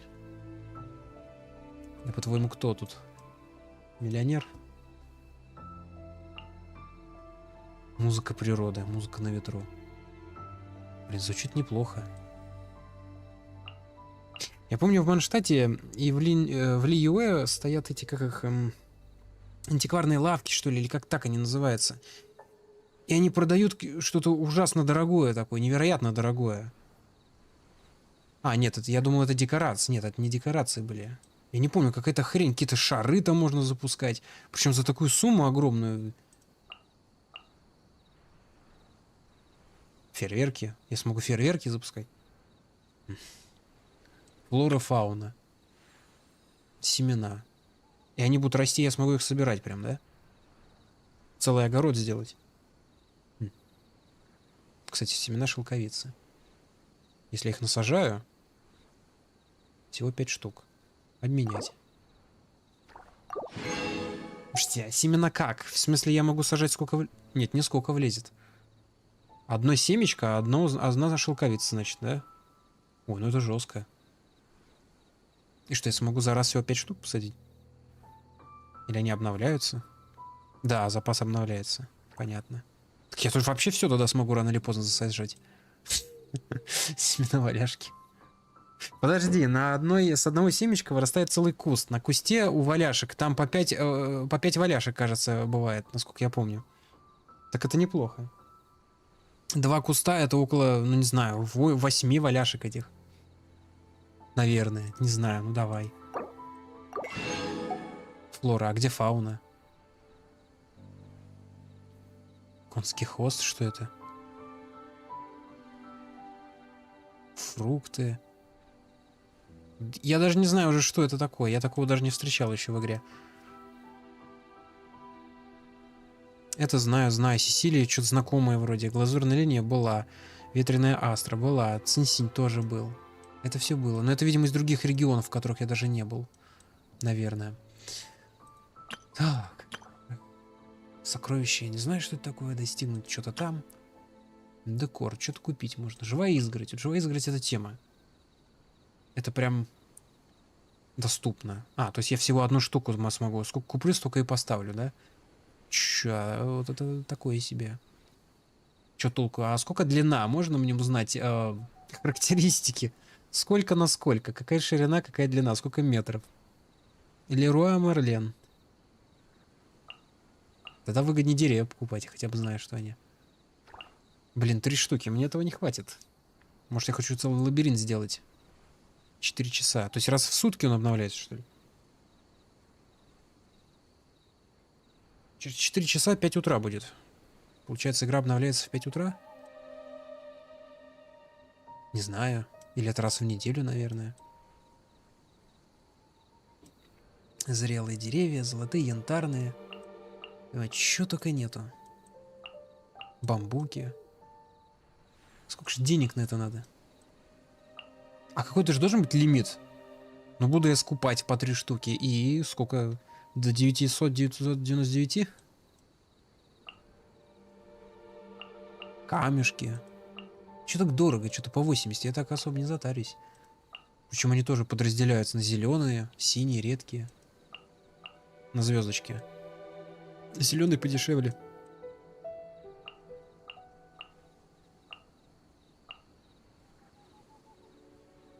Густое Бабочковое дерево. Чертежи. Чертежи, что делать надо? Меч? Наверное, могу его на стену повесить. Декор. Наверное. Полки из пихты. Ну тут мебель лютая. Тележка вон. Бочки. Так, и комнаты пошли. Ну давай вот это. Что это? Бум. Да, это надолго. Это сверхнадолго просто.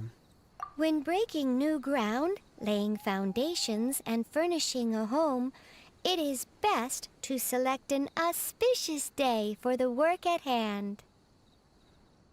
I'll teach you more about this another day. There are many methods by which one might tell if a certain day bodes well or ill. Круто. Но пока тут довольно пусто.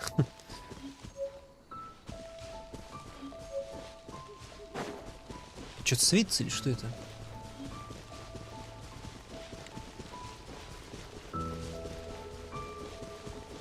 Или это выход? А, это просто телепорт. Кстати, да, там же говорили, что я могу еще телепортироваться по точкам. Значит, возможно, и вон там, где мост, там тоже откроется это место. Наверное, не знаю. Или я смогу сам телепорт потом ставить. Не, ну я красиво бы тут все сделал. Но это займет какое-то время.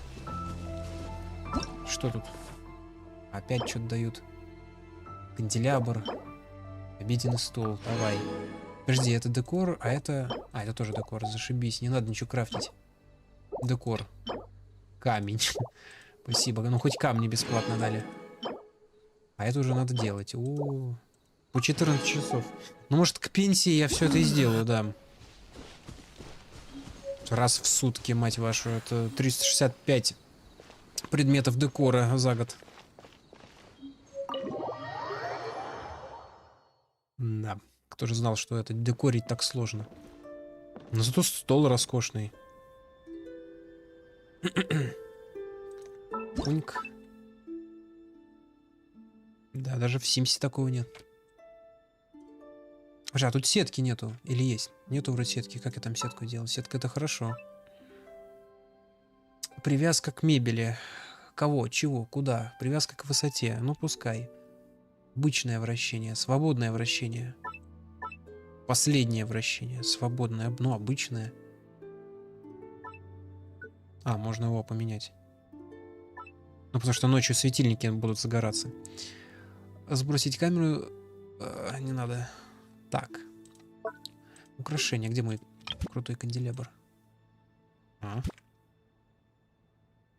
Блин, немного непривычно пока. Так, у стола квадратики немножко как-то нечетко стоят. Да. А, потому что привязка к полу идет, а не к столу. Привязка идет к полу. То есть я не могу канделябр поставить ровно посередине, потому что у меня стол стоит не посередине. Я не могу его поставить ровно посередине. Для этого мне надо вырубить привязку к сетке, да? Да закройся. Вот, а теперь, да, канделябр уже как хочешь ставь. Ну просто сетка — это хорошо. А то я мебель буду криво ставить. А так она стоит ни хера не посередине.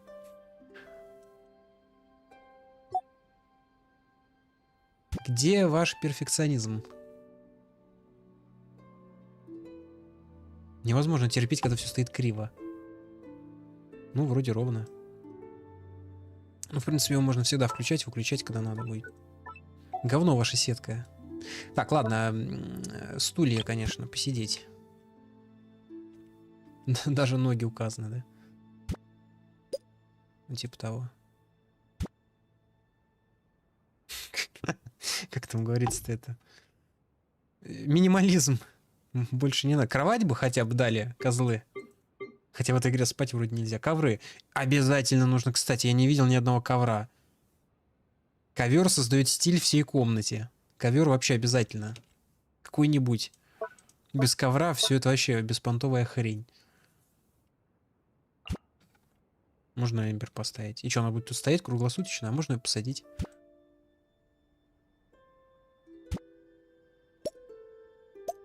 Они типа здесь в качестве мебели, да? Привет. И даже сесть могу. Вот это я понимаю. Еще бы сюда завести Херстоун, это из того заведения. Все под рукой было. Я не буду из дома никогда выходить. Oh, hey there. It's Здорово. so good to see you.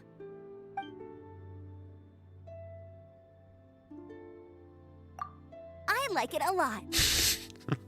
Ну, тут немножко пустовато пока. Есть стол. I'm not too fussy about where I stay. After all, as an outrider, I have to be able to adapt to all kinds of surroundings. If I had to, I could even sleep on a tree branch. Of course I am. Тут спать вообще не на чем. Разве что на полу или на столе. Anyway, don't worry. This place is great. Но я рад, что тебе нравится. Но я потом все это улучшу. Тут красота будет. Я помню, когда бродил по каким-то тоже локациям в этой игре. Это винодельня Делюка там была такая очень красивая внутри. Блин, они бы сделали, чтобы персонажи могли перемещаться по дому как-то. А то, получается, я могу их просто расставить в точках, и они стоят, как стуканы. Вот иди, походи. Oh, hey there. It's so good to see. Sure. Sorry, I'm no good at telling stories. Not like Lisa or my grandfather. They seem to be able to fit a thrilling tale into every conversation. А я же дом вот этот тоже могу поменять на какой-то другой. Интересно, как другие дома выглядят. Это что-то в стиле Лиюэ, да? Там Манштадтский еще есть. Только не знаю, это какой-то отдельный дом или замену вот этому.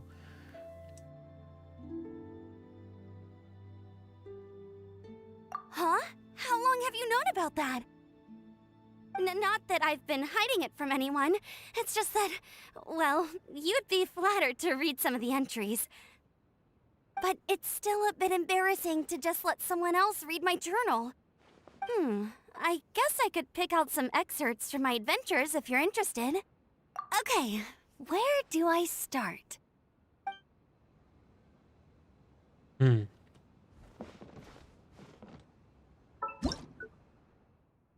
Ну, в принципе, да, это пока все, что я могу поставить. А, подожди, вот вход. Тогда я неправильно поставил ее. Просто немного странно, что они вот так просто стоят, да и все. С другой стороны, в этой игре обычно персонажи так стоят. Хотя некоторые ходят, не знаю. Уник. Так, у меня один стул. 3 штуки аж.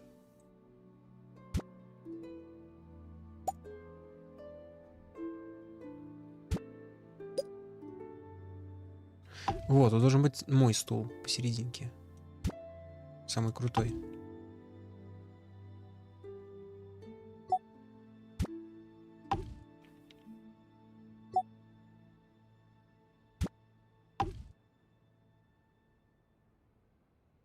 Ну, сойдет.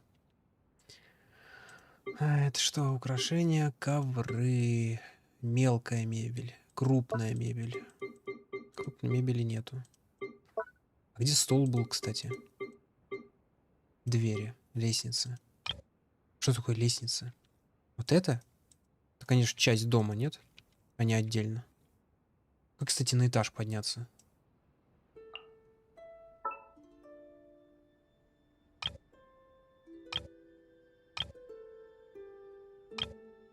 Коридор. А, это второй этаж, да? Да-да-да. Светильников не хватает, да, а то ночью тут темновато. Офигеть, тут комната, зал. А это от чего освещение? Что, от моего канделябра, что ли, такое?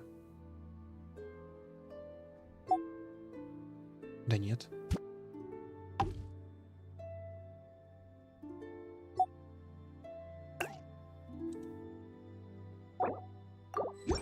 Мне интересно... А, нет, тут есть вон люстра. Мне интересно, если я ставлю что-то такое, типа канделябра, ну, то, что светится, освещение в игре работает или нет? Ну, допустим, вот тут. Это что, украшение? Потому что на вид нет, он не горит. Да какой там смысл? Ну, я имею в виду, как... А, подожди, или это украшением именно считается? Украшение, утварь, цветы. А, вот освещение, это разные вещи, понял.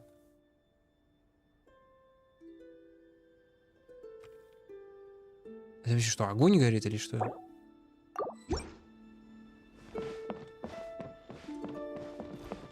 Это лампочки. Это типа огонь, да? Только освещения нифига нет. Ну во.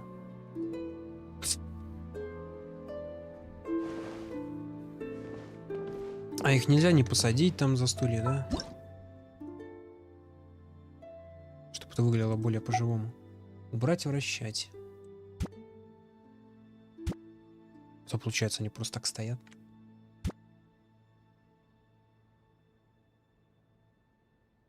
Можно и сюда поставить.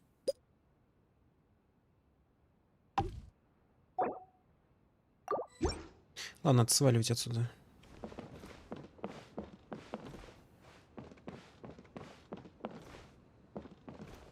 А, обязательно Пайман надо поставить.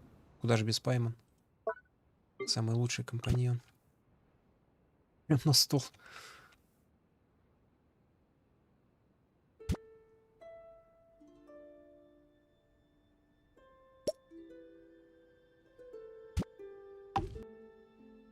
А это что за хрень?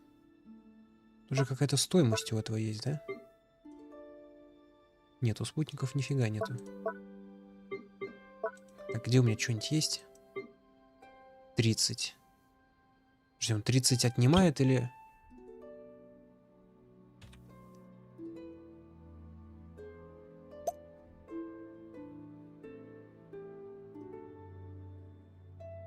Что я сделал?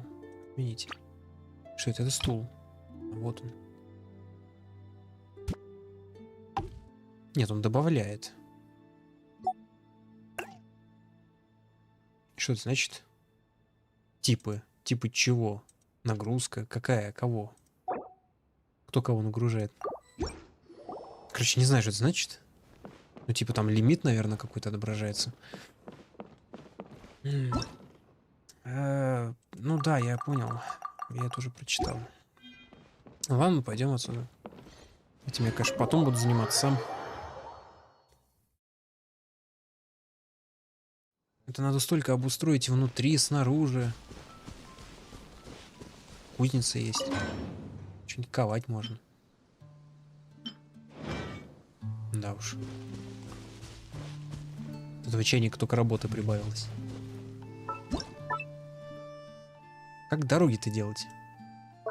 Ландшафт. Скалы, камни, деревья, кусты, поле. Парящие платформы даже. Что такое поле? Пейзажи. Клумбы, украшения, компаньоны, животные, главные здания, предметы экстерьера, наборы. Двор. Черт его знает. Кисточка такая должна быть, чтобы я мог дорожку нарисовать. Обычное вращение. Ландшафт. Камни, мать их. Вообще класс. Не, ну можно красиво реально сделать что-то. Камень.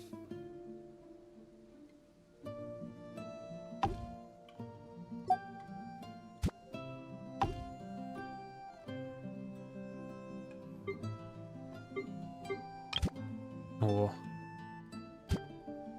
О, уже сразу видок какой-то приобретает. Не такой бедный. Вот так. Класс.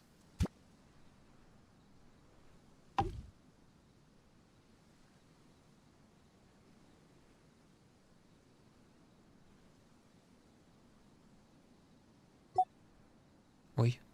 Осенние деревья.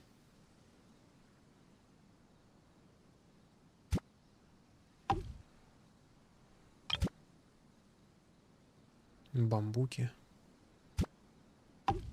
Еще какие-то мелкие кустики нужны. Кусты. Ну, типа того, да.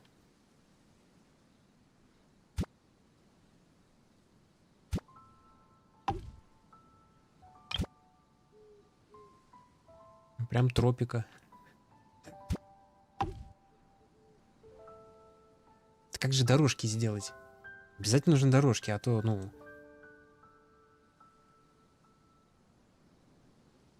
Песок. Типа текстура песка или типа того. Поле. Может, поле это имеется в виду? Я не обращал, кстати, внимания. Там, наверное, в чертежах что-то было подобное. Ладно, а где какой-то... В какой вкладке мой дом? Строительство. Стиль Льюэ. Вот этот дом-то он где? Ландшафт, пейзаж, компаньон, животные. А, главное здание. А это тогда что? Слушай, а вот это я где взял вообще? Двор? Черт его знает. Ну да, главное здание это вот это. Возможно, он один такой только стоять может.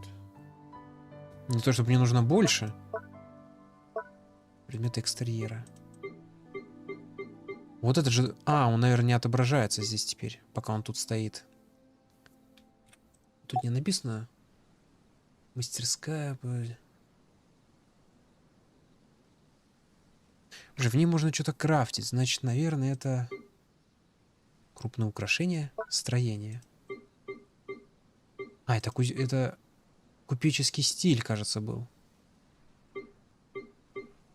Стиль фонтейна. Типа некоторые строения еще можно как-то с ними взаимодействовать. Ладно, хрен с ним.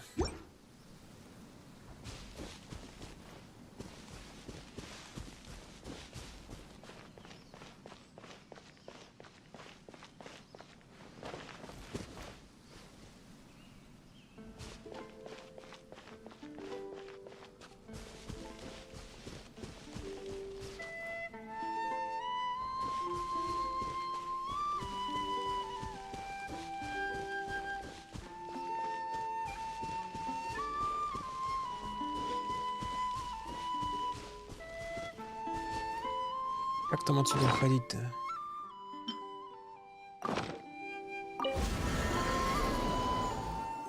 Ух, ну дела.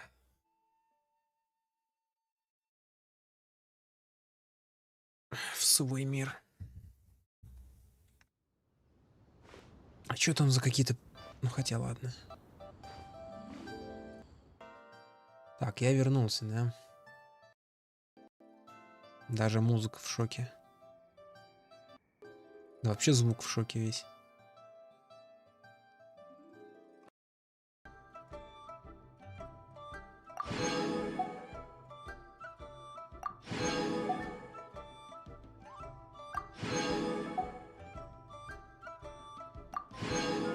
Это все сюжетные штуки.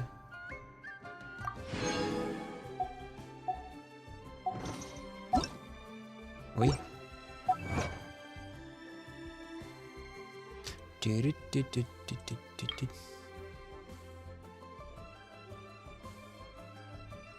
А, это про чайник.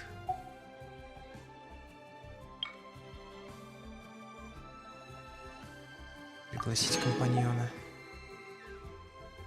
Ну, тут не так много заданий. Подарки от компаньонов.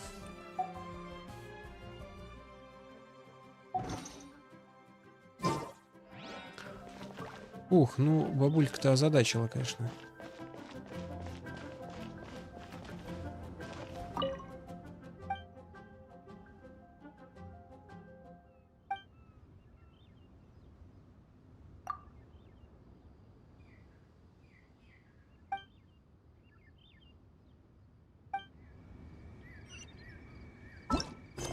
Ладно.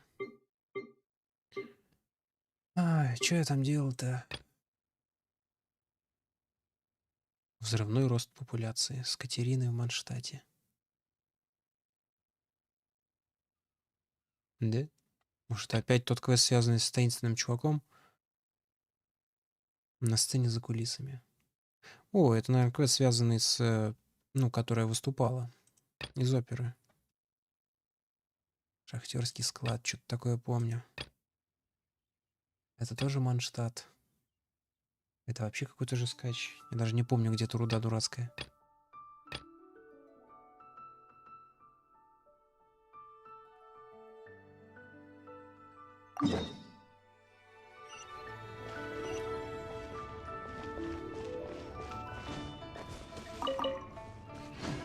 Так, ну эти цветочки не буду брать. Пускай бабулька любуется. Надо пособирать теперь все, пригодится. Нужны тонны ресурсов на все. В каких-то огромных количествах.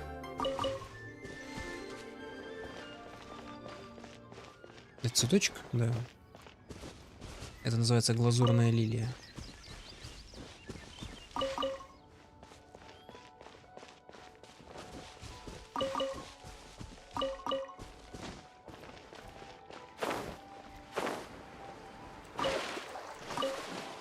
Еще рыбку подобрал.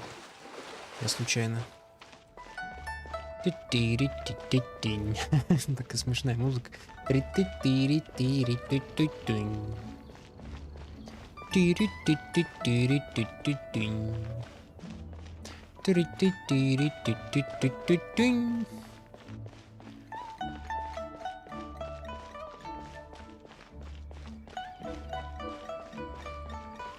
Классно, классно. Эта игра прям такая комплексная, прям все есть. Можно в нее добавлять вообще все, что есть. Я уже когда-то про это говорил.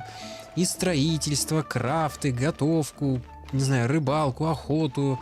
Короче, супер-супер много всего. Ну, как в качестве там мини-игр каких-нибудь. Типа Херстоуна. Херстоун — это не просто там какое-то событие, оно, ну, в долгосрочной перспективе. Оно, по сути, бессмертное. Можно с другими игроками играть, тактики всякие складывать. Это вообще гениально. И в итоге у нас получается... Ну, как это назвать?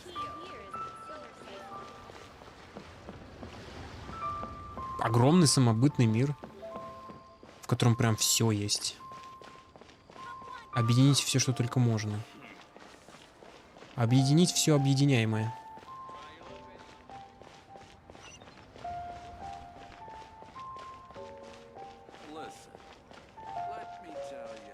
Что у вас тут за драка?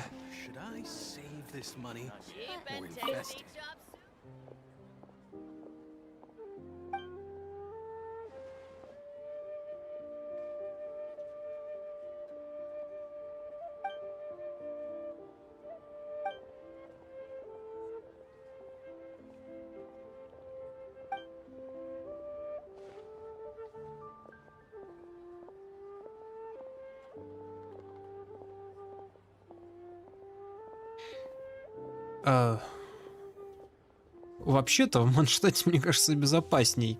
Сколько я там был, ничего страшного особо не происходило. А тут, твою мать, то этот архонт пучины, или как он там, волн, потом еще какая-то падла вылезла. С ума сойти. И архонт у вас какой-то странный. Но у вас его вообще теперь нет. Да.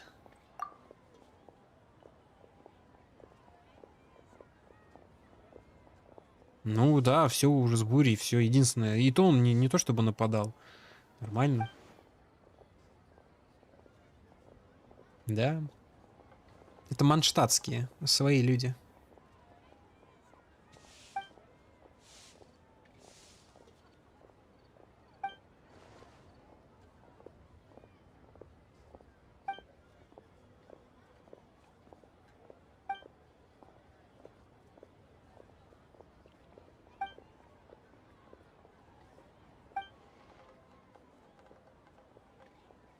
Черт. Нефритовые мешочки? Давай. Почетный соратник.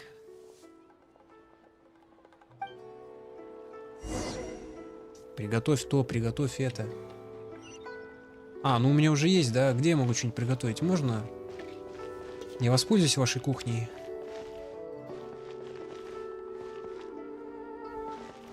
Народный выбор. А Сянь Лин тут же где-то работает. Не здесь? А, черт с ним.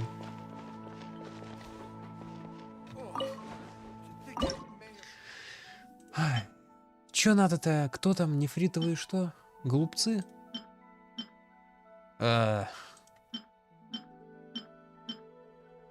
Чё не хотите-то? Шарики какие-то. Лепешки, рыбный, овощной, мясной стейк. Яичная крепость. Изучить. Черт, вечно я путаюсь. Я не буду вам готовить что-то синее, это слишком дорого. Солянка, кстати. Архонта.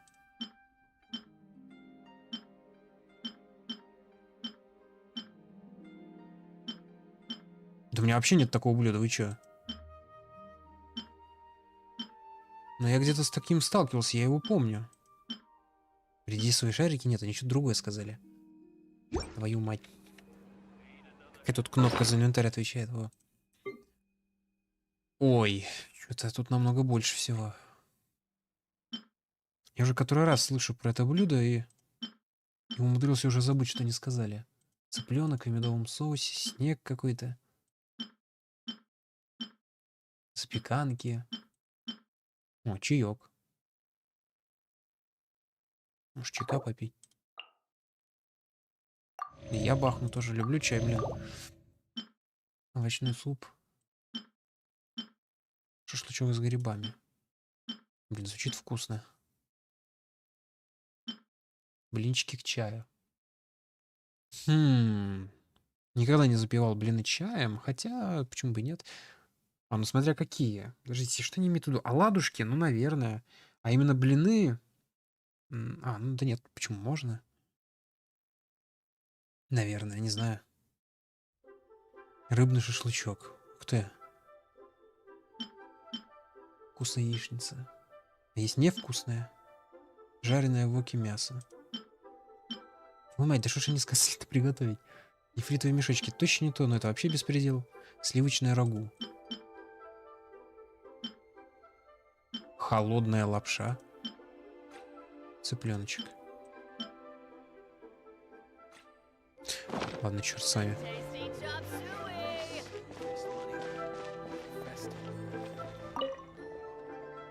А, нефритовые мешочки.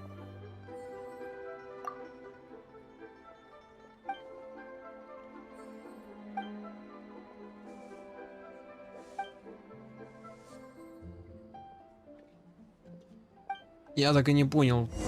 Какие мешочки? Это все? Это весь квест? Успокойте Ивановича. Да пошел он. Так я не могу понять, что за мешочки. Я уже где-то с ним сталкивался. И теперь не могу понять, где. Что, вообще что-то из другого разряда? Квестовое? Да нет, не может быть такого. Нету никаких нефритовых мешков. А где вообще рецепты можно купить? Ты же еду продаешь, правильно? И рецепт, они, кажется. О, с ним можно это в картишке рубануть. Хороший план. Вот. Рисовые пампушки. Жареная рыба-тигр. Острая курица на пару. Кристальные паудзы. Мятный салат. Мятный салат? Крабовый тофу. Черный окунь. Рыба-белка. Суп три вкуса. Нет тут никаких нефритовых штук. Но они из Манштата. Может быть, это в Манштате? Рецепты разные, наверное, в городах. Заоблачный перчик. Зашибись. Надо потом выяснить, что там. Спокойный день в порту. Так это тот же самый квест вроде. Ну да. Я просто хожу, улаживаю дела, да? Делаю уладчик. Решу все ваши проблемы.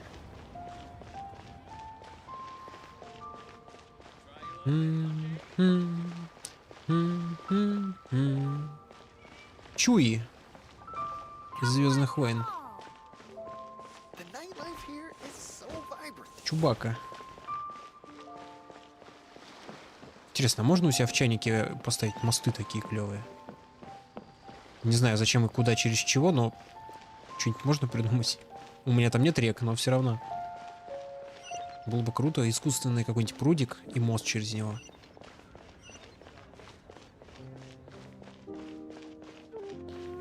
Иван. Уньюй.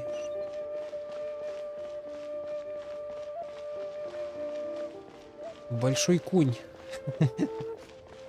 А где маленький?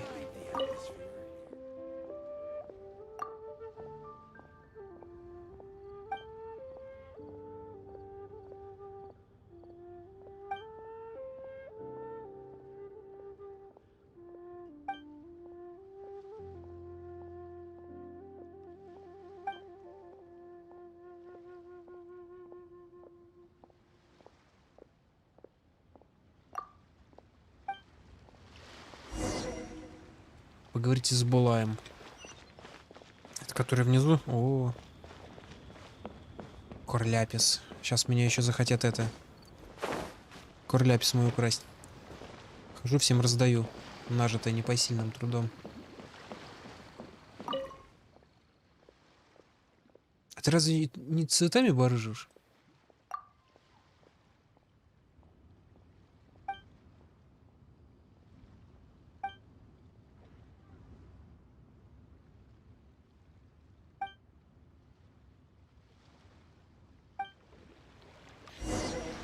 А ты не можешь крикнуть? Он стоит прямо над тобой. Мать вашу.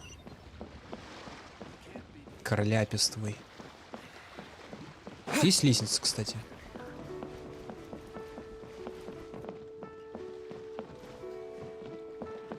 Опять навигатор лагает.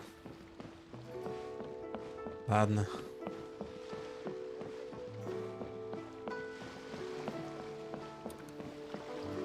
Тин-тин-тин-тин. Тут всегда стоял этот корабль? Наверное, что-то я это... Там вроде нет ничего такого. Что вы делаете? Немножко какие-то они маленькие. Особо не разгуляешься. Как отсюда выбраться теперь? Где штурвал у вас?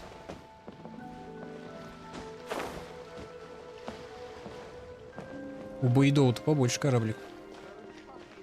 И вон там стоит. Вон тот. А, вон тот, вон там. Да. Такой большой. Вот такие деревья, надеюсь, можно тоже строить? Ну, у себя в чайнике. Прикольные. Они красивые. На бонсай похожи. Только большого размера.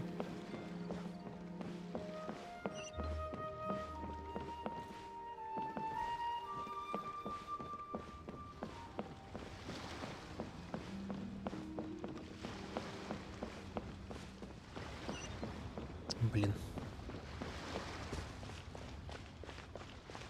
Считал.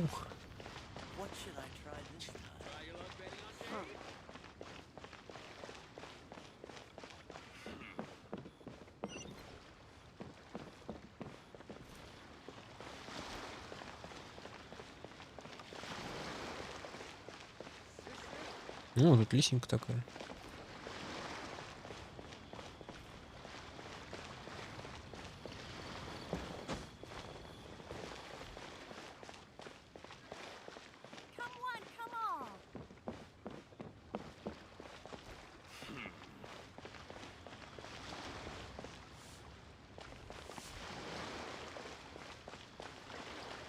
Красиво тут ночью. Трудно определиться, здесь красивее днем или ночью. Когда все вот эти фонари горят, бумажные.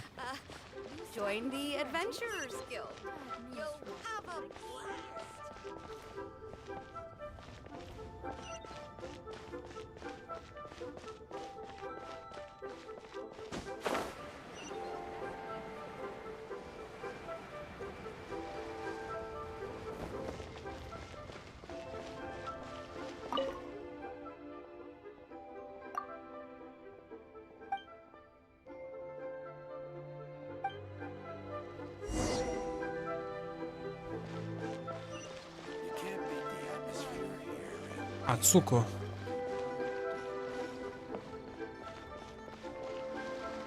Помню, где-то слышал, кажется, это какой-то японский фильм, что ли, был, и там было имя Асука. И я смотрел в каком-то одноголосом переводе, что ли, там чувак так произносил всегда это имя, типа сука. Звучало, блин, каждый раз смешно. Это хоррор был какой-то, то есть фильм предполагал быть страшным, Но из-за того, что из-за этого имени почему-то все время смешно было.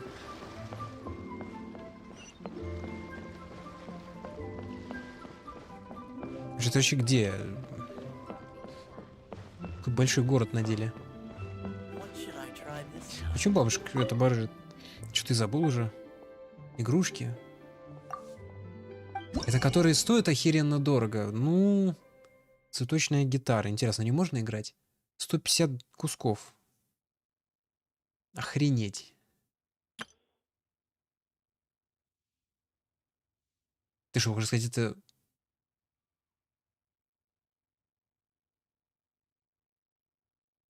Запускать фейерверки? Ну, я надеюсь, оно не одноразовое за 30-то, мать вашу, тысяч. А это что? Это фейерверк. А, его еще заряжать надо. Цвет, стандартная модель, размер. Во, тут характеристики пошли. А кто производитель?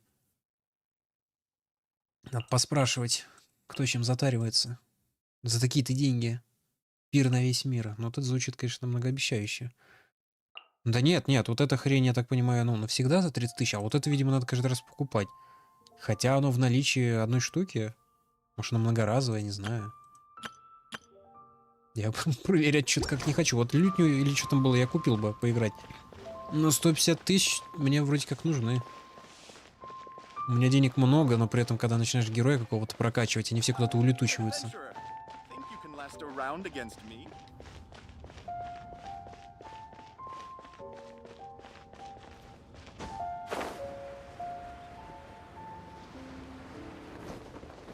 Ау. Юнянь. Ацуко.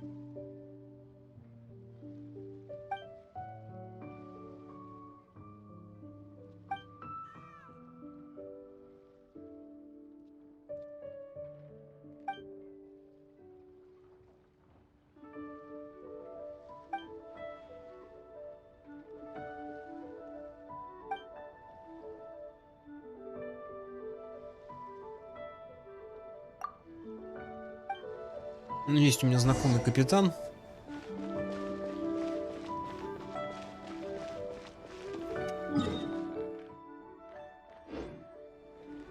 Ну, только ее корабль вон там, где солнце садится.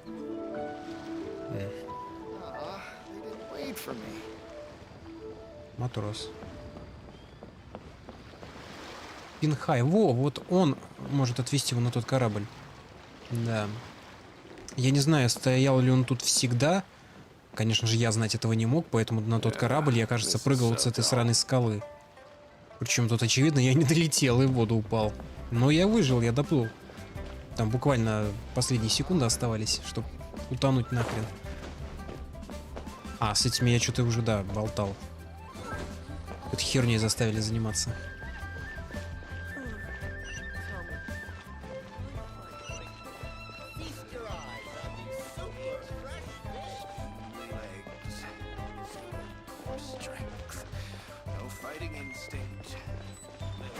Что-то в Надзуме, походу, все хреново, да? На деревянном плоту сюда приплыла. Но я что-то слышал такое, что там адепт, кажется, это глаза бога у всех отнимает. Или что-то такое. Кстати, мне доступны уже эти штуки-то? Нет, видимо.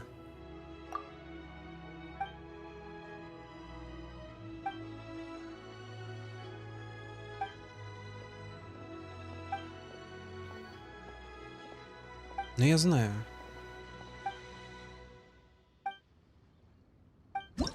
А, нет, все, открылось, да, могу. Могу уже. 2-й уровень. 58%, серьезно? Столько сил ради 58, почти 60. А, ну тут больше-то и не надо, до 60 только дойти. 100 чего-то там, 20 тысяч моры. Неплохо. 26 квестов. Звучит неплохо. Вот тебе 2-й уровень. Ну, это все дополнительные квесты, которые я делал. За каждый дает вот эту хренотень.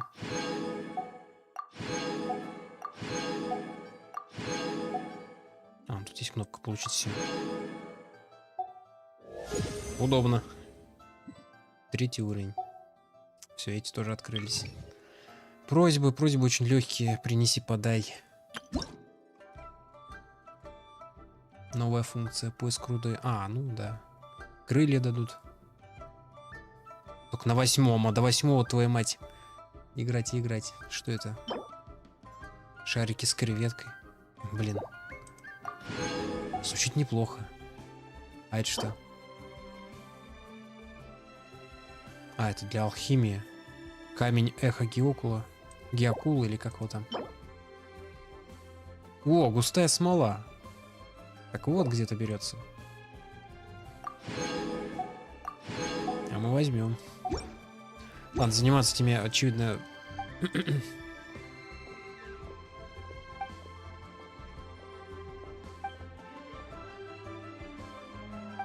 Да я уже 3-й уровень, что ты меня загоняешь? Я знаю, проходили. Подожди, я забыл посмотреть кое-что. Вот это как в Манштате? Ну да, просто монстры какие-то. Что-то звезд до хера. Ну проще вот это делать. Они обновляются, правильно? Наверное, да. Потому что этих монстров, там что-то какие-то улики надо искать. И на время причем. Кого-то захреначить надо. Да ну в жопу. Геморрой какой-то. Проще ходить, вон семена одуванчиков раздавать. В Манштате сколько этих квестов взял, всем то одуванчики ему нужны, еще одному одуванчики, кому-то мясо. По крайней мере, без геморроя хотя бы. А, это опять вы?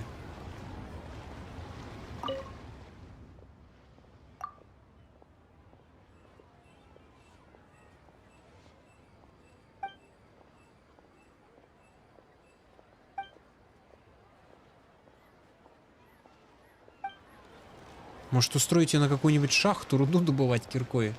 Вот это я понимаю, работа.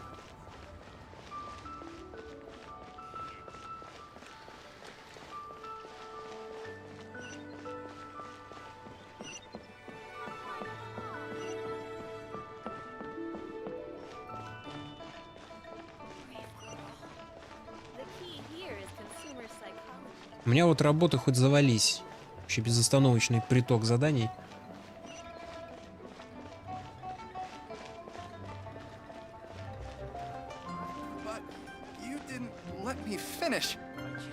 Извиняюсь.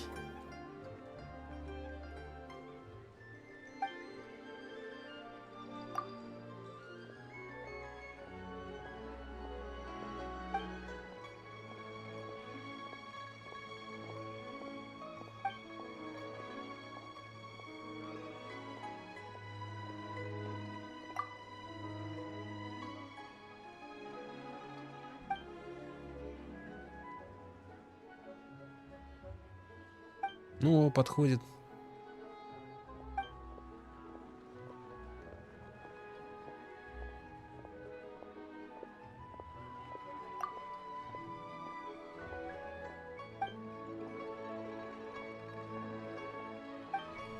Ну, обалдежно.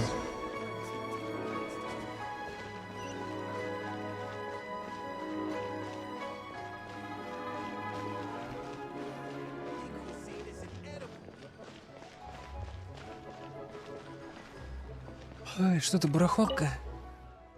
Что угодно, не знаю. Взглянем на товар. А, так это... Электрокристалл даже? За 1500. Честно говоря, даже не знаю, зачем они нужны. Корляпис продает, сыр. Блин, сыр. Люблю сыр. Я затарюсь. 200. Интересно, какой курс у Моры? Кажется, дороговато за сыр. Хотя нет, за пачку сыра-то... Хотя это не пачка, это треугольник. За 400 рублей. Это, наверное, неплохо. Но если только не российские красная цена. Нет, подожди, российские красная цена это еще норм. Есть еще какой-то, забыл. А, просто красная цена.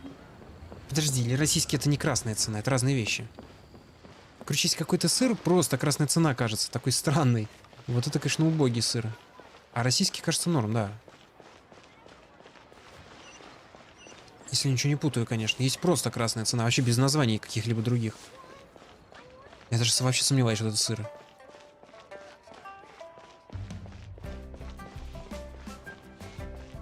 Не знаю, в Лию есть красная цена.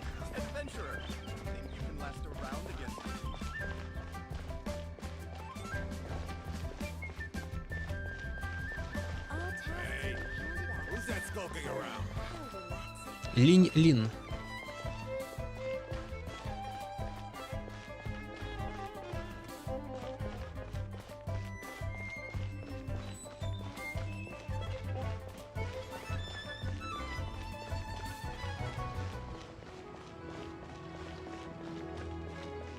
О.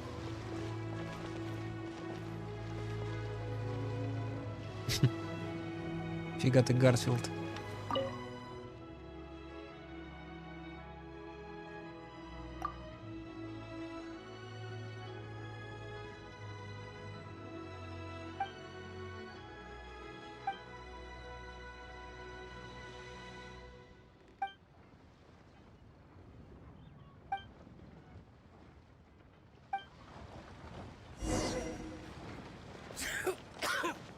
Все, могу вернуться наконец.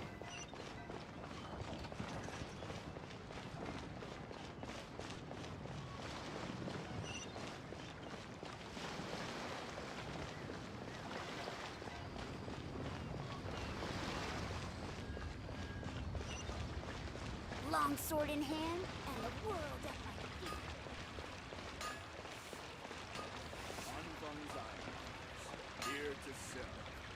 А как-то у вас так вода льется?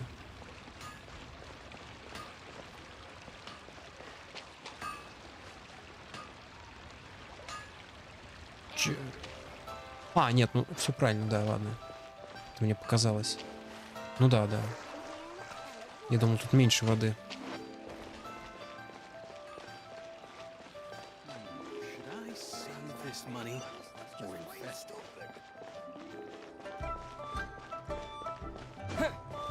А это кто, где?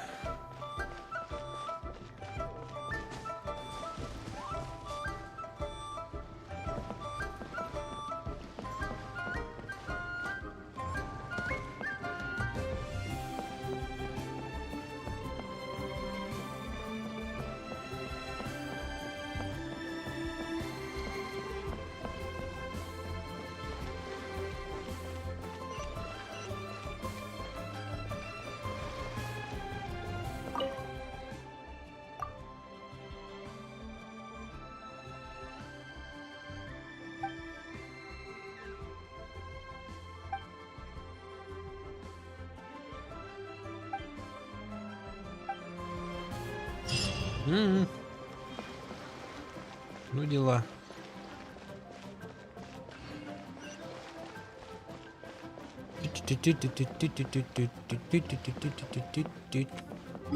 Ладно, уже сколько? 2 часа? Да. Пора заканчивать весь этот балаган. Что тут такое? А. Чайник безмятежности.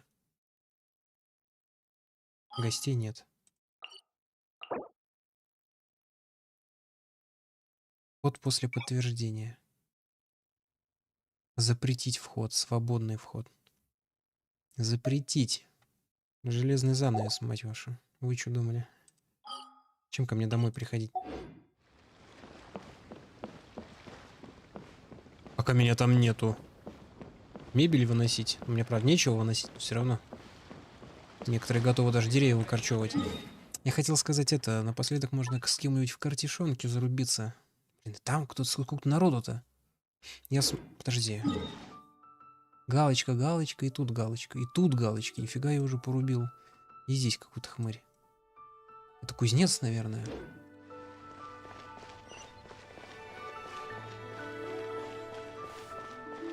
И с ним уже играл. Кто бы мог подумать.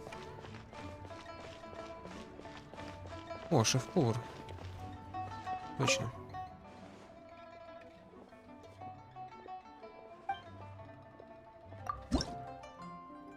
Так, ну тут все по стандарту, да? Одержать победу не менее 2, 5 раундов. Какая у меня там колода? Что это?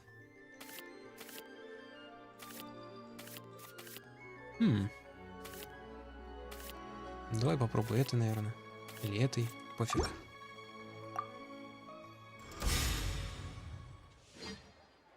Ой.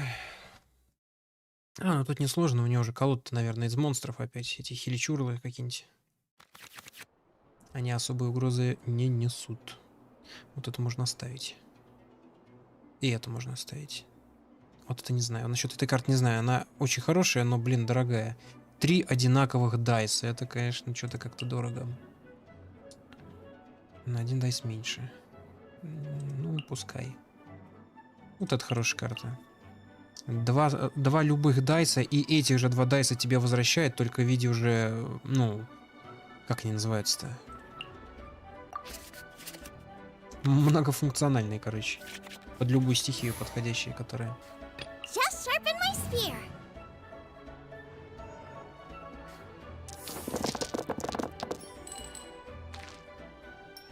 Как всегда, все ненужное.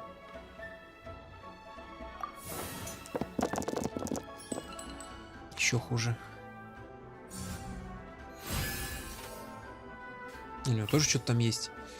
Начало фазы ходов. Активный персонаж игры получает эффект пира. О, ну ему же хуже вообще-то.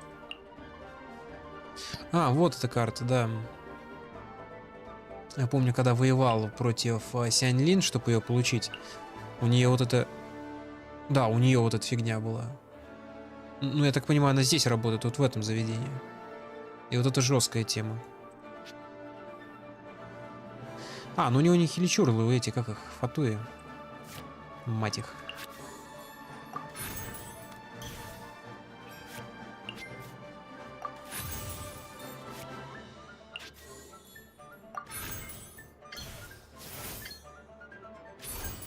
Out of the frying pan, into the fire. No escape!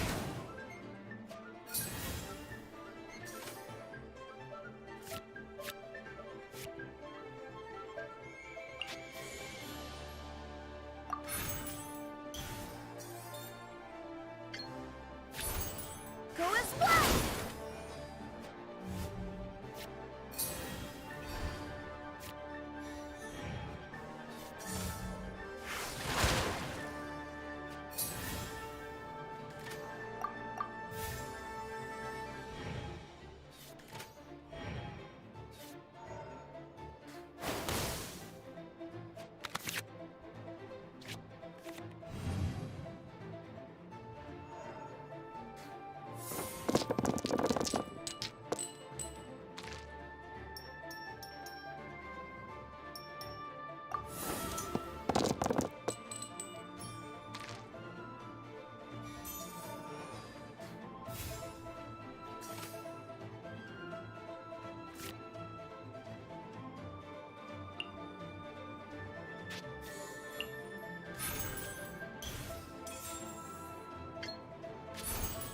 Oz, reveal thyself.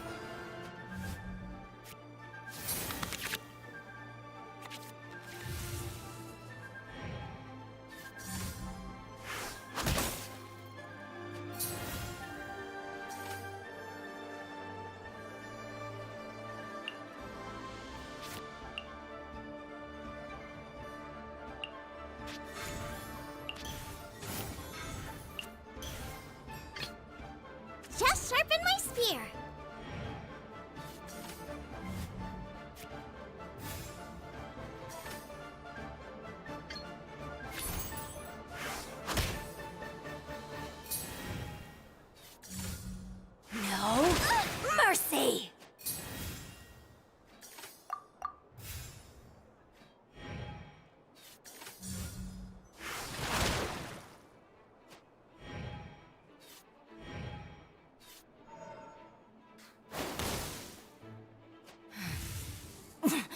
Winter shall eventually come.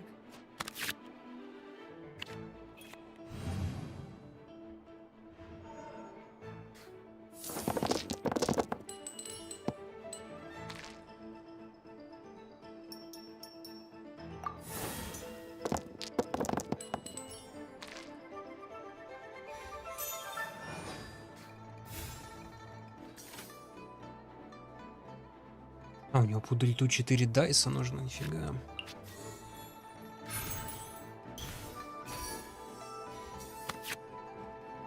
О, надо же. Класс. А, ну лучше не сейчас это делать. Хотя в следующий раз уже не будет. А, хотя, может, и будет.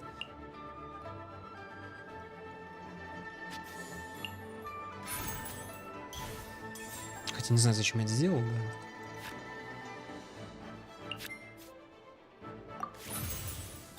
Что ульта делает?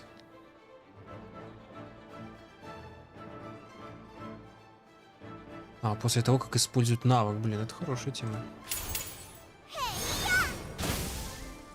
Да еще и 2 раза.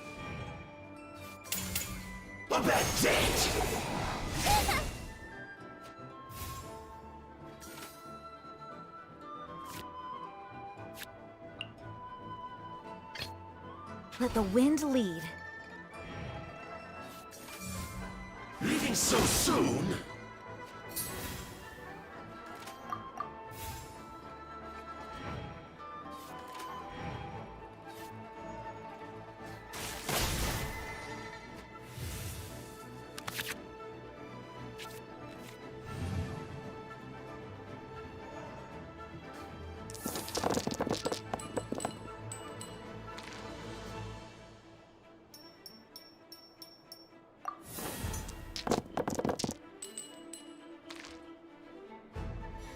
Привет, дядь.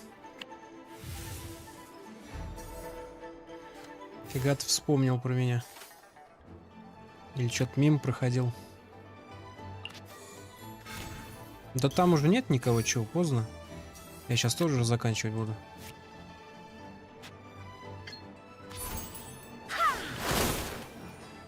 You can't run from death. Балдеж. Неплохо. Ну, ты живой вроде, как обычно все. Потихоньку. А ты все еще держишься в Fallout?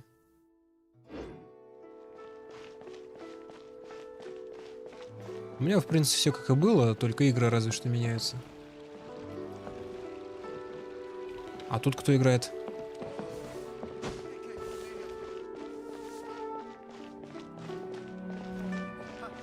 Как на 2-й этаж подняться? Черт его знает. Или это ты играешь в карты? Блин, просто у нее задание. Хотя что, я могу и взять его. Мне кажется, это не она.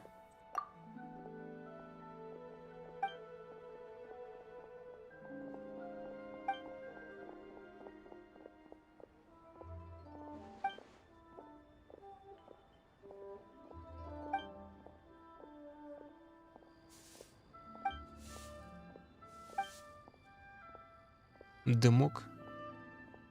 А, котик.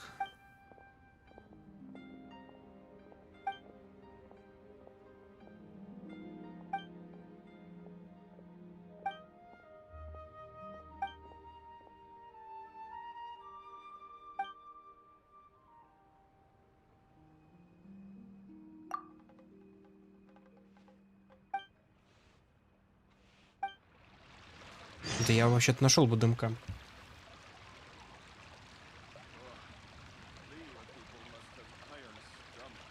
А, в реках. Ну да, меня рекомендует, он прям усердно. Что говоришь? Блин, надо квест или это выполнить. Ну ладно, да в следующий раз.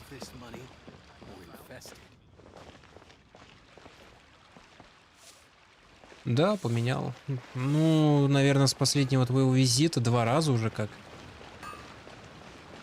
2-й раз был не особо это самое, не особо отличался от того, что было. А, ну да, эти люди заняты. Ну, типа квестами. И вот недавно еще раз я поменял. Ну, просто так. Почему бы и нет.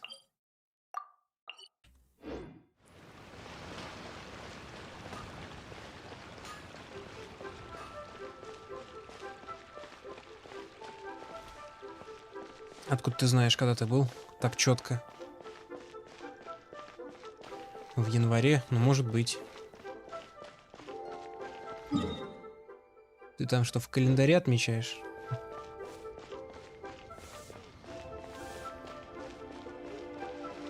Я уже не помню. Я помню, ты тоже, кажется, мем проходил.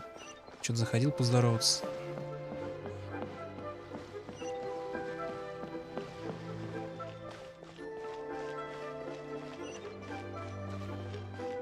А сейчас уже что, октябрь? Да. Так это наверху? А, ну да. А, ну я помню этого чувака.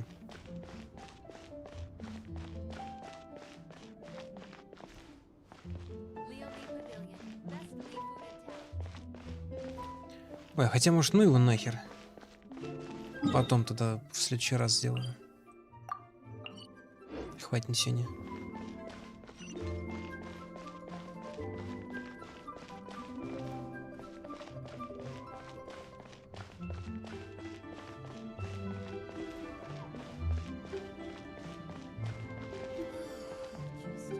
А, сюда зайти можно.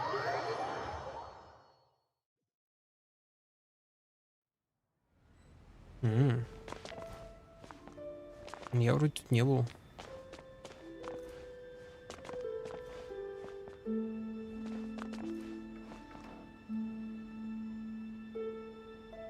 Шорцы, да я знаю, вроде работаю, да.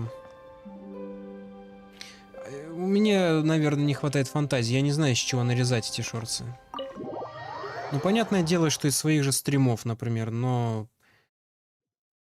Кто-то говорит, да все подряд режь. Ну, не знаю, я как-то привык именно, когда что-то дельное есть, какой-нибудь момент. А на стримах, не знаю, на мой взгляд, у меня ничего такого прям не происходит интересного или смешного, что прям это вырезать.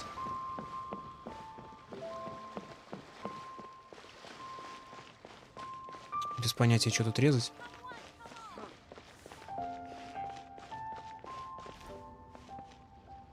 Иногда бывает, я помню, сделал какой-то видос по резику 4-му. И сам видос, грубо говоря, из себя представляет, ну, такие, знаешь, нарезки сцен. И вот эти как раз сценки в более короткой версии я для шортсов по минуте нарезал, да. Ну, просто так. Получается, у меня была версия видоса и версия в шортсах.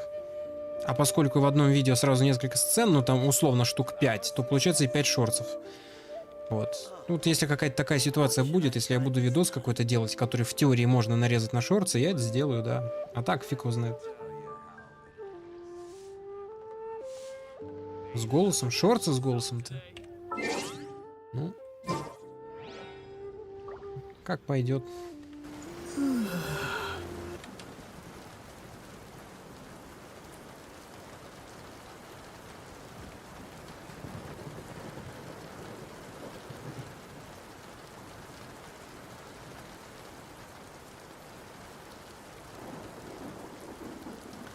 Так,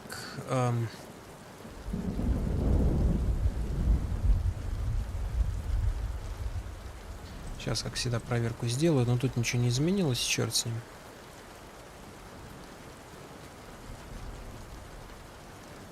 Ну да, заставка все та же.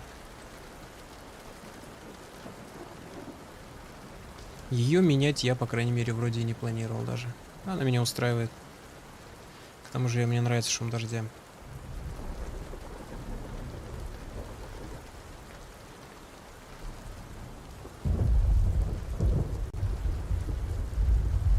О, кстати, ровно 500 на канале. Неплохо.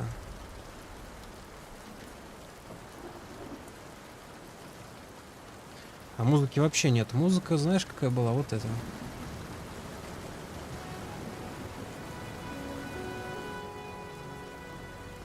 Вот так раньше было. Ну, по сути, это та же самая, просто я музыку убрал. Ну, у меня две версии. Одна вот с этой музыкой, а другая просто шум дождя.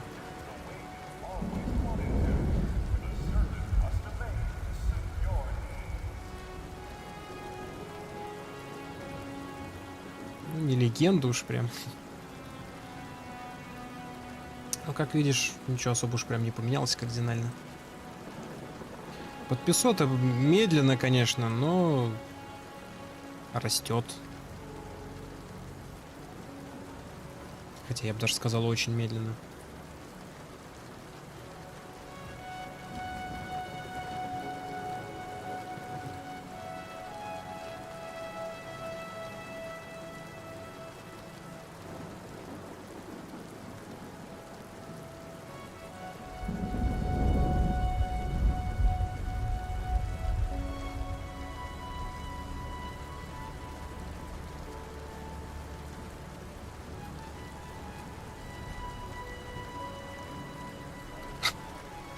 Русы против ящеров?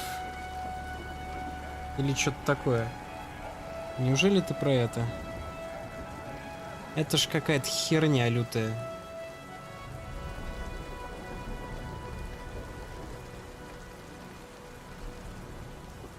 Я не помню, как она называется. Там какие-то ящеры нападали огромные. А главного героя звали... Драчеслав. Ну что это такое? Я серьезный человек.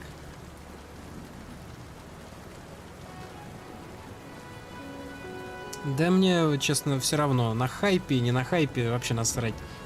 Мне это не особо интересно. Ну какие русы, какие ящеры?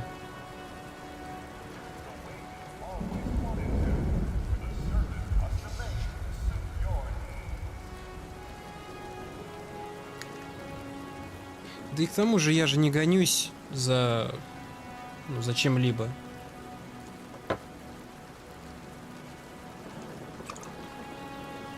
Нет там каких-нибудь популярных игр, ну, нормально. Насколько я знаю, сейчас ничего особо не выходило такого. Прошел даже. Не-не, контру тоже не хочу. Я не любитель контры. Я в Global Offensive-то не играл никогда.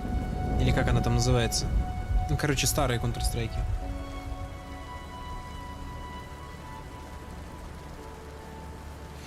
Да ладно тебе, ты пришел мне это дать советы, как раскрутиться, что ли, на ютубе? Да я ж сам знаю. Если я не играю в тех же русов и ящеров, это не значит, что я, ну, не знаю о них. Знаю, как видишь, просто... Я просто играю во что мне нравится. Ну, как и было, я же говорю, ничего не изменилось. Как я играл во что мне самому хотелось, так и играю. Я уже говорил про это. Возможно, если бы я и в ящеров начал играть, и в Counter-Strike, то, может быть, у меня аудитория еще быстрее начала набираться. Но мне нет желания в эти игры играть. Контра мне не особо нравится, а русы против ящеров, ну это, блядь, посмешище какое-то. Удивительно, как это вообще может быть сейчас популярным. Я, кстати, не знал, что это популярно. Я ее где-то увидел один раз, и все. Подумал, ни хрена себе, хрень какая. Почему именно это популярно? Что это такое вообще? Почему люди не играют в нормальные игры? Какие-нибудь?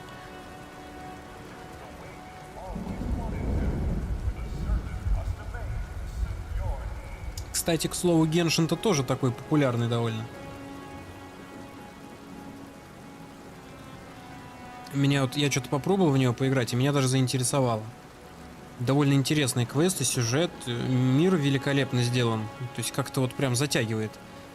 И вот я сижу пока в Genshin играю, и он видал, сколько народу приходит. Ни на одной игре такого вроде не было. Ну ладно, на Assassin's Creed такое было. И чуть-чуть на Fallout. Но в таком количестве. Я когда в Genshin начал это играть, у меня сколько было? 480 с чем-то подписоты. 482, что ли, что-то такое. Прошло сколько? Ну, 2 недели, наверное. 11-й стрим, уже до 500 дошло.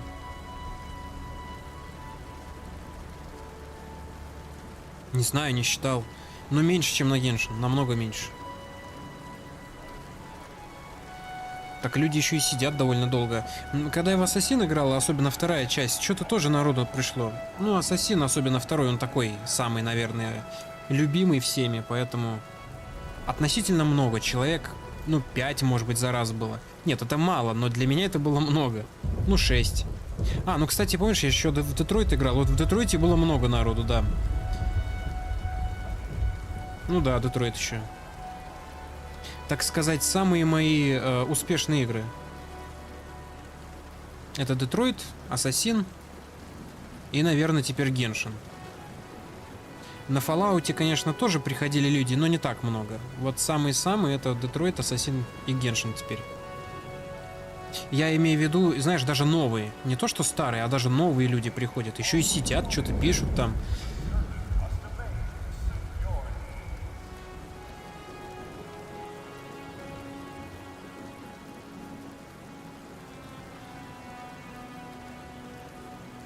Там, кстати, на днях Детройт обновился. Разрабы обнову какую-то выкатили, как говорится. Я не знаю, что не обновили, я не проверял. Наверное, исправили что-то. Скилл, да, скилл приходит регулярно. На самом деле, вот из тех людей, каких ты помнишь, ну, и те, кто ко мне приходил все время, ну, как ты сказал, олды, скилл разве что остался и Лард Фрон. Ну и все, да. Всех остальных я вижу, конечно, но невероятно редко. Может быть, раз в несколько месяцев даже.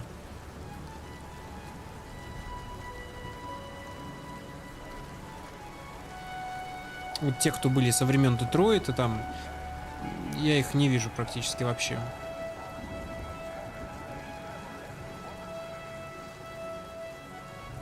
Так ты же даже не подписан. Ты же не подписан, наверное, на меня больше. Раз ты говоришь, в рекомендациях увидел. Ну, я имею в виду, эти люди, вот про которых я говорю, они подписаны, но не заходят.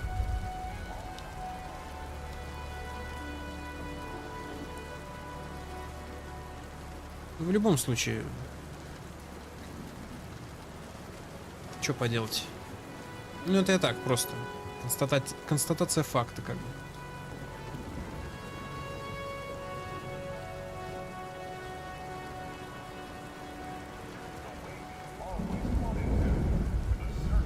Все остальные куда-то пропали.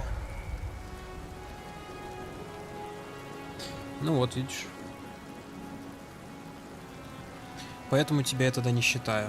Так как если я что-то тут делаю на канале, ну, ты и не видишь этого. А то, что я у тебя в рекомендациях появился, ну...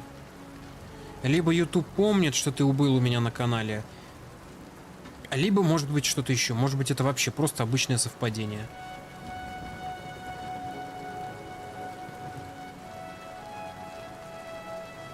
Ну, насколько мне известно, YouTube довольно злопамятный. Один раз куда-нибудь зайдешь, что-нибудь посмотришь, так он это на всю жизнь запомнит тебе.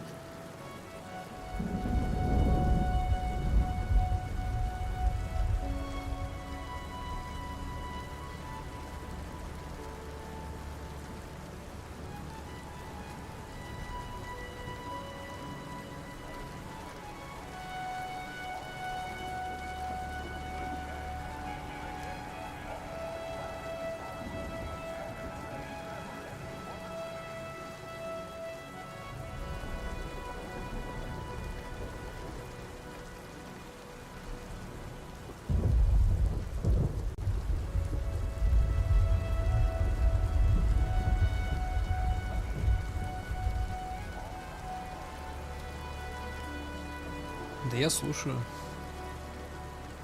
Стратегии, ну, не то чтобы прям нравится, но ничего против не имею.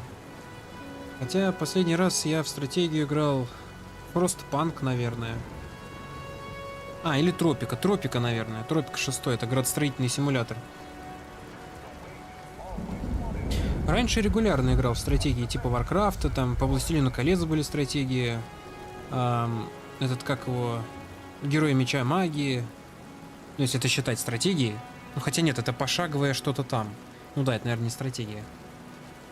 StarCraft. Ну, короче, да. Я не любитель, но и ничего против не имею. Хотя, говорю, давно не играл в стратегии.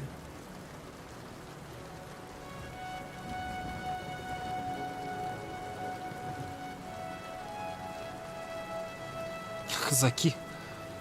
Нифига ты. А, казаки... Кстати, не помню. Может быть, я играл когда-то в казаков, но это было 20 лет назад. Но я знаю, да, казаки, кажется, довольно популярны именно третьи. Если я ничего не путаю.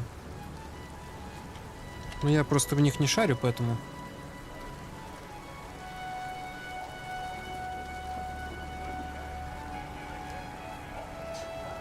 Это же старая игра, правильно? А, нет, 16-й год, кстати.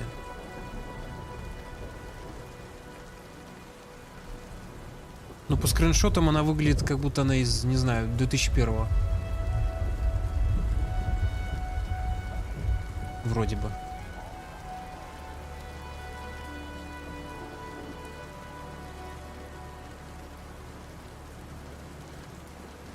Двухтысячных? А Google говорит 2016 почему-то. Или это переиздание, может, какое-то?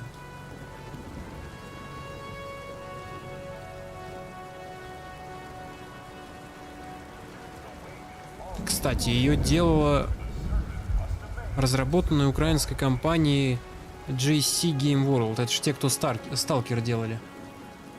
Ну, в смысле, они и сейчас Сталкер делают. В кавычках. Надо же.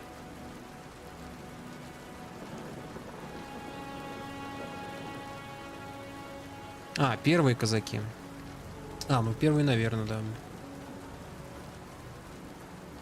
Ну а третьи казаки, Google говорит, 2016 года. По скриншотам первые казаки почти не отличаются от третьих казаков. Практически то же самое вообще все. На вид. Ну, по графике, по крайней мере. Да и вторые такие же вообще. Ну хорошо, учту. Если желание вдруг появится, ладно.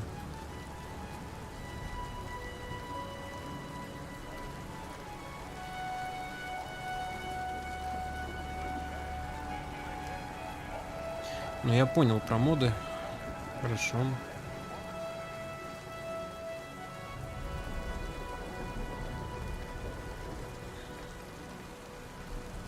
А, ну на графику, да мне пофиг какая графика, это я так просто. Меня и это устраивает. Я просто имел в виду, что она похожа на игру 2001 года. По графонию. А мне так-то все равно, я не против. Ретро-стиль.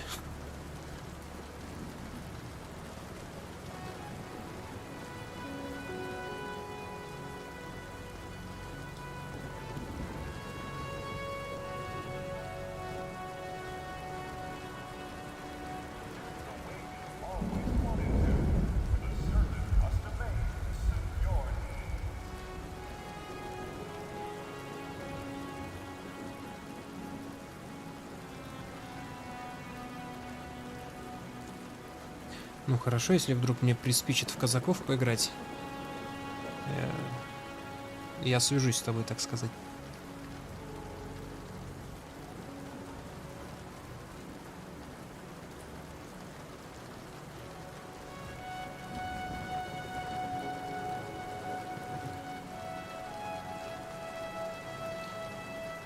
Ну что, все тогда? Хорошо, да.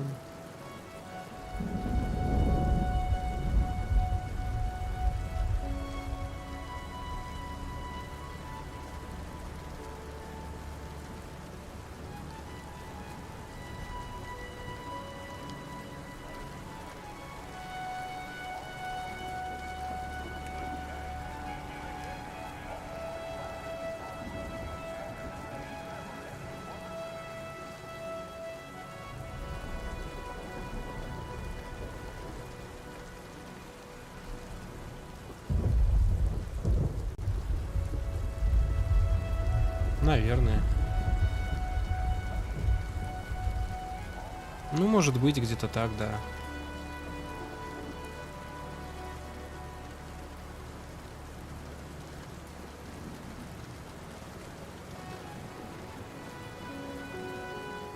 Было дело.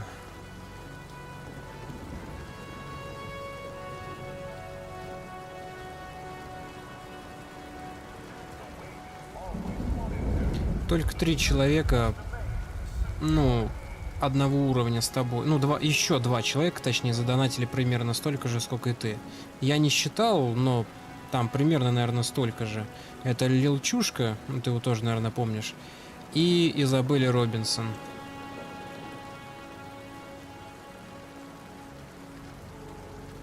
У Изабель, наверное, тоже где-то в районе 3000 даже. Плюс-минус. Ну, или там где-то 2500. Ну да.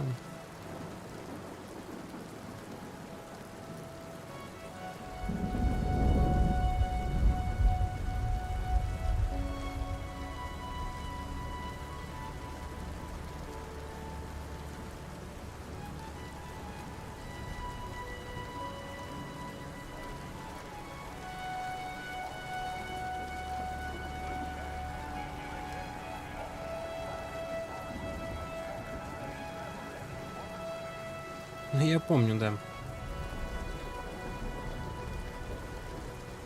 Было дело.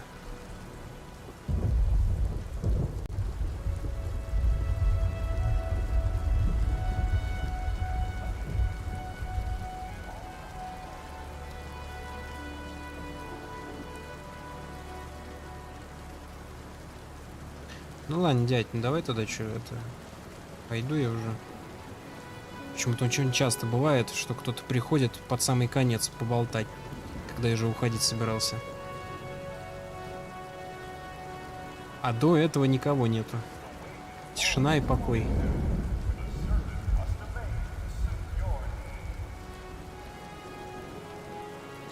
Да, говорю, я это галочку поставил, хорошо. По поводу казаков.